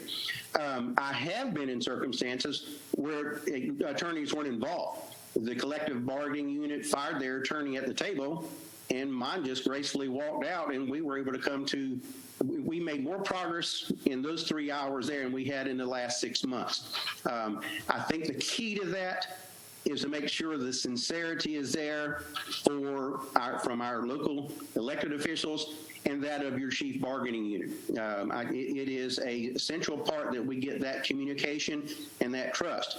My goal is to make certain that I pay them and give the benefits to them that we can afford and they deserve. You know, the first responders have a heck of a thing. but so do your line folks. You have a lot of folks who contribute a lot that aren't represented by collective bargaining. So it's very important that we represent them in the same way. I have been in organizations where certain collective bargaining units took advantage of the political wins and broke their organization financially. And that's heartbreaking to me. I don't like to lay people off. When we lay people off in local government, it's a failure of administration and our elected officials. I'm not going to make those mistakes again. We find a way to make these things work, and we're going to be honest about what it's going to take to get you 50 years down the road from here under my watch. Thank you, sir. Thank you. Commissioner McCool. Hi, thank you, Mr. Bonner. My question is, given the historical nature of conflict and dysfunction at some times in our city government, I need to understand from you, what are your top 3 tools for conflict resolution? And yes, before you ask, I do mean between commission and city manager and staff, and residents and city. Commissioner, I've never experienced that. No, just kidding, ma'am. The truth of the matter is conflict is a natural course of the business that we're in. You have competing interests. How I manage it, it depends on the circumstances that are there, obviously. But between elected officials, I make certain that y'all understand my personal management philosophy relative to working with the commissioners are, I will respond to the majority vote of the elected body. I will try to respond to each and every one commissioners individually, but my rule and what I'm all about is I have to make certain that the actions y'all take are the ones that are my marching orders, whether I agreed with them or not.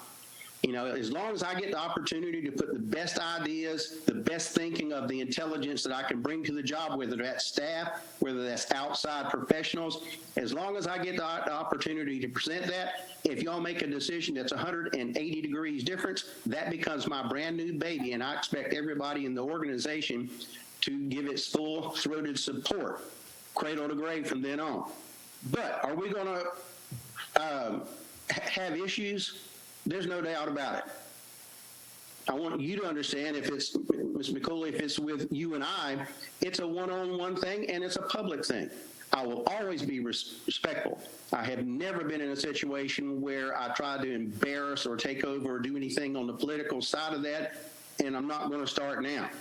But to be able to meet you on that high road and with all the other commissioners, it is a thing that we have to commit to do. I'm making that commitment to y'all now. I will meet y'all on that high road. Sorry if I got on my political wagon there a little bit. No, thank you, sir. That's very germane. Thank you.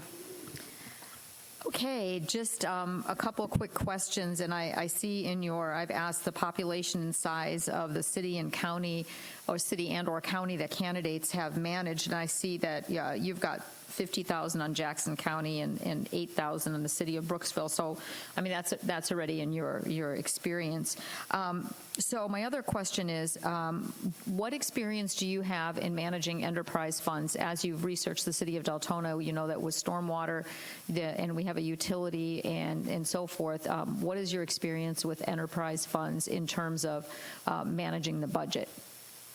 Have you done that? Commissioner, your budget reveals, or your actual financial statement reveals, that y'all have done a pretty good job of matching revenues. You've got a couple of ordinances in place that lets you adjust your proprietary funds. When you say enterprise, I'm thinking of your utilities, and I'm taking that as what you yes. meant.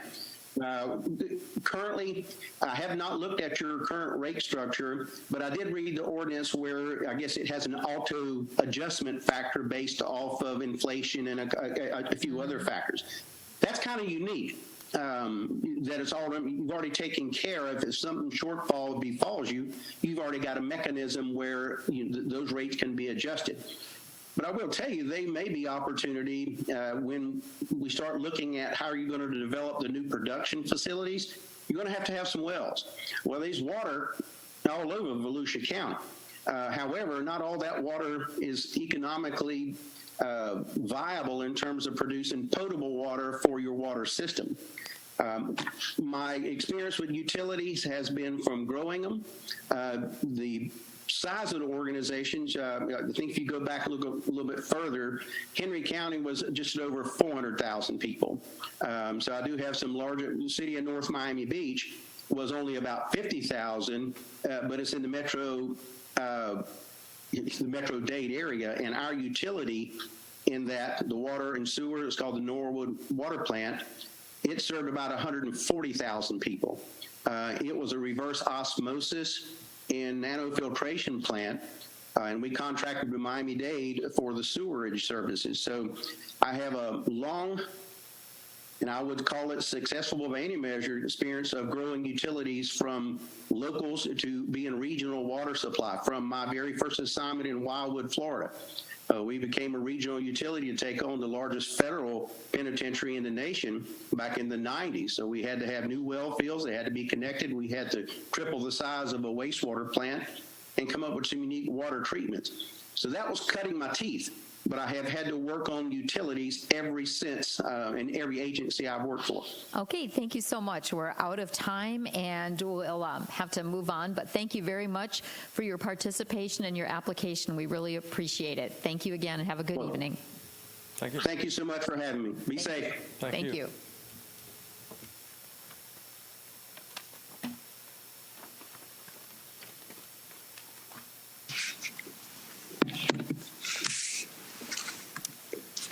Good evening.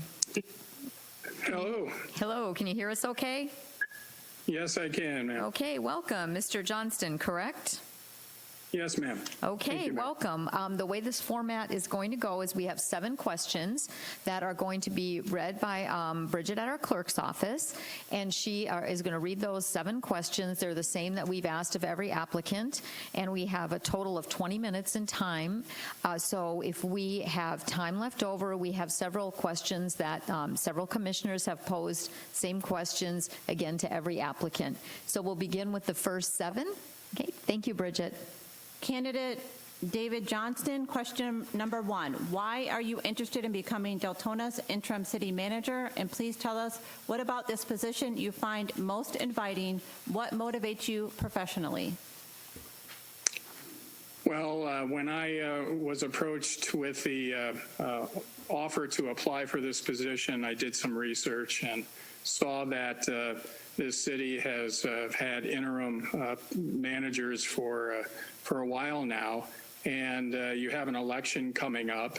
I've been an interim manager for 2 smaller communities in my career, and I would like to use my talents to help the community continue its progress toward the goals set by the council, also help any new councilors get on board as they get adjusted to their new roles if they're elected. But at the same time, work with the sitting council after the election to move, to help them move toward hiring a permanent city manager. So those were my reasons for applying for the position. I also want to use my talents and abilities. Question number 2. Please identify the 2 management skills you possess and have used the most in managing your staff. I think the first is creating a sense of collaboration by making sure that our management team, especially the management team direct reports, that we work well together, that I host meetings, we discuss issues facing the organization, and we see them as resources and advisors to help create good policy recommendations to the council and to meet operational challenges. Question number 3. Please tell us about your experience with labor negotiations and what is your role or participation in the process? 3 of the 5 communities that I've managed had collective bargaining agreements. Primarily, in 2 of those communities, I was first chair, lead negotiator for the community. In 1 community, we had some sensitive issues, and we hired a professional negotiator to represent management side of the table, and I served as number 2. Question number 4. Considering what you know about Deltona, what would you say are the city's shortcomings, and how would you propose to encourage economic development? Well, I think you're in the shadow of the Orlando-Daytona Beach corridor, and that can provide challenges to, and the big one is to bring throughput traffic, usually traffic that goes by you, into the community to spend their money in your community. Also, you want to have balance between a good place to call home, an affordable place to call home, but also help foster tax-based diversification and job creation, which I have done in my career working with landowners and investors. Question number 5. As a newly appointed interim city manager of Deltona, what are some techniques you would employ to create an atmosphere of trust and unity within the city, administration, or government and the community? What experience will you draw upon to assist you in the transition? As I start any position, I rely on the existing staff and elected officials to help me understand the important stakeholders that I need to work with in the community and have them be the open door to meet them. Same with department heads. They know who the key vendors are that we need to work with and help create those introductions. Also, as I said earlier, for an earlier question, I strive to create an atmosphere of teamwork and break down silos that may exist within the city government and see each other as good resources so we can all be a stronger government to provide good public services to our citizens. Question number 6. What experience have you had in dealing with staff recruitment and development? In staff recruitment, particularly the last 2 communities, we had to do important succession planning to identify in-house employees that may be good to fill in slots and develop them to step in when a vacancy occurs, particularly when we did the retirement age scan and saw that we were going to lose a lot of key employees to retirement, and therefore we created a succession planning to identify key employees, create development plans for them, so when the vacancy occurred, they could step into it. Recruiting made sure that we had the widest broadcast of opportunities to meet particularly our diversity, equity, and inclusion goals. That's where we worked with local stakeholders to tell us what is the best way to get our message out, our openings out to a wider audience than using just the traditional methods of advertising. Question number 7. Do you have any questions of the mayor and commission? Well, I guess the big question is, how's the city doing post Hurricane Ian? Because I know you got hit hard with it because of that storm. I think that's our greatest challenge right now, is to address those residents that are flooded and are still in danger of their homes being impacted due to just the shifting and rising waters that continue to occur until the St. John's crests, hopefully tomorrow.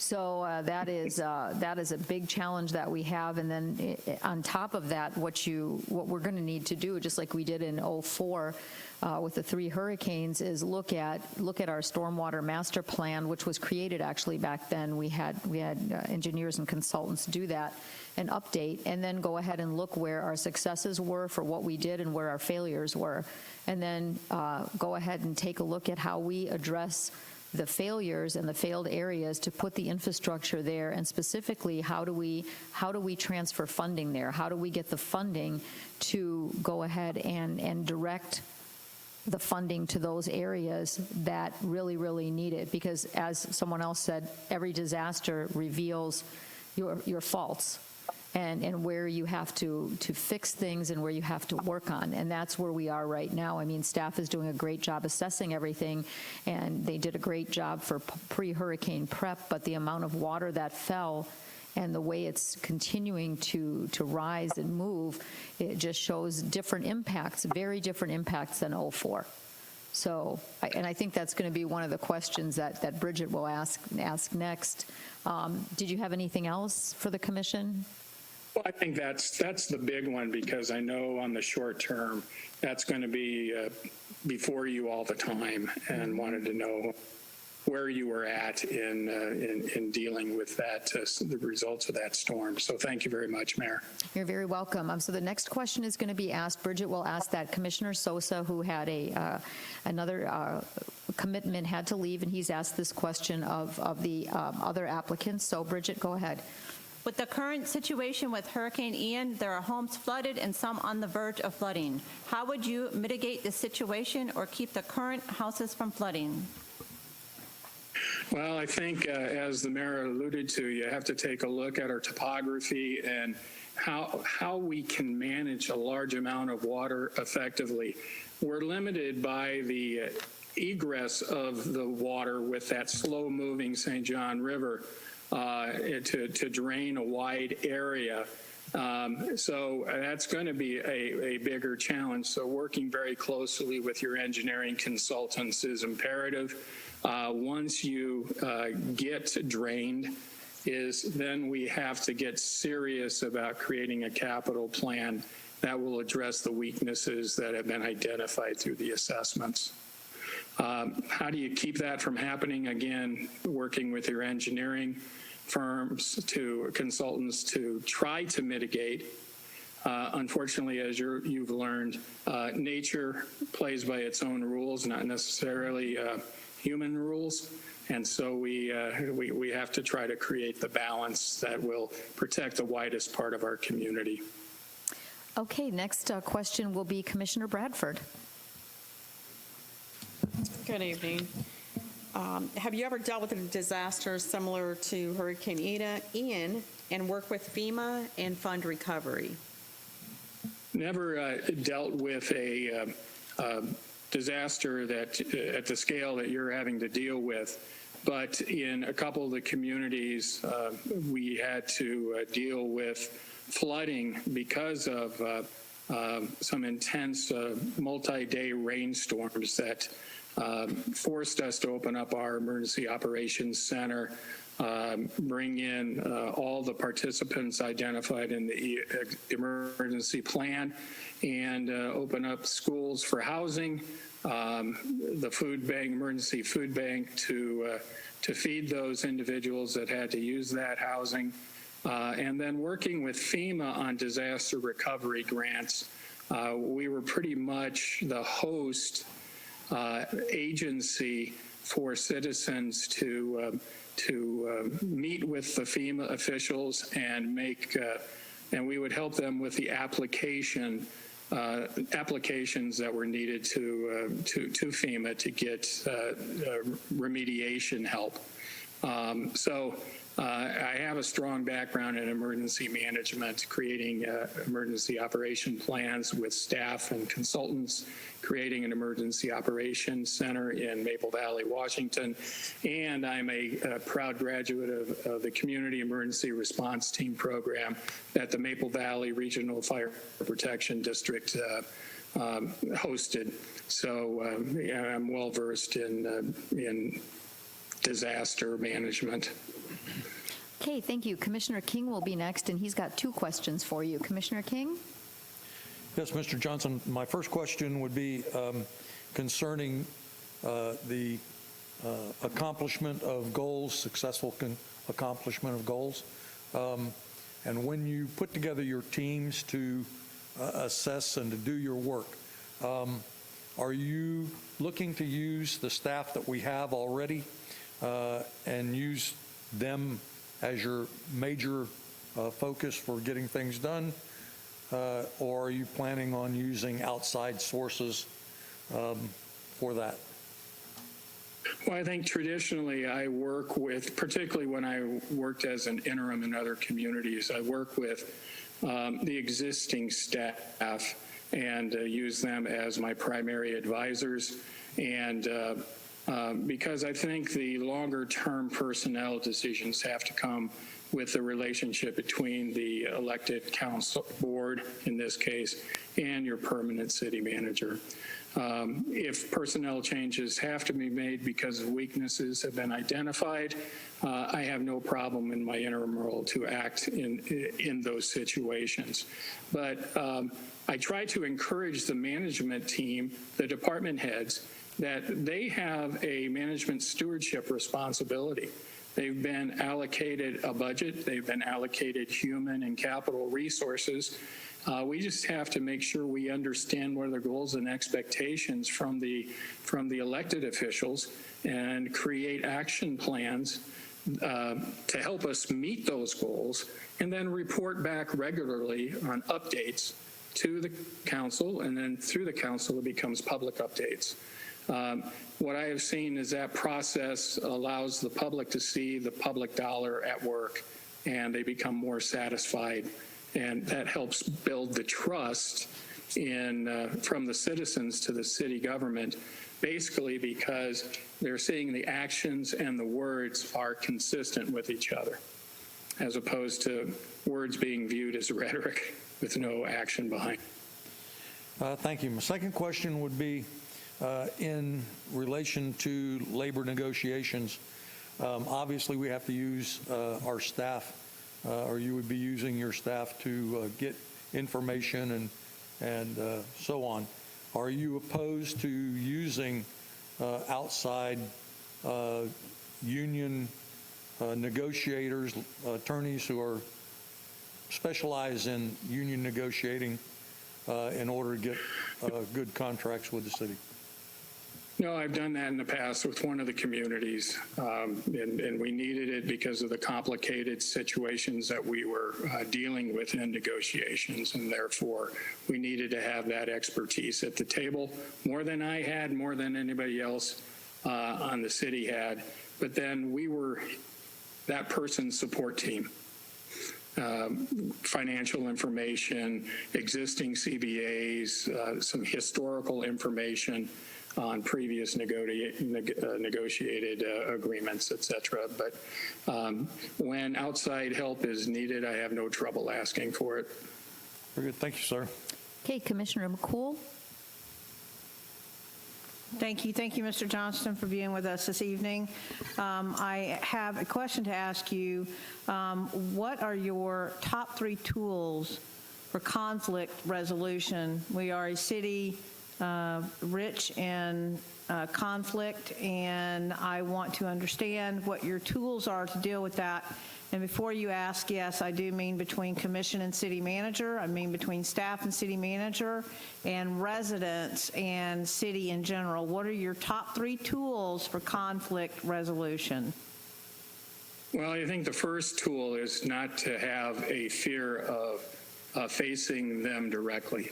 And that is the first thing. First step of successful conflict resolution is being able to address the issues directly and with the appropriate people. The second one is how do you personally assess the situation? And that may need to have some investigation on my part, using other staff to gain information, talking to community stakeholders and elected officials to get information, so then I can bring the third group is with that information and with the spirit we're going to address the conflict head on, is then we put all the stories on the table. I then become a mediator, active listener, and we bring out what is the source of the conflict. Lots of times we find out that there are layers to it, and if we can peel back the layers, we find the true seed of the conflict, and we can then talk about, all right, let's set strategies together to address this issue directly. And then we will, once we have done that plan and commit to that plan, it's my job to make sure that we follow up and measure progress toward resolving that conflict, that it turns into a good working relationship as opposed to one that has tension. Thank you. Okay, and just to wrap up, we just have about 2 minutes. I'm just going to ask the same questions I asked, and I had asked some of the applicants about the population and size of the city or the counties that they managed, and yours are spelled out in your CV here, so I don't need to ask that question. The commission can look at that. The next question I have is in your management experience, as you know, Deltona has several enterprise funds, one being the largest being the utility. Do you have experience managing enterprise funds and utilities and so forth as a separate entity from the city budget, and how does that and how it works with the city budget?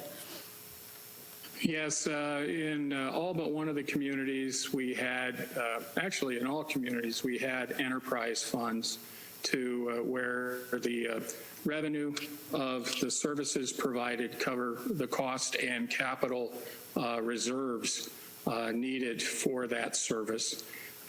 We've done rate studies that will provide a good long-term understanding of the needs of the utilities. The golf course was an enterprise fund in a couple communities that I managed.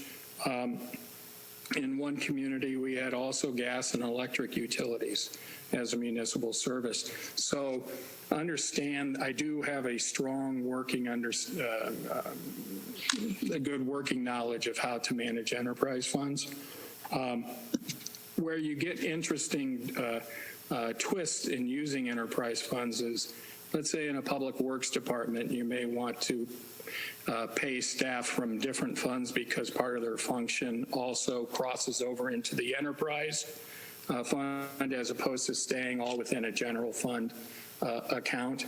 I just have to make sure that it passes the sniff test, that you're using the enterprise money for actual work of that individual for utility business.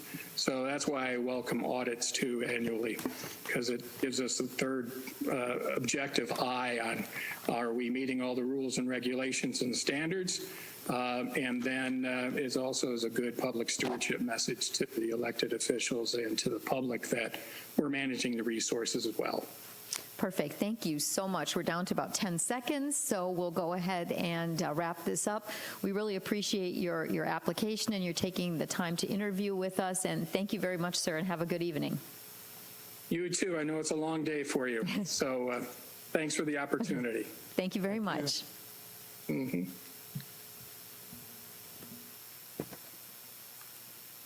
Okay, one more. Good evening. Can you hear us? Hello. I can. Can you hear me? We can. Thank you very much for being here this evening. Welcome. And how this format is going to work this evening is that Bridget with our clerks department is going to give you 7 questions. They're the same questions that have been asked of every applicant. And once those are done, time permitting, we have several commissioners that have asked questions. Again, they're the same questions to each applicant. We have a timetable of 20 minutes total.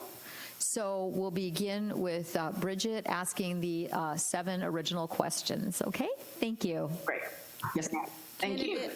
Candidate Deborah Foshi, question number 1. Yes, ma'am. Why are you interested in becoming Deltona's interim city manager? And please tell us what about this position you find most inviting. What motivates you professionally? Understood. So I am very interested in Deltona because where Deltona is right now is I think they could use a little help, but they also have a very strong professional group who are actually moving the ball forward. I reviewed both your budget and your comprehensive plan, and I can see that you have strength within your ranks. It's just you've had a little bit of turnover in your city manager position. Question number 2, please identify the 2 management skills you possess and have used the most in managing your staff. Okay. Coaching is a management skill that I use to bring teams together. One of the challenges particularly when you go into a new environment, is identifying who has what strengths and how to bring them to the team. So I believe coaching and team building is my strongest skill, but in addition to that, empathy and enthusiasm, I think, are the additional skills that move a team forward. Question number 3. Please tell us about your experience with labor negotiations and what is your role or participation in the process? When I was at Jefferson Parish, which is a parish in Louisiana, is the same as a county, we did have a full-fledged fire union at the parish, and we negotiated with the fire union and had several lawsuits involving their pay and their working conditions, and we were able to resolve that. In the city of Kenner, my most recent assignment, we had a 501c8 bargaining unit. That's really a fraternal organization. It is not a union, but it still has the ability to negotiate. So we have worked with them again on a pay scale, on working conditions, and with them in particular, we worked on changing the hours scheduled so that based upon the number of hours they were working and the rate of pay, they were at the top for the region in terms of how they were being compensated. Question number 4. Considering what you know about Deltona, what would you say are the city's shortcomings and how would you propose to encourage economic development? I don't want to call it a shortcoming, but it is, you started as a bedroom community. That was the planned community from the 60s, a beautiful place to live, wonderfully marketed all over the world. And so people came there because of the lifestyle. I can see from the work that you've put into your visioning that the plan is to, I think it was called Gallery of Villages, try to create like smaller town centers.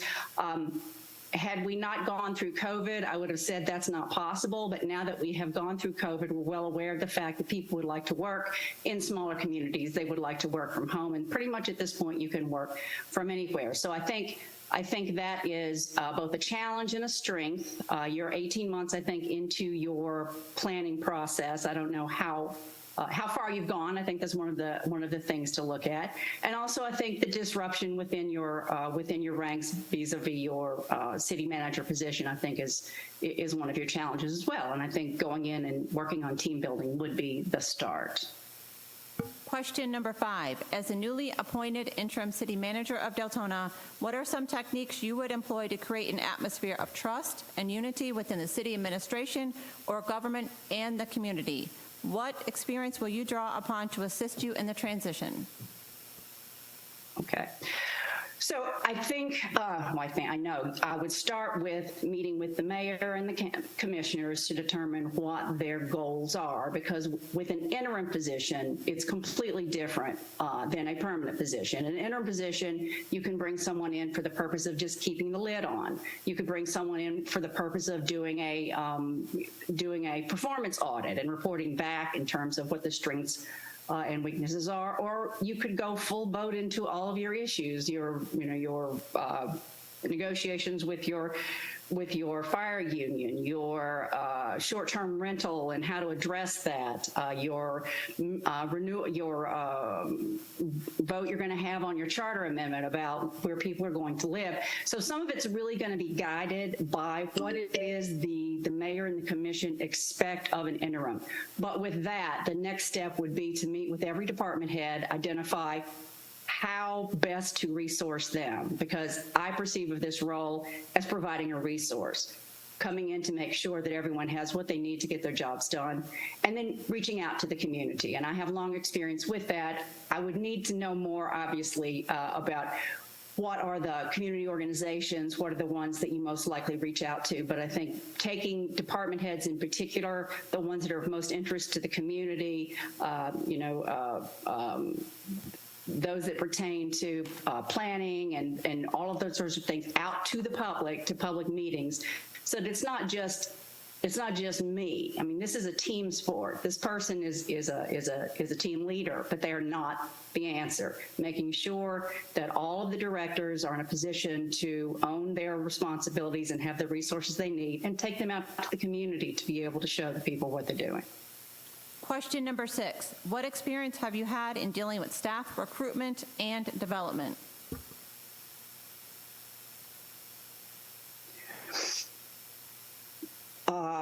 with staff recruitment, well, I have not been in a position really where we were short of personnel except during COVID. Obviously, during COVID, everyone was short. I have been involved in transitioning the hiring process to make it more compliant with diversity, equity, and inclusion. So that to the extent that that answers your question, and I'm not sure it does, but to the extent that answers your question, I have been involved in revamping a hiring process across the city so that we have more opportunity to ensure that we are reaching out and making our workforce look like our community.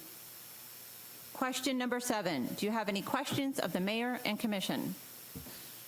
Well, I do, and it is a follow-up to one of the questions you asked. I would like to know what the mayor and the commission envision of this position. Is this someone that is just going to keep the lid on things while you are looking for your long-term solution? Is this someone who is going to, with my certified fraud examiner background, I have a lot of experience in doing performance audits. So is this something where you would want an assessment of how things are operating, what things could be improved?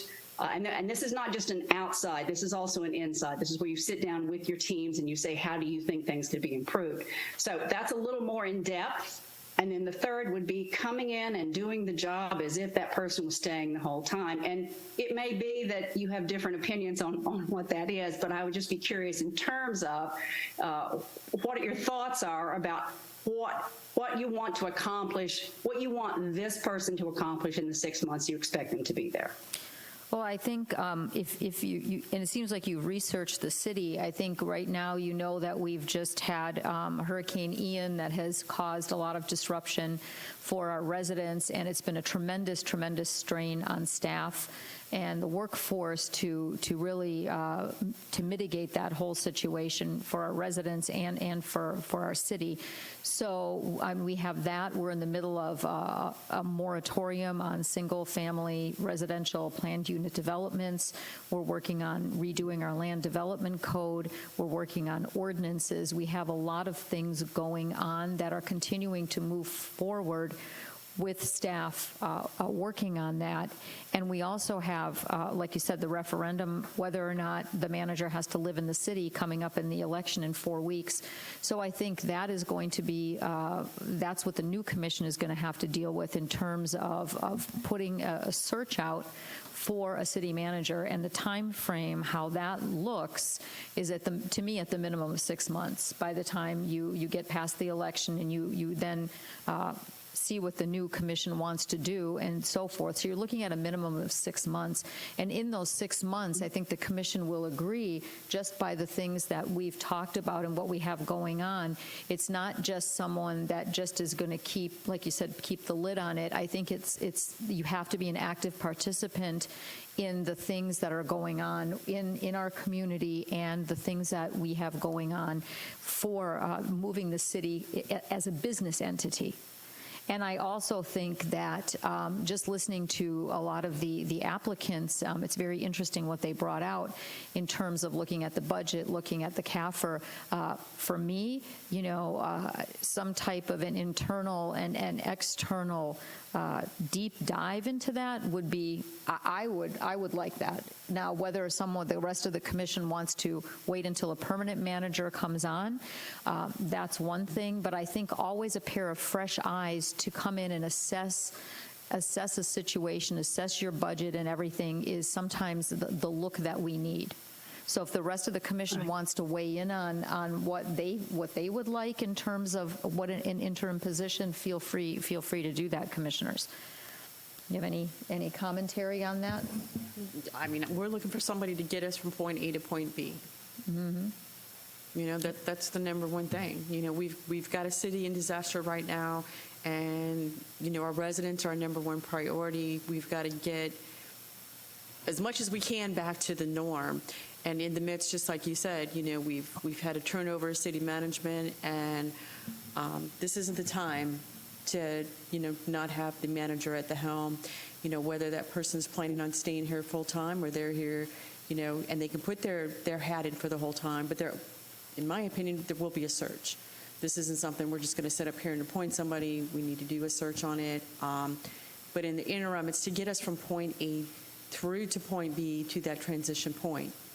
And I think also identify if there are weaknesses, if there are issues that need to be addressed that the commission is not aware of or that the new commission would not be aware of in terms of the big thing for me right now, and I think the rest of the commission, is assessing what this hurricane has done in terms of our infrastructure. And we're also in a time crunch in terms of the legislative session that's going to be coming up and looking at appropriations and looking how we can tap into the funding that's going to be available through Fema, through the other agencies, the state, the rest of the federal government.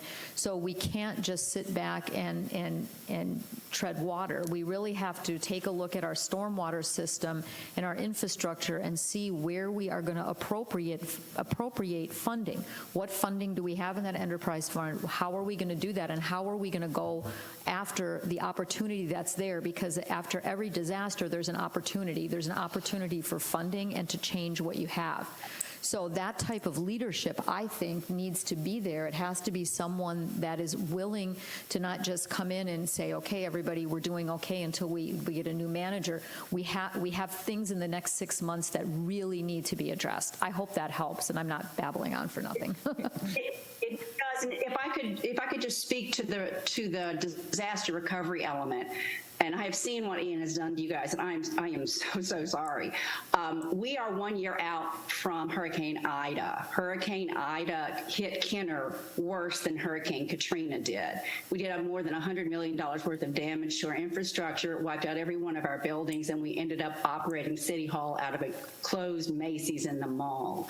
So I have spent the last year focusing on FEMA reimbursement, working with the embedded Deloitte people that our governor's office of Homeland Security, the state version, has embedded with us so that we can go after and determine what is eligible for reimbursement, what is not, what's a copay, who can we go up. CDBG, I actually looked at your plan for your CDBG funds. I don't know what ARPA funding you may have left or has been designated. So that now is the time, and I think you're absolutely right, and that's really what I have been doing for the last year in trying to help us recover from Hurricane Ida. Okay, thank you. So we've gone through these questions now. Bridget is going to read the question from Commissioner Sosa, who had another commitment. These questions have been asked in the same type of question to every candidate. So Commissioner Sosa's question pretty much piggybacks on the hurricane, which I think is a great question for you. With the current situation with Hurricane Ian, there are homes flooded and some on the verge of flooding. How would you mitigate the situation or keep the current houses from flooding? Okay. Well, so part of that is physical, in terms of physical damage and physical repair and what steps that need to be taken. As the mayor said, the funds become, the spigots open. The funds become available almost immediately after a storm like this. Once the president makes a declaration, the funds become available and you have to seek them. The issue pertaining to which areas flood, what mitigation strategies there are. There was federal funding after Hurricane Katrina for elevating houses to get them up. So the question for me would be, I'd need to do some more research to see, is this a drainage issue or is this an elevation issue? But there are resources out there for both of those things, improving the drainage as well as, and whether that involves pumps. Like we have to have, we're below sea level here, so everything has to be pumped places. So some of it, for us at least, was improving the pumping capacity for drainage, but also certain houses may be built in an area which is going to be subject to frequent inundation. Those may be eligible for federal funding to elevate them. And that is granular. That is working with one homeowner at a time, helping them understand how to apply for those resources. Okay, Commissioner Bradford has the next question. She answered pretty much. Yeah, I think she. Yeah, I mean, you pretty much answered it, so I don't know if we even want to skip one, if we can, if we want to go to the other ones. Just read the question, it's best, have you ever dealt with a disaster similar to Ian and work with FEMA and fund recovery? I mean, you can keep it simple if you want, since you've kind of went in depth, because there's other questions. Yes, I'll I'll be super simple. I started with Hurricane Katrina. That's where I cut my teeth. I didn't know anything. I didn't know what FEMA was. I didn't know what any of that was. Hurricane Katrina, we all learned. And the federal government made mistakes during Katrina that they learned from as well. Since then, during my tenure with the parish, we had 3 named storms that caused damage. And once I came to Kenner, we had 6 named storms, 2 of which were seriously catastrophic. So I've had an opportunity both to work with FEMA, to work with the state, and to help develop resources from predictable sources. And sometimes there are resources out there that you don't anticipate. Going to the state legislature and talking to your delegation is key for that. Okay, and then we'll go to Commissioner King, and he has 2 questions for you.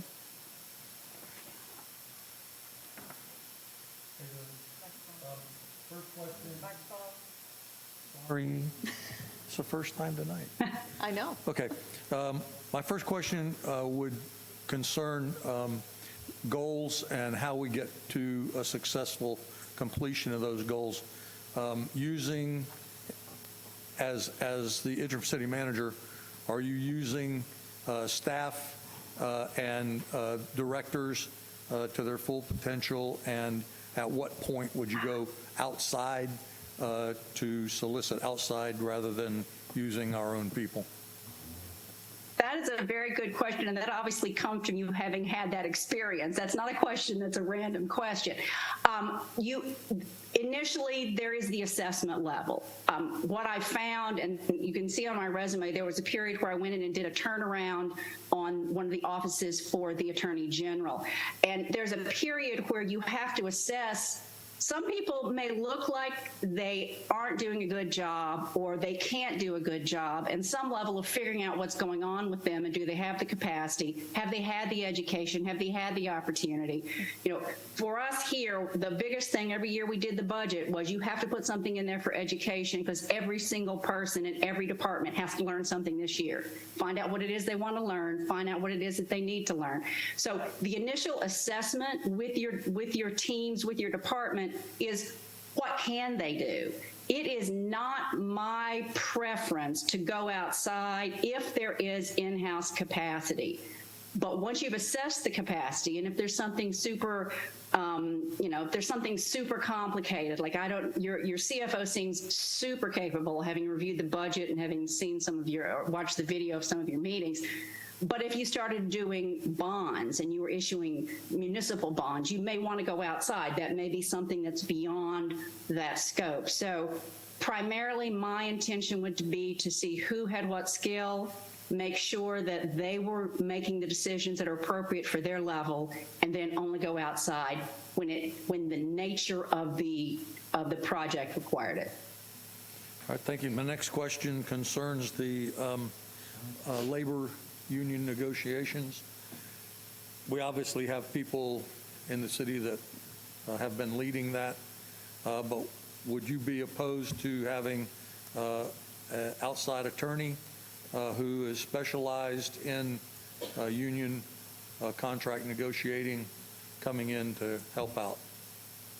I would have no objection to that. And again, from this perspective, this is a team sport. Your city attorney is really the person you'd want to ask that question. It appears you have outside counsel as your city attorney, not inside. So that's sort of a consultation. If the city attorney believes that you need an expert, or if it's abundantly clear by the nature. Clearly, union negotiations are such a rarity. You don't do them all day, every day. That there are people out there who do that as a specialty. It really, I think, is helpful to do that. But I think I'd have to talk to you guys, and I'd have to talk to the attorney and make sure. But I would certainly have no objection to that. Thank you. Okay, thank you very much. So this wraps it up. We're done with our time. So thank you so much for being part of our interview process. We really appreciate it. It was a pleasure talking to you. And thank you for including me. Thank you. Really appreciate it. I'm the caboose, so you can go home, right? Thank you guys very much. I appreciate you. All right, thank you so much. Have a good evening. You too. Bye-bye. Thank you. Bye-bye.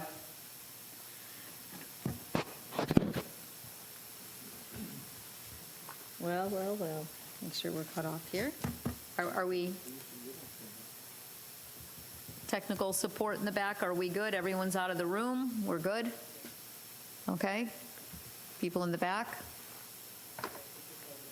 They just ended it, so we're good. Okay, so commissioners, we have been through multiple hours of interviewing, very, very educational and interesting process.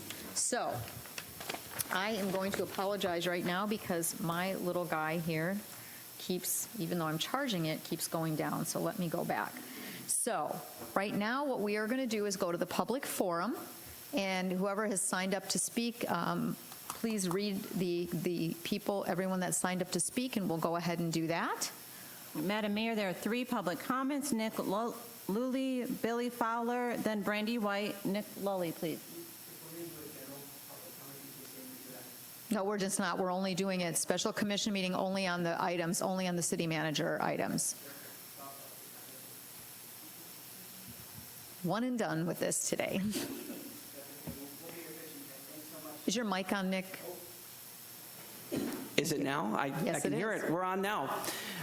So thanks for the opportunity to speak with you this evening. This is obviously a very important matter in deciding how our city moves forward as we're continuing to deal with quite a flooding disaster. And I appreciate the city's partnership in working towards addressing that. I know we had some rain this evening, so there may be some trouble spots that have formed as a result of that. So as we address this vacancy, there is also another vacancy that exists in our city right now, and that is in the city's PIO office that I know the interim manager may have to be involved in shaping how we want that to look. I come tonight at great personal and career risk in letting you know that I'm interested in taking on that position. Despite the fact that I have a great career already, I know that I have an ability to really push that forward and represent investment in our community. So if some of our candidates are watching this evening, again, that is certainly something I'm interested in. I had a meeting scheduled to discuss that with our deputy city manager that unfortunately had to be pushed back because of the actions that I guess were taken against her that I was not aware of until after the fact. So I know that our current interim manager is not here this evening. I have not received a call back to reschedule that meeting, though I just wanted to come tonight and let you know that I'm available, and the folks that are watching, I'm available. So thank you for your time. Appreciate it. Thank you, sir. Thanks, Nick. Billy Fowler, please.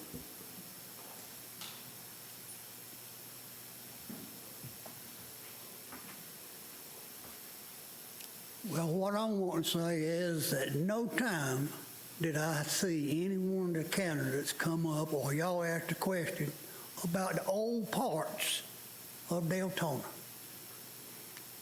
They're going down. I got problems. I done been in 4 years now, bringing this before council, commissioners, and I still ain't got no answer. Who did I go to for an answer? That I can get an answer in writing? What am I got to do? None of these people that y'all interviewed said anything about the old parts. Well, y'all are letting it go down so bad now.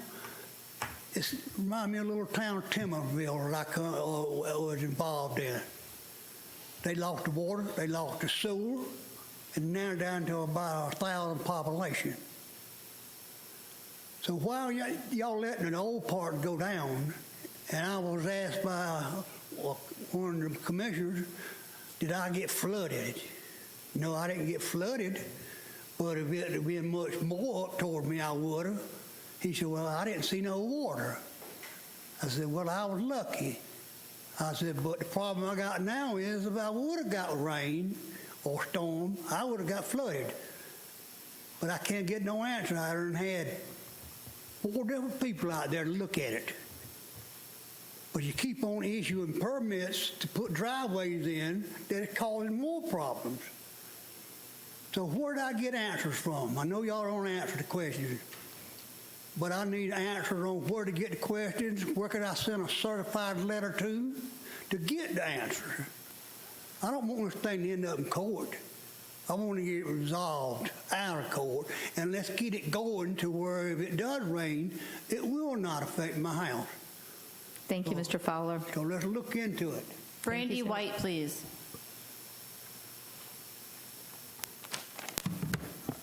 Brady White, Deltona. This was advertised as a 6-month position, so I took the opportunity to review all the resumes and do a quick surface background check. I actually found a resume that's more than sufficient and will save the taxpayers a considerable amount of money. There's previous manager experience, unique ability to manage multiple departments with an understanding and knowledge of the departments from public works, grants, procurement, operations, finance, HR, and even including emergency management. That includes Fema. MBA in business administration, and is currently assigned to handle the union negotiations and work with the outside firm already hired. Currently the deputy city manager, bringing with her firsthand experience and knowledge of the last year working directly with staff and acting city manager, well-versed in Deltona and the approvals directions given by this current commission over the last year. Shown to possess critical and creative thinking and problem-solving skills. She's versatile, adaptable, strong work ethic, communication skills, and personal discipline. And yes, has knowledge and understanding of the Florida Sunshine Law, which none of you asked any of the current interviewees about. In addition, the ones on the list, just after my resume check and quick background search, narrows it down to 2, possibly 4 if you're kind. I really think that we have an opportunity here to put the deputy city manager in place, which is usually the process when an interim is needed. And I'd like a thorough answer as to why that's not a possibility. Thank you. Thank you, ma'am. Albert Bryant, please.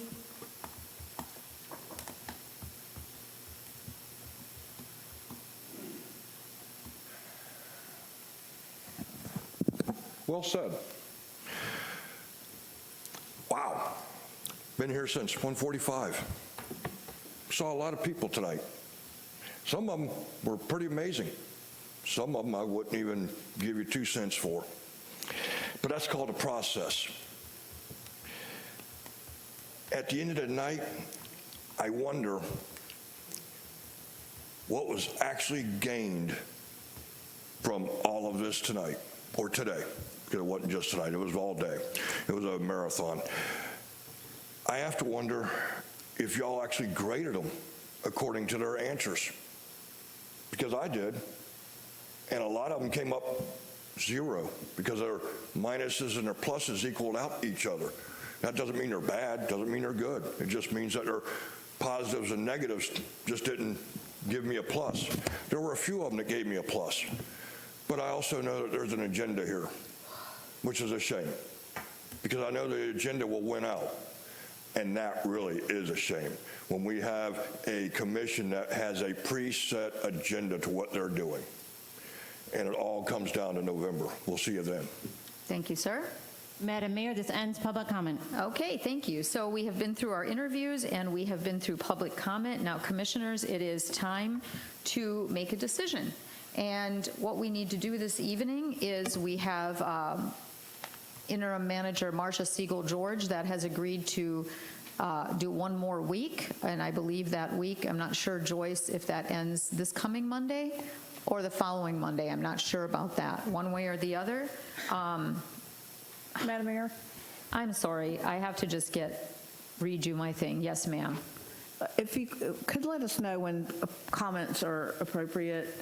Yeah, I'm sorry. Like, now you can. Now you might as well click in now because before this kept shutting off. Thank you. All right. Go ahead, ma'am.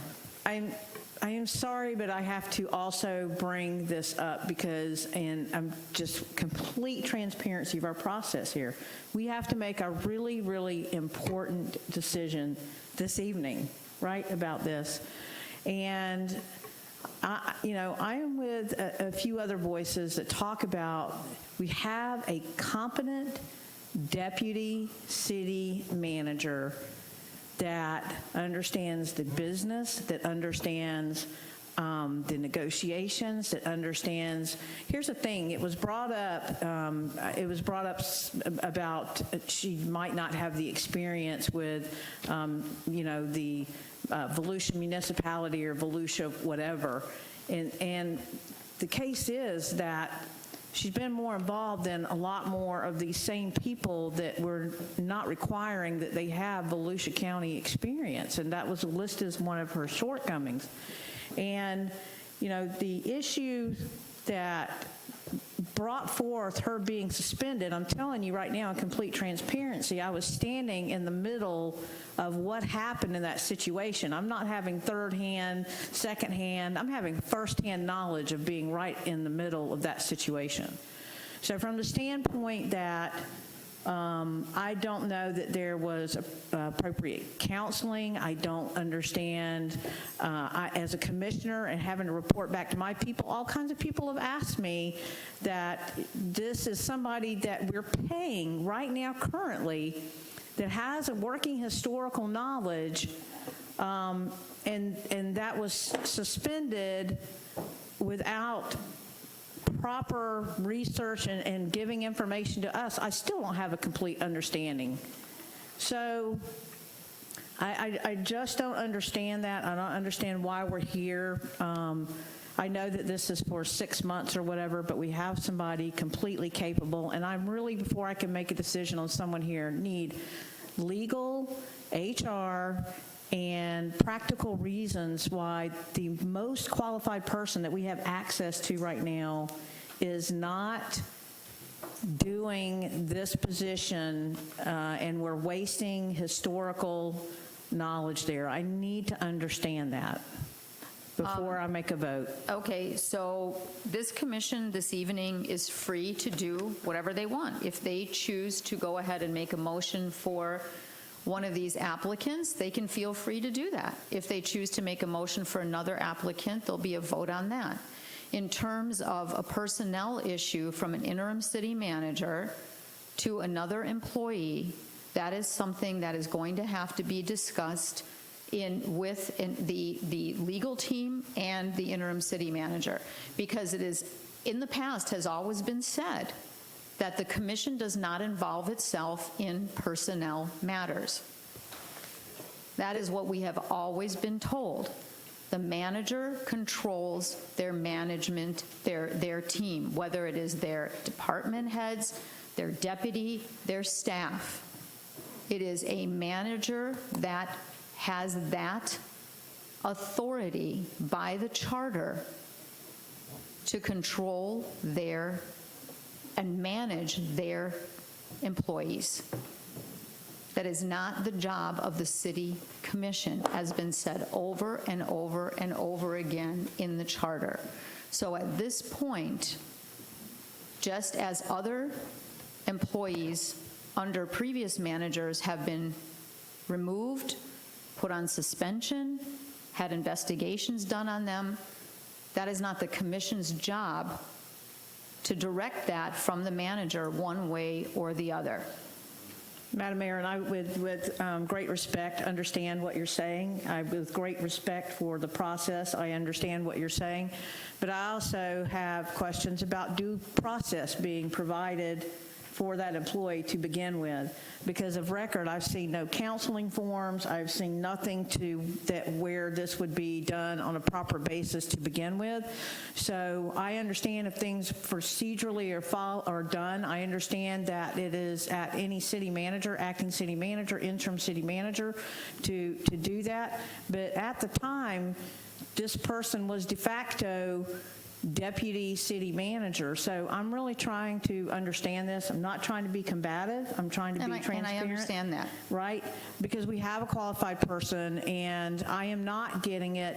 I say now, today, and I will follow this, whatever commission votes on, but I, however, stand behind our deputy city manager as far as knowledge goes, and as far as commitment goes, and as far as capability goes. And I'm only one, right? So I will vote my conscience on this. We do have qualified applicants here, right? But I would be remiss not to bring this up. We were in an emergency situation, right? When all of this happened, there's so many things at play here, and I just, again, want, with all due respect, I'm really not trying to be combative. I'm really trying to understand so that I can make the best decision. Because even at interim level, I believe that it's understood that a city manager, even at an interim, coming in here at this time and process, has to navigate us through some pretty serious stuff here. we have our flood mitigation, we have what's going to be homelessness, we have to feed our people, we have to, I don't even know what's going on with firefighter negotiations, right? I've not been told on a one-on-one basis what's going on with that. So there's a lot that we have to navigate through. Funding, we have to think about that. And go back and read that resume again of our deputy city manager. So whatever, I'm just stating this for the record, whatever the commission. Was that the actual resume from Ms. Kifolo that was provided to the city when she applied for her deputy city manager job? Good. I'd like to get a copy of that. That would be amazing. So, Madam Mayor, I didn't know the correct format to speak because we don't have buttons, but I just wanted that heard. I wanted it into the record so that we can move forward collectively, because there's been enough divisiveness, but I really do want to understand that component as we move forward. And I understand your concerns, because I have concerns as well. And my concerns begin with the investigations that were done on several of our employees and why they weren't provided with coaching sessions either before they were terminated. And there were at least 3 of them that were not provided with their coaching sessions that had investigations done on them. And unfortunately, right now, I can't seem to get a copy of 2 of those investigations.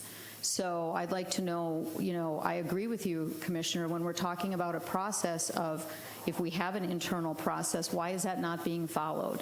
So, I think there's a lot to look at, and maybe there's an investigation that needs to be initiated into all of those investigations and really get some answers here as to, what is the proper process, what was done. There's a lot of accusations being tossed around across the board, like I said, with other employees as well. And lawsuits coming up from those. Yep. So, which I don't want to talk about. I don't want to mention anything that has litigation, potential litigation through our insurance company or otherwise. Madam Mayor, I strongly agree with you there.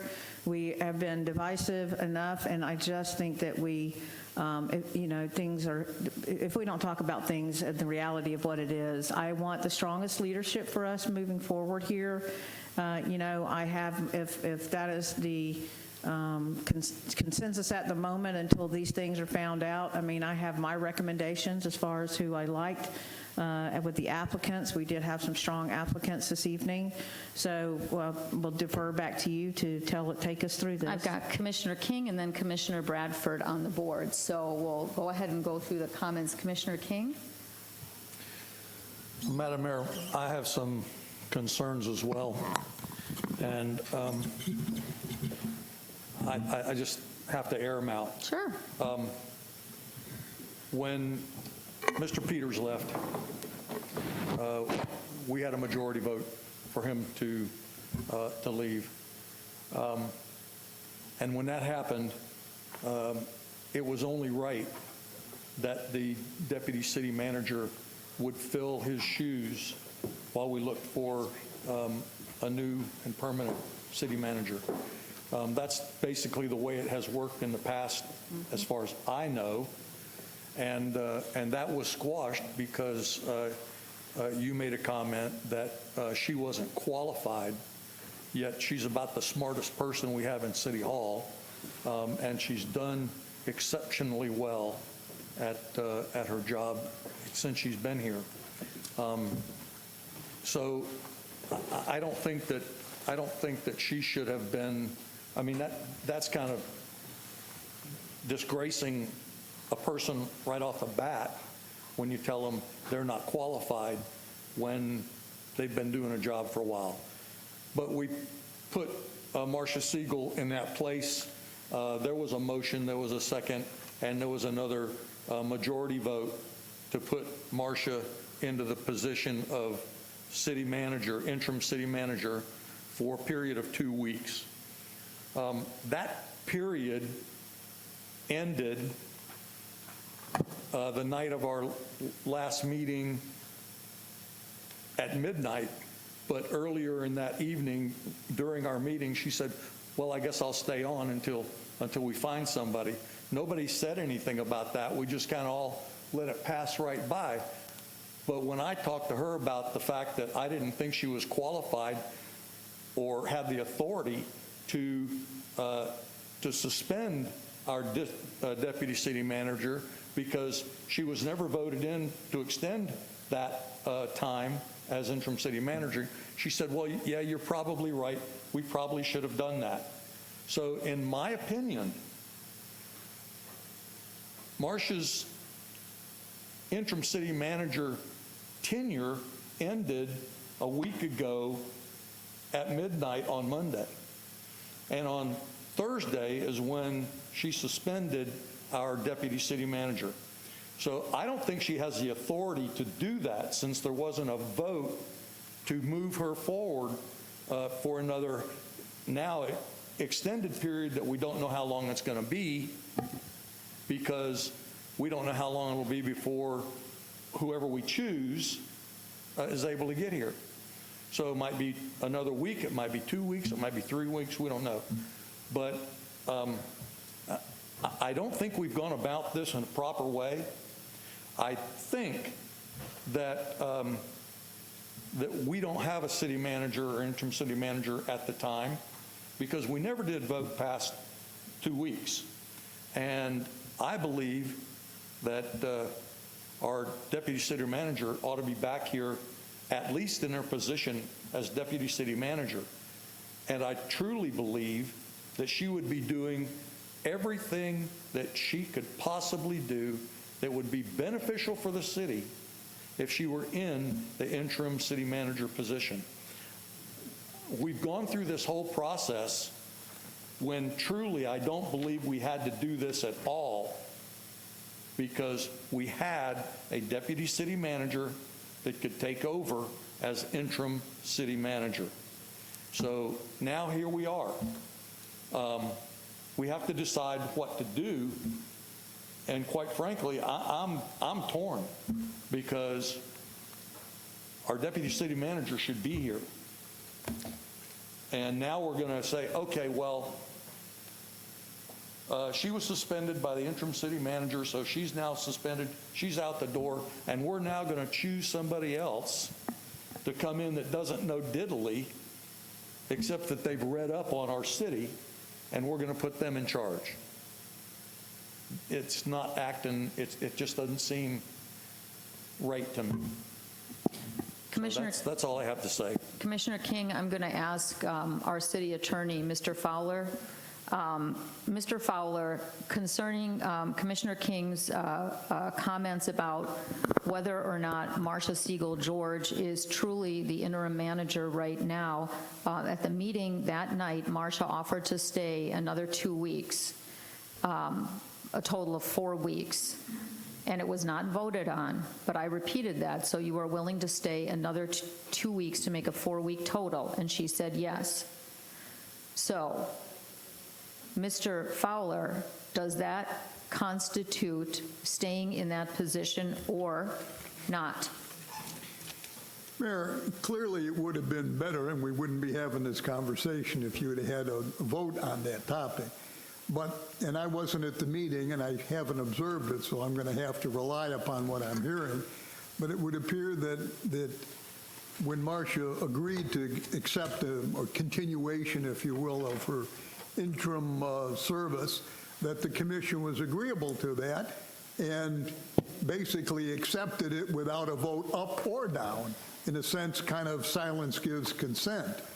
And while, as I said, it would have been better had you voted, you have acknowledged by the fact that it's now, a week and a half later, and she's still in the position performing accordingly.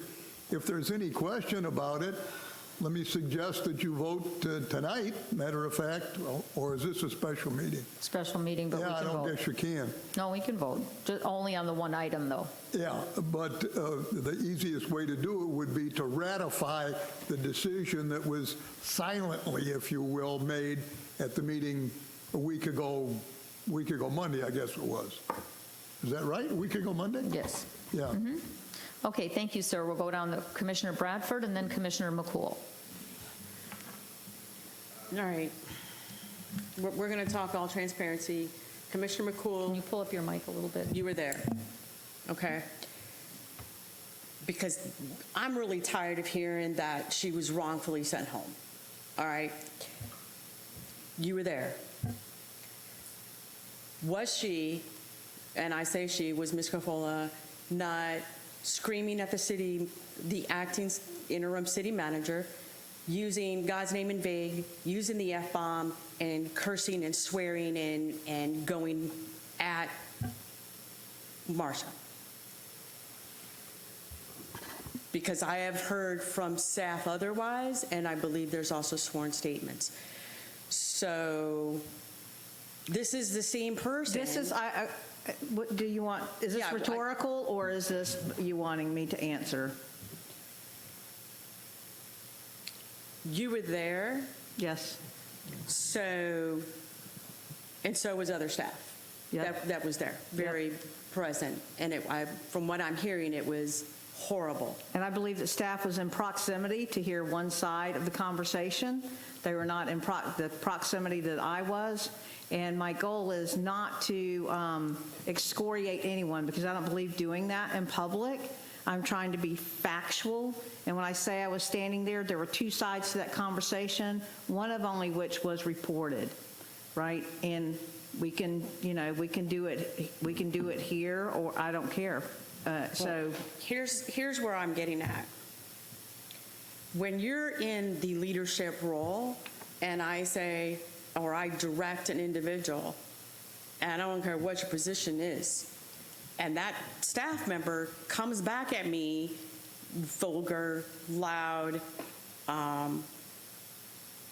there's a really good chance, like you said, instead of the individual saying, "You're fired," she's, I believe, been put on a leave until we have a person that's going to be in that position to do, like you were saying, a full evaluation of it. So you're saying if it was me, I would have probably fired somebody on the spot for. So you're saying that we demand a higher level, right, of respect from whoever's in charge, right? That's what we're saying, correct? A higher level of decorum. That's basically what we're saying. Well, being that I was also informed that even just during negotiations, when individuals spoke up, they were written up. So it doesn't go both ways. So she wrote a couple people up during a firefighters negotiation, which can get heated, but yet it's just supposed to be like, hey, let go, full hold balls on your boss. Well, I don't know any place that's going to allow that. Listen, without getting, but yeah, go ahead. I believe that there is, at this juncture, there's enough blame in this whole situation for everyone to have an equal serving, right? We could go back and forth all day. I believe us to be competent people, and we can go back and forth because everybody gets a piece of the puzzle. The goal is to move about in a way that does no further damage to our city, and that we talk about, because if we're going to talk that we agreed for Marsha to continue to be acting city manager by virtue of a verbal, then we're going to go back to John Peters' contract when we said okay, even though it wasn't signed. We're going to keep doing this, and we're going to get nowhere because there's enough dysfunction, there is enough not following process to go along. So we're going to be here forever doing this. I'm simply trying to bring up what my point of view is as one vote on this dais, that we have someone well qualified, and that's simply it. I would be more than happy to discuss in a reasonable environment what went on. I do not want anyone, there's enough blame for everybody, to go around here. If we're going to talk about decorum and somebody yelling at somebody, we had the acting city manager turn to somebody the other night and tell them kiss her ass. So there's enough to go around here. I'm not saying I wouldn't have told the person the same thing, but I'm telling you that if we're going to demand that process and excellence, that we have to do it right from everybody. And we've not had a history of doing that, of following the process. And so here we are. And it's difficult for all of us. So I'm trying to take direction. I'm trying to talk about things in an open and transparent manner so that we can get our city moving forward, right? That's all I'm trying to do. Well, Madam Mayor, we had a vote.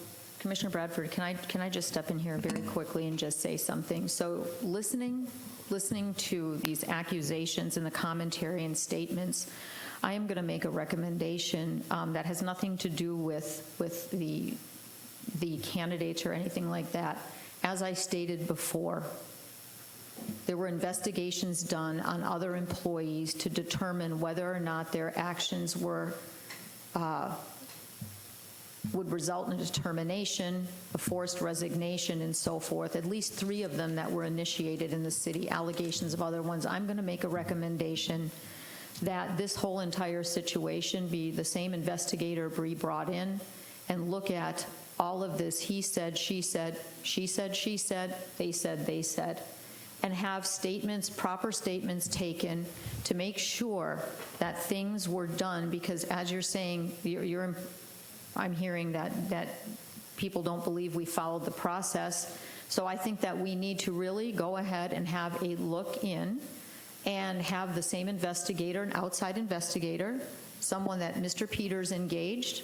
And am I correct, Mr. Fowler? I believe that was an outside firm. Yes, ma'am. To maintain continuity and no talk of favoritism in any way, shape, or form, bring that same person in and have them do a thorough investigation like what was done on at least 3 other employees, and see if the process was followed, see what the situation is, include the behavior at the collective bargaining, include the behavior at City Hall, include the allegations that are out there against one and all, and bring this to light, bring it into the sunshine, and do like was done in the past, and have an unbiased document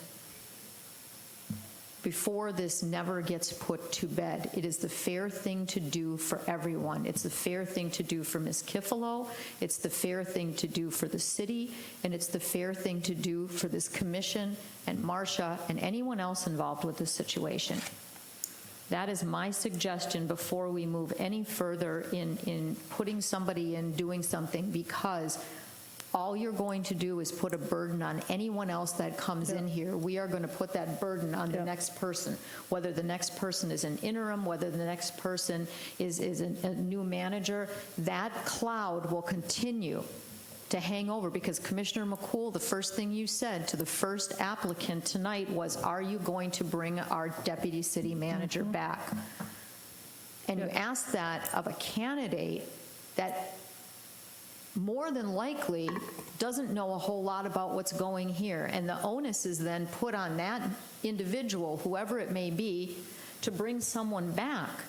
So with an investigation and having this looked at properly, there's documentation of what was done right, what was done wrong, and how the situation can be remedied. Are we in any type of agreement for that? Yes. I think that is a wise decision, and I think that someone... Because at some point, there are going to be allegations of lawsuits. There's already been rumblings of lawsuits. Yep. There have been rumblings of lawsuits since the collective bargaining has been going on. I have not said anything. I have not said anything on purpose. Not because I don't have a view, not because I don't have a feeling, but it's not about my emotion. It is about doing an investigation and looking into everything before lawsuits pop up and you have more distrust. So are we in accordance to go ahead and do this? Mr. King, McCool. Yes. Ramos, Vice Mayor. Wait, yes. I have a question. Yes. So what you're saying is we are not going... No, it has nothing to do with this. Forget about this right now. So this is only to do because of all these allegations that are being tossed around in every way, shape, and form, to really look into the situation of what happens with the allegations of the collective bargaining, of Ms. Kifalo being suspended. Was that done right? Of all these other allegations of how this process was done. Forget about what we're doing, and this is not a vote. This is consensus to bring this forward for Mr. Fowler. Yes. Commissioner Yes. Bradford, Mr. Fowler, you have consensus to begin an investigation using the same team that Mr. Peters used, the outside counsel, and start said investigation like what was done in the past. Understood. And then if it's required to have a shade meeting, to have anything else, to update the commission, and the same in these other investigations, if any of us were questioned for statements, that will all be part of the process, and let it flush itself out through a different party. Absolutely. Okay? We are in consensus with that. So that is the first step. The second step is to decide this evening what our next process is. Commissioner Bradford, I thoroughly apologize. You were still on the board. And if you would like to continue your statements, please do so, because my thing is down again, and I'm going to. That's okay. Just so have to get what I was back going in. to say is, we've been sitting here for 5 hours. Let's get this rolling. Yep. So what and how do you want us to do this? By motion. Obviously, If someone would like to make a motion, if you would like to, you're on the board. If you would like to do that, anyone else, please feel free. I would like to actually hear if anybody else has any thoughts on some of the candidates. I mean, I've actually pulled 4 out that stood out to me. There's a few that I kind of put aside, and one of my strongest criteria was experience as a city manager, somebody that has had experience as a city manager, somebody that's been in a role as a city manager. And I'm going to be honest, on a lot of these applications, one of the largest things I noticed is a lot of these had 3 to 4 years experience and a lot of jumping, from one location to the next. And, I pulled a few up and they kind of got put aside to the other pile as well. I don't have any problem listing the top 4 that I had and see if anybody has any comments on those. I had James Chislam, Al Childress, Lyndon Bonner, and Deborah Foschi. Those were the top 4 that Could you repeat, Madam Commissioner? I'm sorry. I had Chisholm, Childress, Bonner, and Foschi.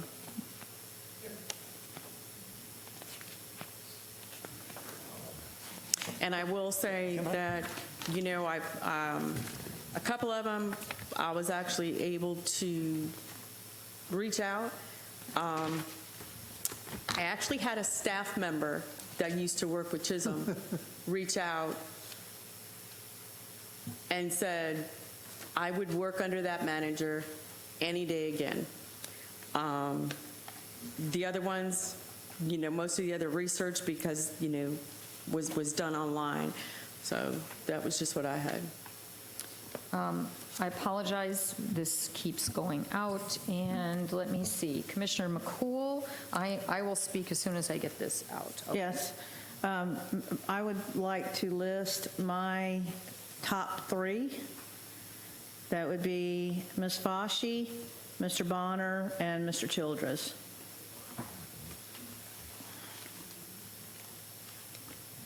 Okay. So I also picked 4, and I actually picked 3. Commissioner Bradford, I picked Mr. Chisholm, Mr. Childress, Ms. Foschi, and concerning Mr. Bonner, I did a little research on Mr. Bonner, and if you look at his resume, Jackson County Administrator, March 5th, 2018 to March 26th, 2018. I don't know if his dates are wrong, but that's not even a month. And then the City of Brooksville, May 2017 to November 2017.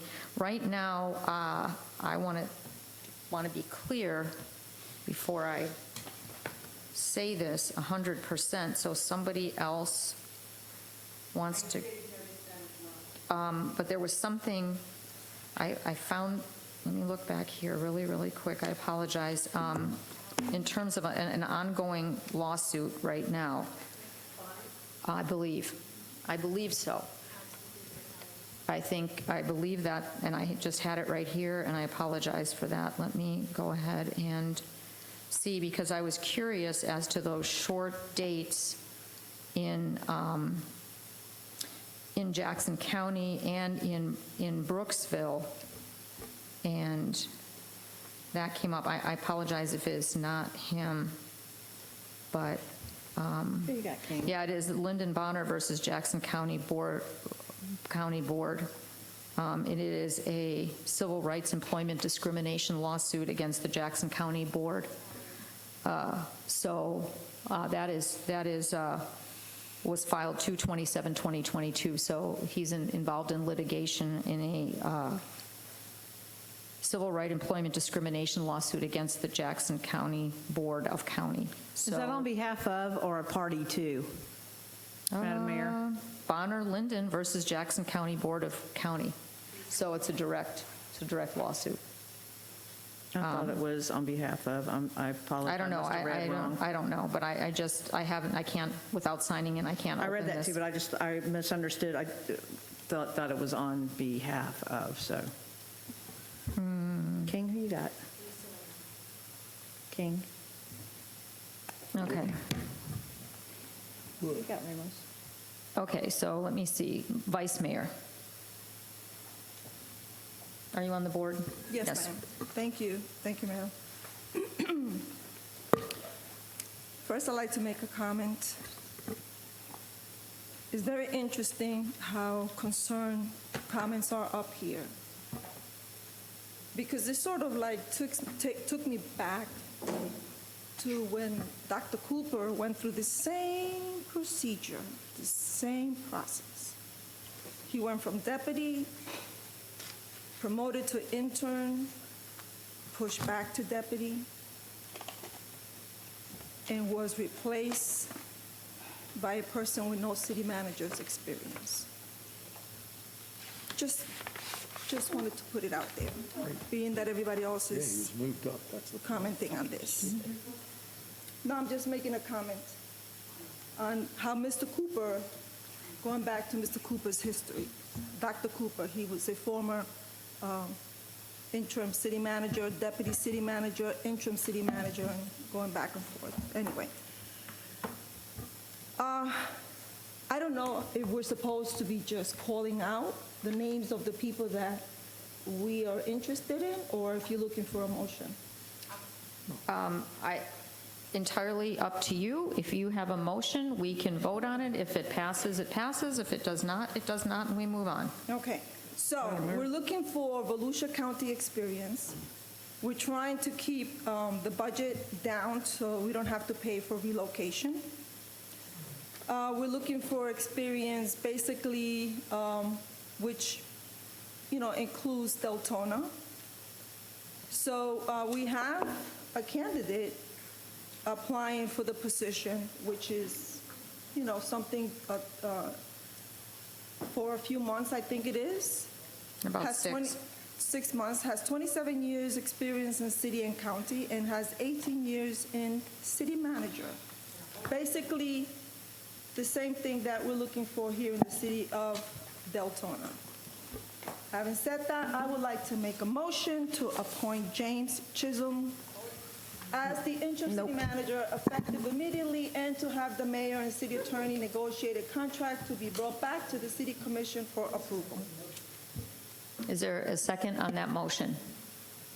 I will second, but I was also wanting to hear additional comments because I could see that there was other commissioners that wanted to speak. No one else is on the board.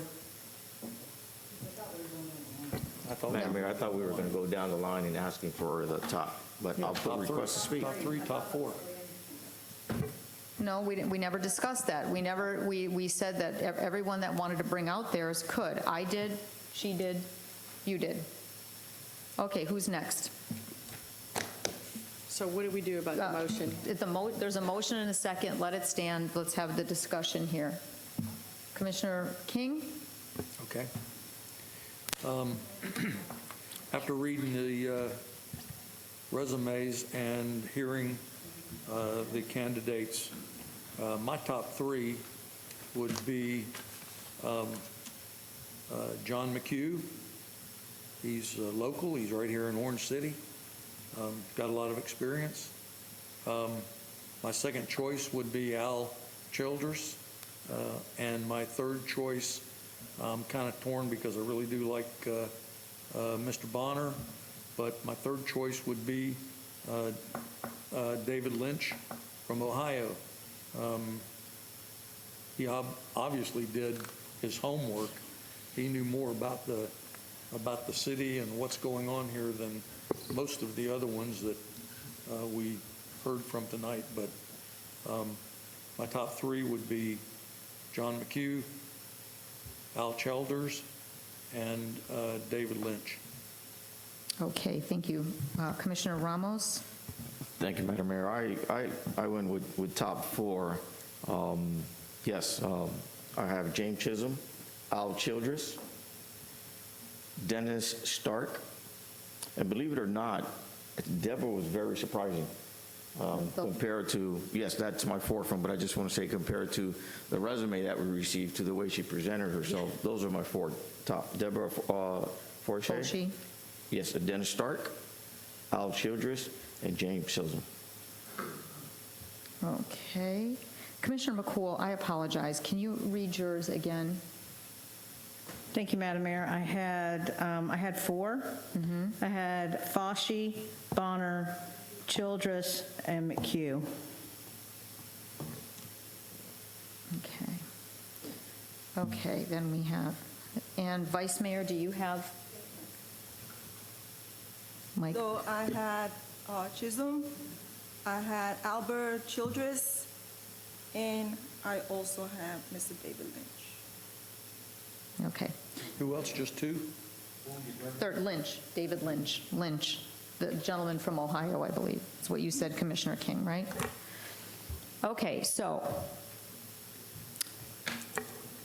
Commissioner King, are you still on the board or are you off? Well, yeah, I'll make a comment since I'm on the board. Okay. I know we have a motion and a second, but let me point out that all of us up here have picked Al Childress in some point or another. So I mean, if we have to, if I have to go with somebody, all of us have chosen that man. And how about Commissioner Souza as well? Commissioner Sosa had another commitment, he left. Okay. I just want to make sure, no proxy or whatever. Unless you'd like to postpone the meeting to another night, we can call another meeting. Oh, my God, no. No, Madam Mayor. Just trying to be fair. Shut your mouth. I am just trying to be fair. I would like to entertain. There's a motion, because there's already a motion. So all we got to do is say no. Okay, so. And vote no. Yes. Yes, sir. I would like to entertain the idea of postponing choosing a interim city manager until we find out what's going on with our deputy city manager. Oh. Let's bring her back where she ought to be. It's the separate matters. Yes. It has to be separate matters at this juncture. Well, it shouldn't. Go ahead. Thank you, Madam Mayor, and I'll try to be very short with this. It's unfortunate, and some of the words I've been using here is dysfunction, move on. And I think the reality is that, let's be realistic. There's a lot of games being played on here. From the dais, from staff, from folks outside, from former elected officials. And I think the more we continue to move this further down, the worse it's going to get. I can tell you that no matter what we decide tonight, 100% no one's going to be happy. Some people already have an idea of who we're voting for. People already know who I'm voting for. Sad thing about it is I didn't have no idea. I read all the resumes. I went through them. I did the research on Monday night, and I listened. And according to that, I've made my decision.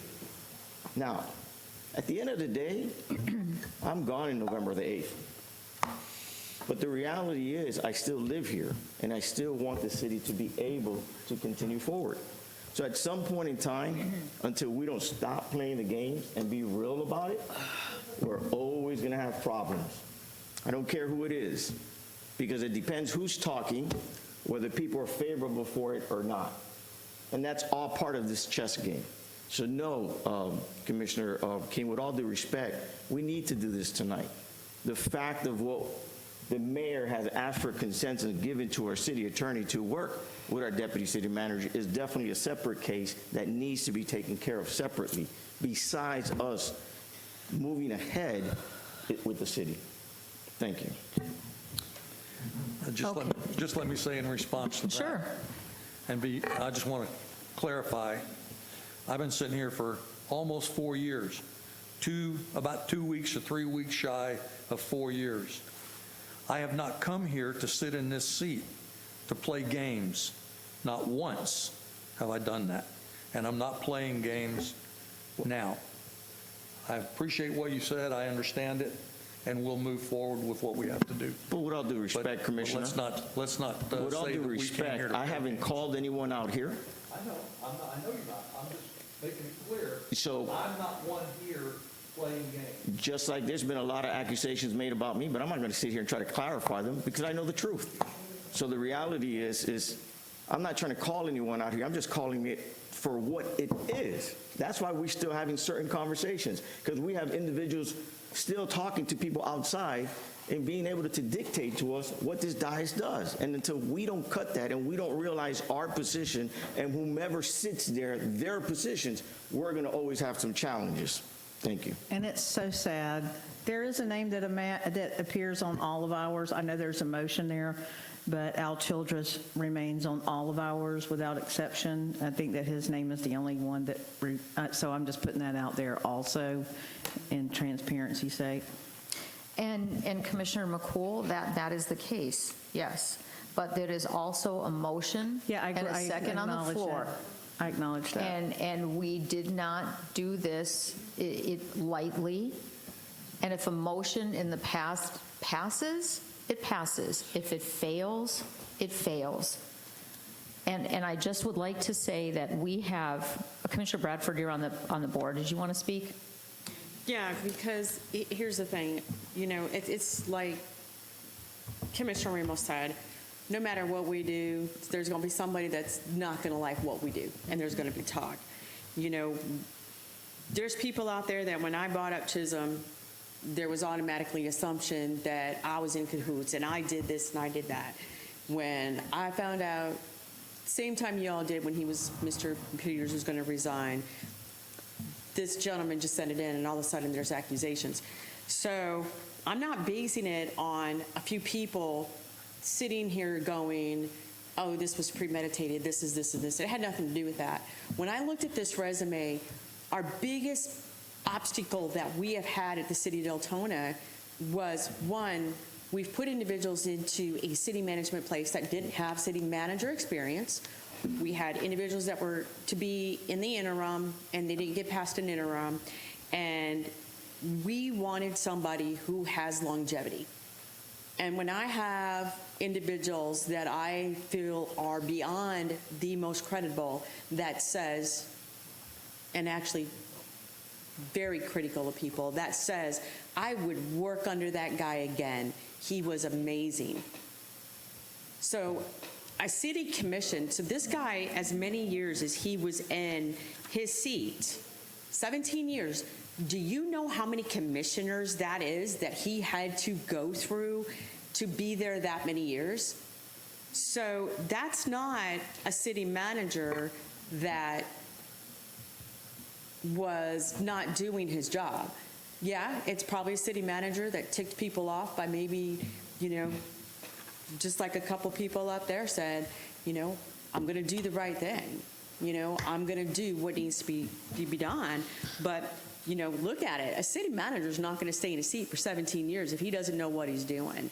I agree with, the vice mayor. This person is Daytona Beach. I don't have to pay for moving expenses. It's somebody that can jump in. How far is Biscayne Park? Who? 3-4 Biscayne Park. 4 hours. Which is 4.5 hours. Which is why Childress was my second choice, because of the transportation and somebody being able to move into this position immediately. Why? Staff is overwhelmed right now because of all the work that's going on. I bet Skip right now is begging to have his attorney back, and we're in need of a city manager. True. And I want somebody that has been here and has longevity, has dealt with hurricanes, has dealt with Volusia County, and this person has dealt with Volusia County. So it had absolutely nothing to do with rumors, BS, gossip, whatever on Facebook. So yes, I back my second. Commissioner McCool, and then we're going to go ahead, and I'd like to say a few words, and then we'll move forward. I'm good, Madam Mayor. Okay. First of all, we're going to vote on this. It is going to need to be a voice vote, correct, Bridget? Are they still having technical difficulties in the back? Correct. Correct, so we can't do a vote, okay. My comments are going to be this. There were candidates in this selection that were amazing. And there are candidates here that are on the rise up. And they have experience that is not adequate for a city of this size. There are people that were really amazing individuals, and I know that they are going to have a great future down the road in management. But we have been there where we have been told by management how wonderful one of their employees are and how competent and skilled and the experience that they had, for example, in water. They're so experienced in water. Come to find out, when that individual was put in a position of leadership, the water experience was customer service. So what the commission was told, again, because we don't vet those resumes and we don't vet the choices by a manager to pick who they choose as directors and deputies and interims and all these things, you take their word for it and you have a certain amount of trust. And when we were told that just that one individual was experienced in water, it was sold to us like super good, but customer service is not running a utility. And the same thing when you have other people, they have all these great things they could do. They don't have experience with disasters. They don't have experience with collective bargaining. They don't have experience with FEMA reimbursement. They don't have experience with enterprise funds. That's why I ask those questions. Because those are essential in what makes the city of Deltona run. So we have been there where we have had people that are really experienced, and then we've had people who we maybe thought were experienced and they weren't. And we paid the price for that. So what the city needs now for because let me tell you, there are some people here that I would think would be a heck of a permanent city manager. A heck of a permanent city manager for this city. There were some people, if that was this case, I already picked someone. So right now, we can only hope that those individuals reapply when it comes out for a big search. Right now, we'll move forward with a vote, and stability right now for 6 months is the key. So may we vote? There's somebody else on the board. Yes, ma'am. I'm very sorry. And I just want to state this also. There are 5 people that very well may not be on this dais that's making a vote that 2 for sure have to live with. So there are 3 that are not going to be here, right? 2 which are voting for basically me and who I'm going to be managing, right? And there are 1, 2 others that may not be here, right, that are voting for what I'm going to have to work with, right? Mm-hmm. And I just want that being said also. We're voting for somebody to be in here for 6 months, and the real possibility that there are only 2 people sitting up here that are going to be working with this person. Well, if we're going to talk about that, then I would suggest you and Commissioner Bradford be the only 2 that vote. Well, we can rock, paper, scissors it too. I'm just saying that is not, and again, we're going to talk about the process. Yeah. This is a sitting commission. Well, we have For a four- motion on the floor. I understand that, Madam We have a Mayor. motion on the floor. Yes. Commissioner Bradford. Will you please reread the motion? I'm sorry, before we go on. I'm sorry, Joyce, but we need to clarify. I'm pretty sure it was what was in the packet. I move to appoint James Chislam as the interim city manager effective immediately and to have the mayor and city attorney negotiate a contract to be brought back to the city commission for approval. I would prefer, that is the motion in there, but I would prefer not to be part of that negotiation. I'm not comfortable with that. I was not last time. I do not want to be part of any, no matter who it is. The city attorney can negotiate. Please. Because I do not want, if you want it to be Mr. Fowler, Mr. Feeney, you would like to say that, if you would prefer to specify Mr. Fowler be the one to do that, that's fine. I am not going to negotiate a contract. I denied it last time, and I will deny it again now. I do not want part of that as an elected official. Is Vice Mayor okay with that amendment? Are you And okay with that Bradford as amendment? the second. Okay. I just have one question. Yes. Just because it came up. Time frame? 'Cause it's Until not we hire a listed. city manager. Until such time, this can always be amended, but until such time as a permanent city manager is hired.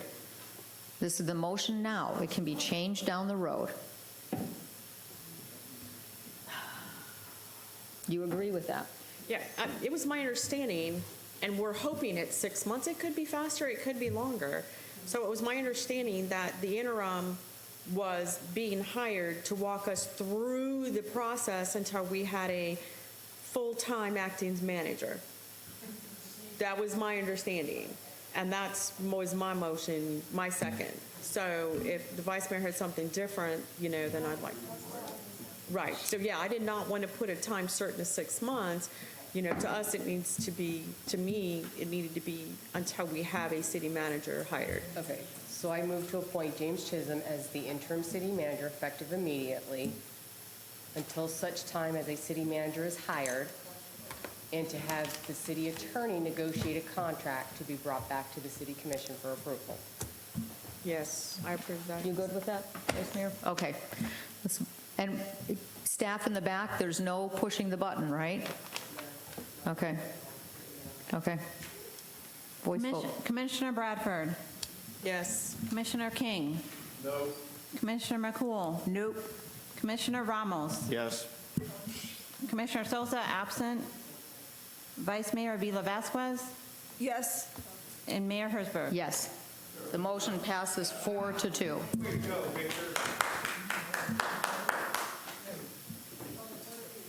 Okay. No more comments on any of this? Please inform the gentleman that is chosen of the situation, see when he can start. And we are, I don't see, let me make sure, public forum, we are adjourned.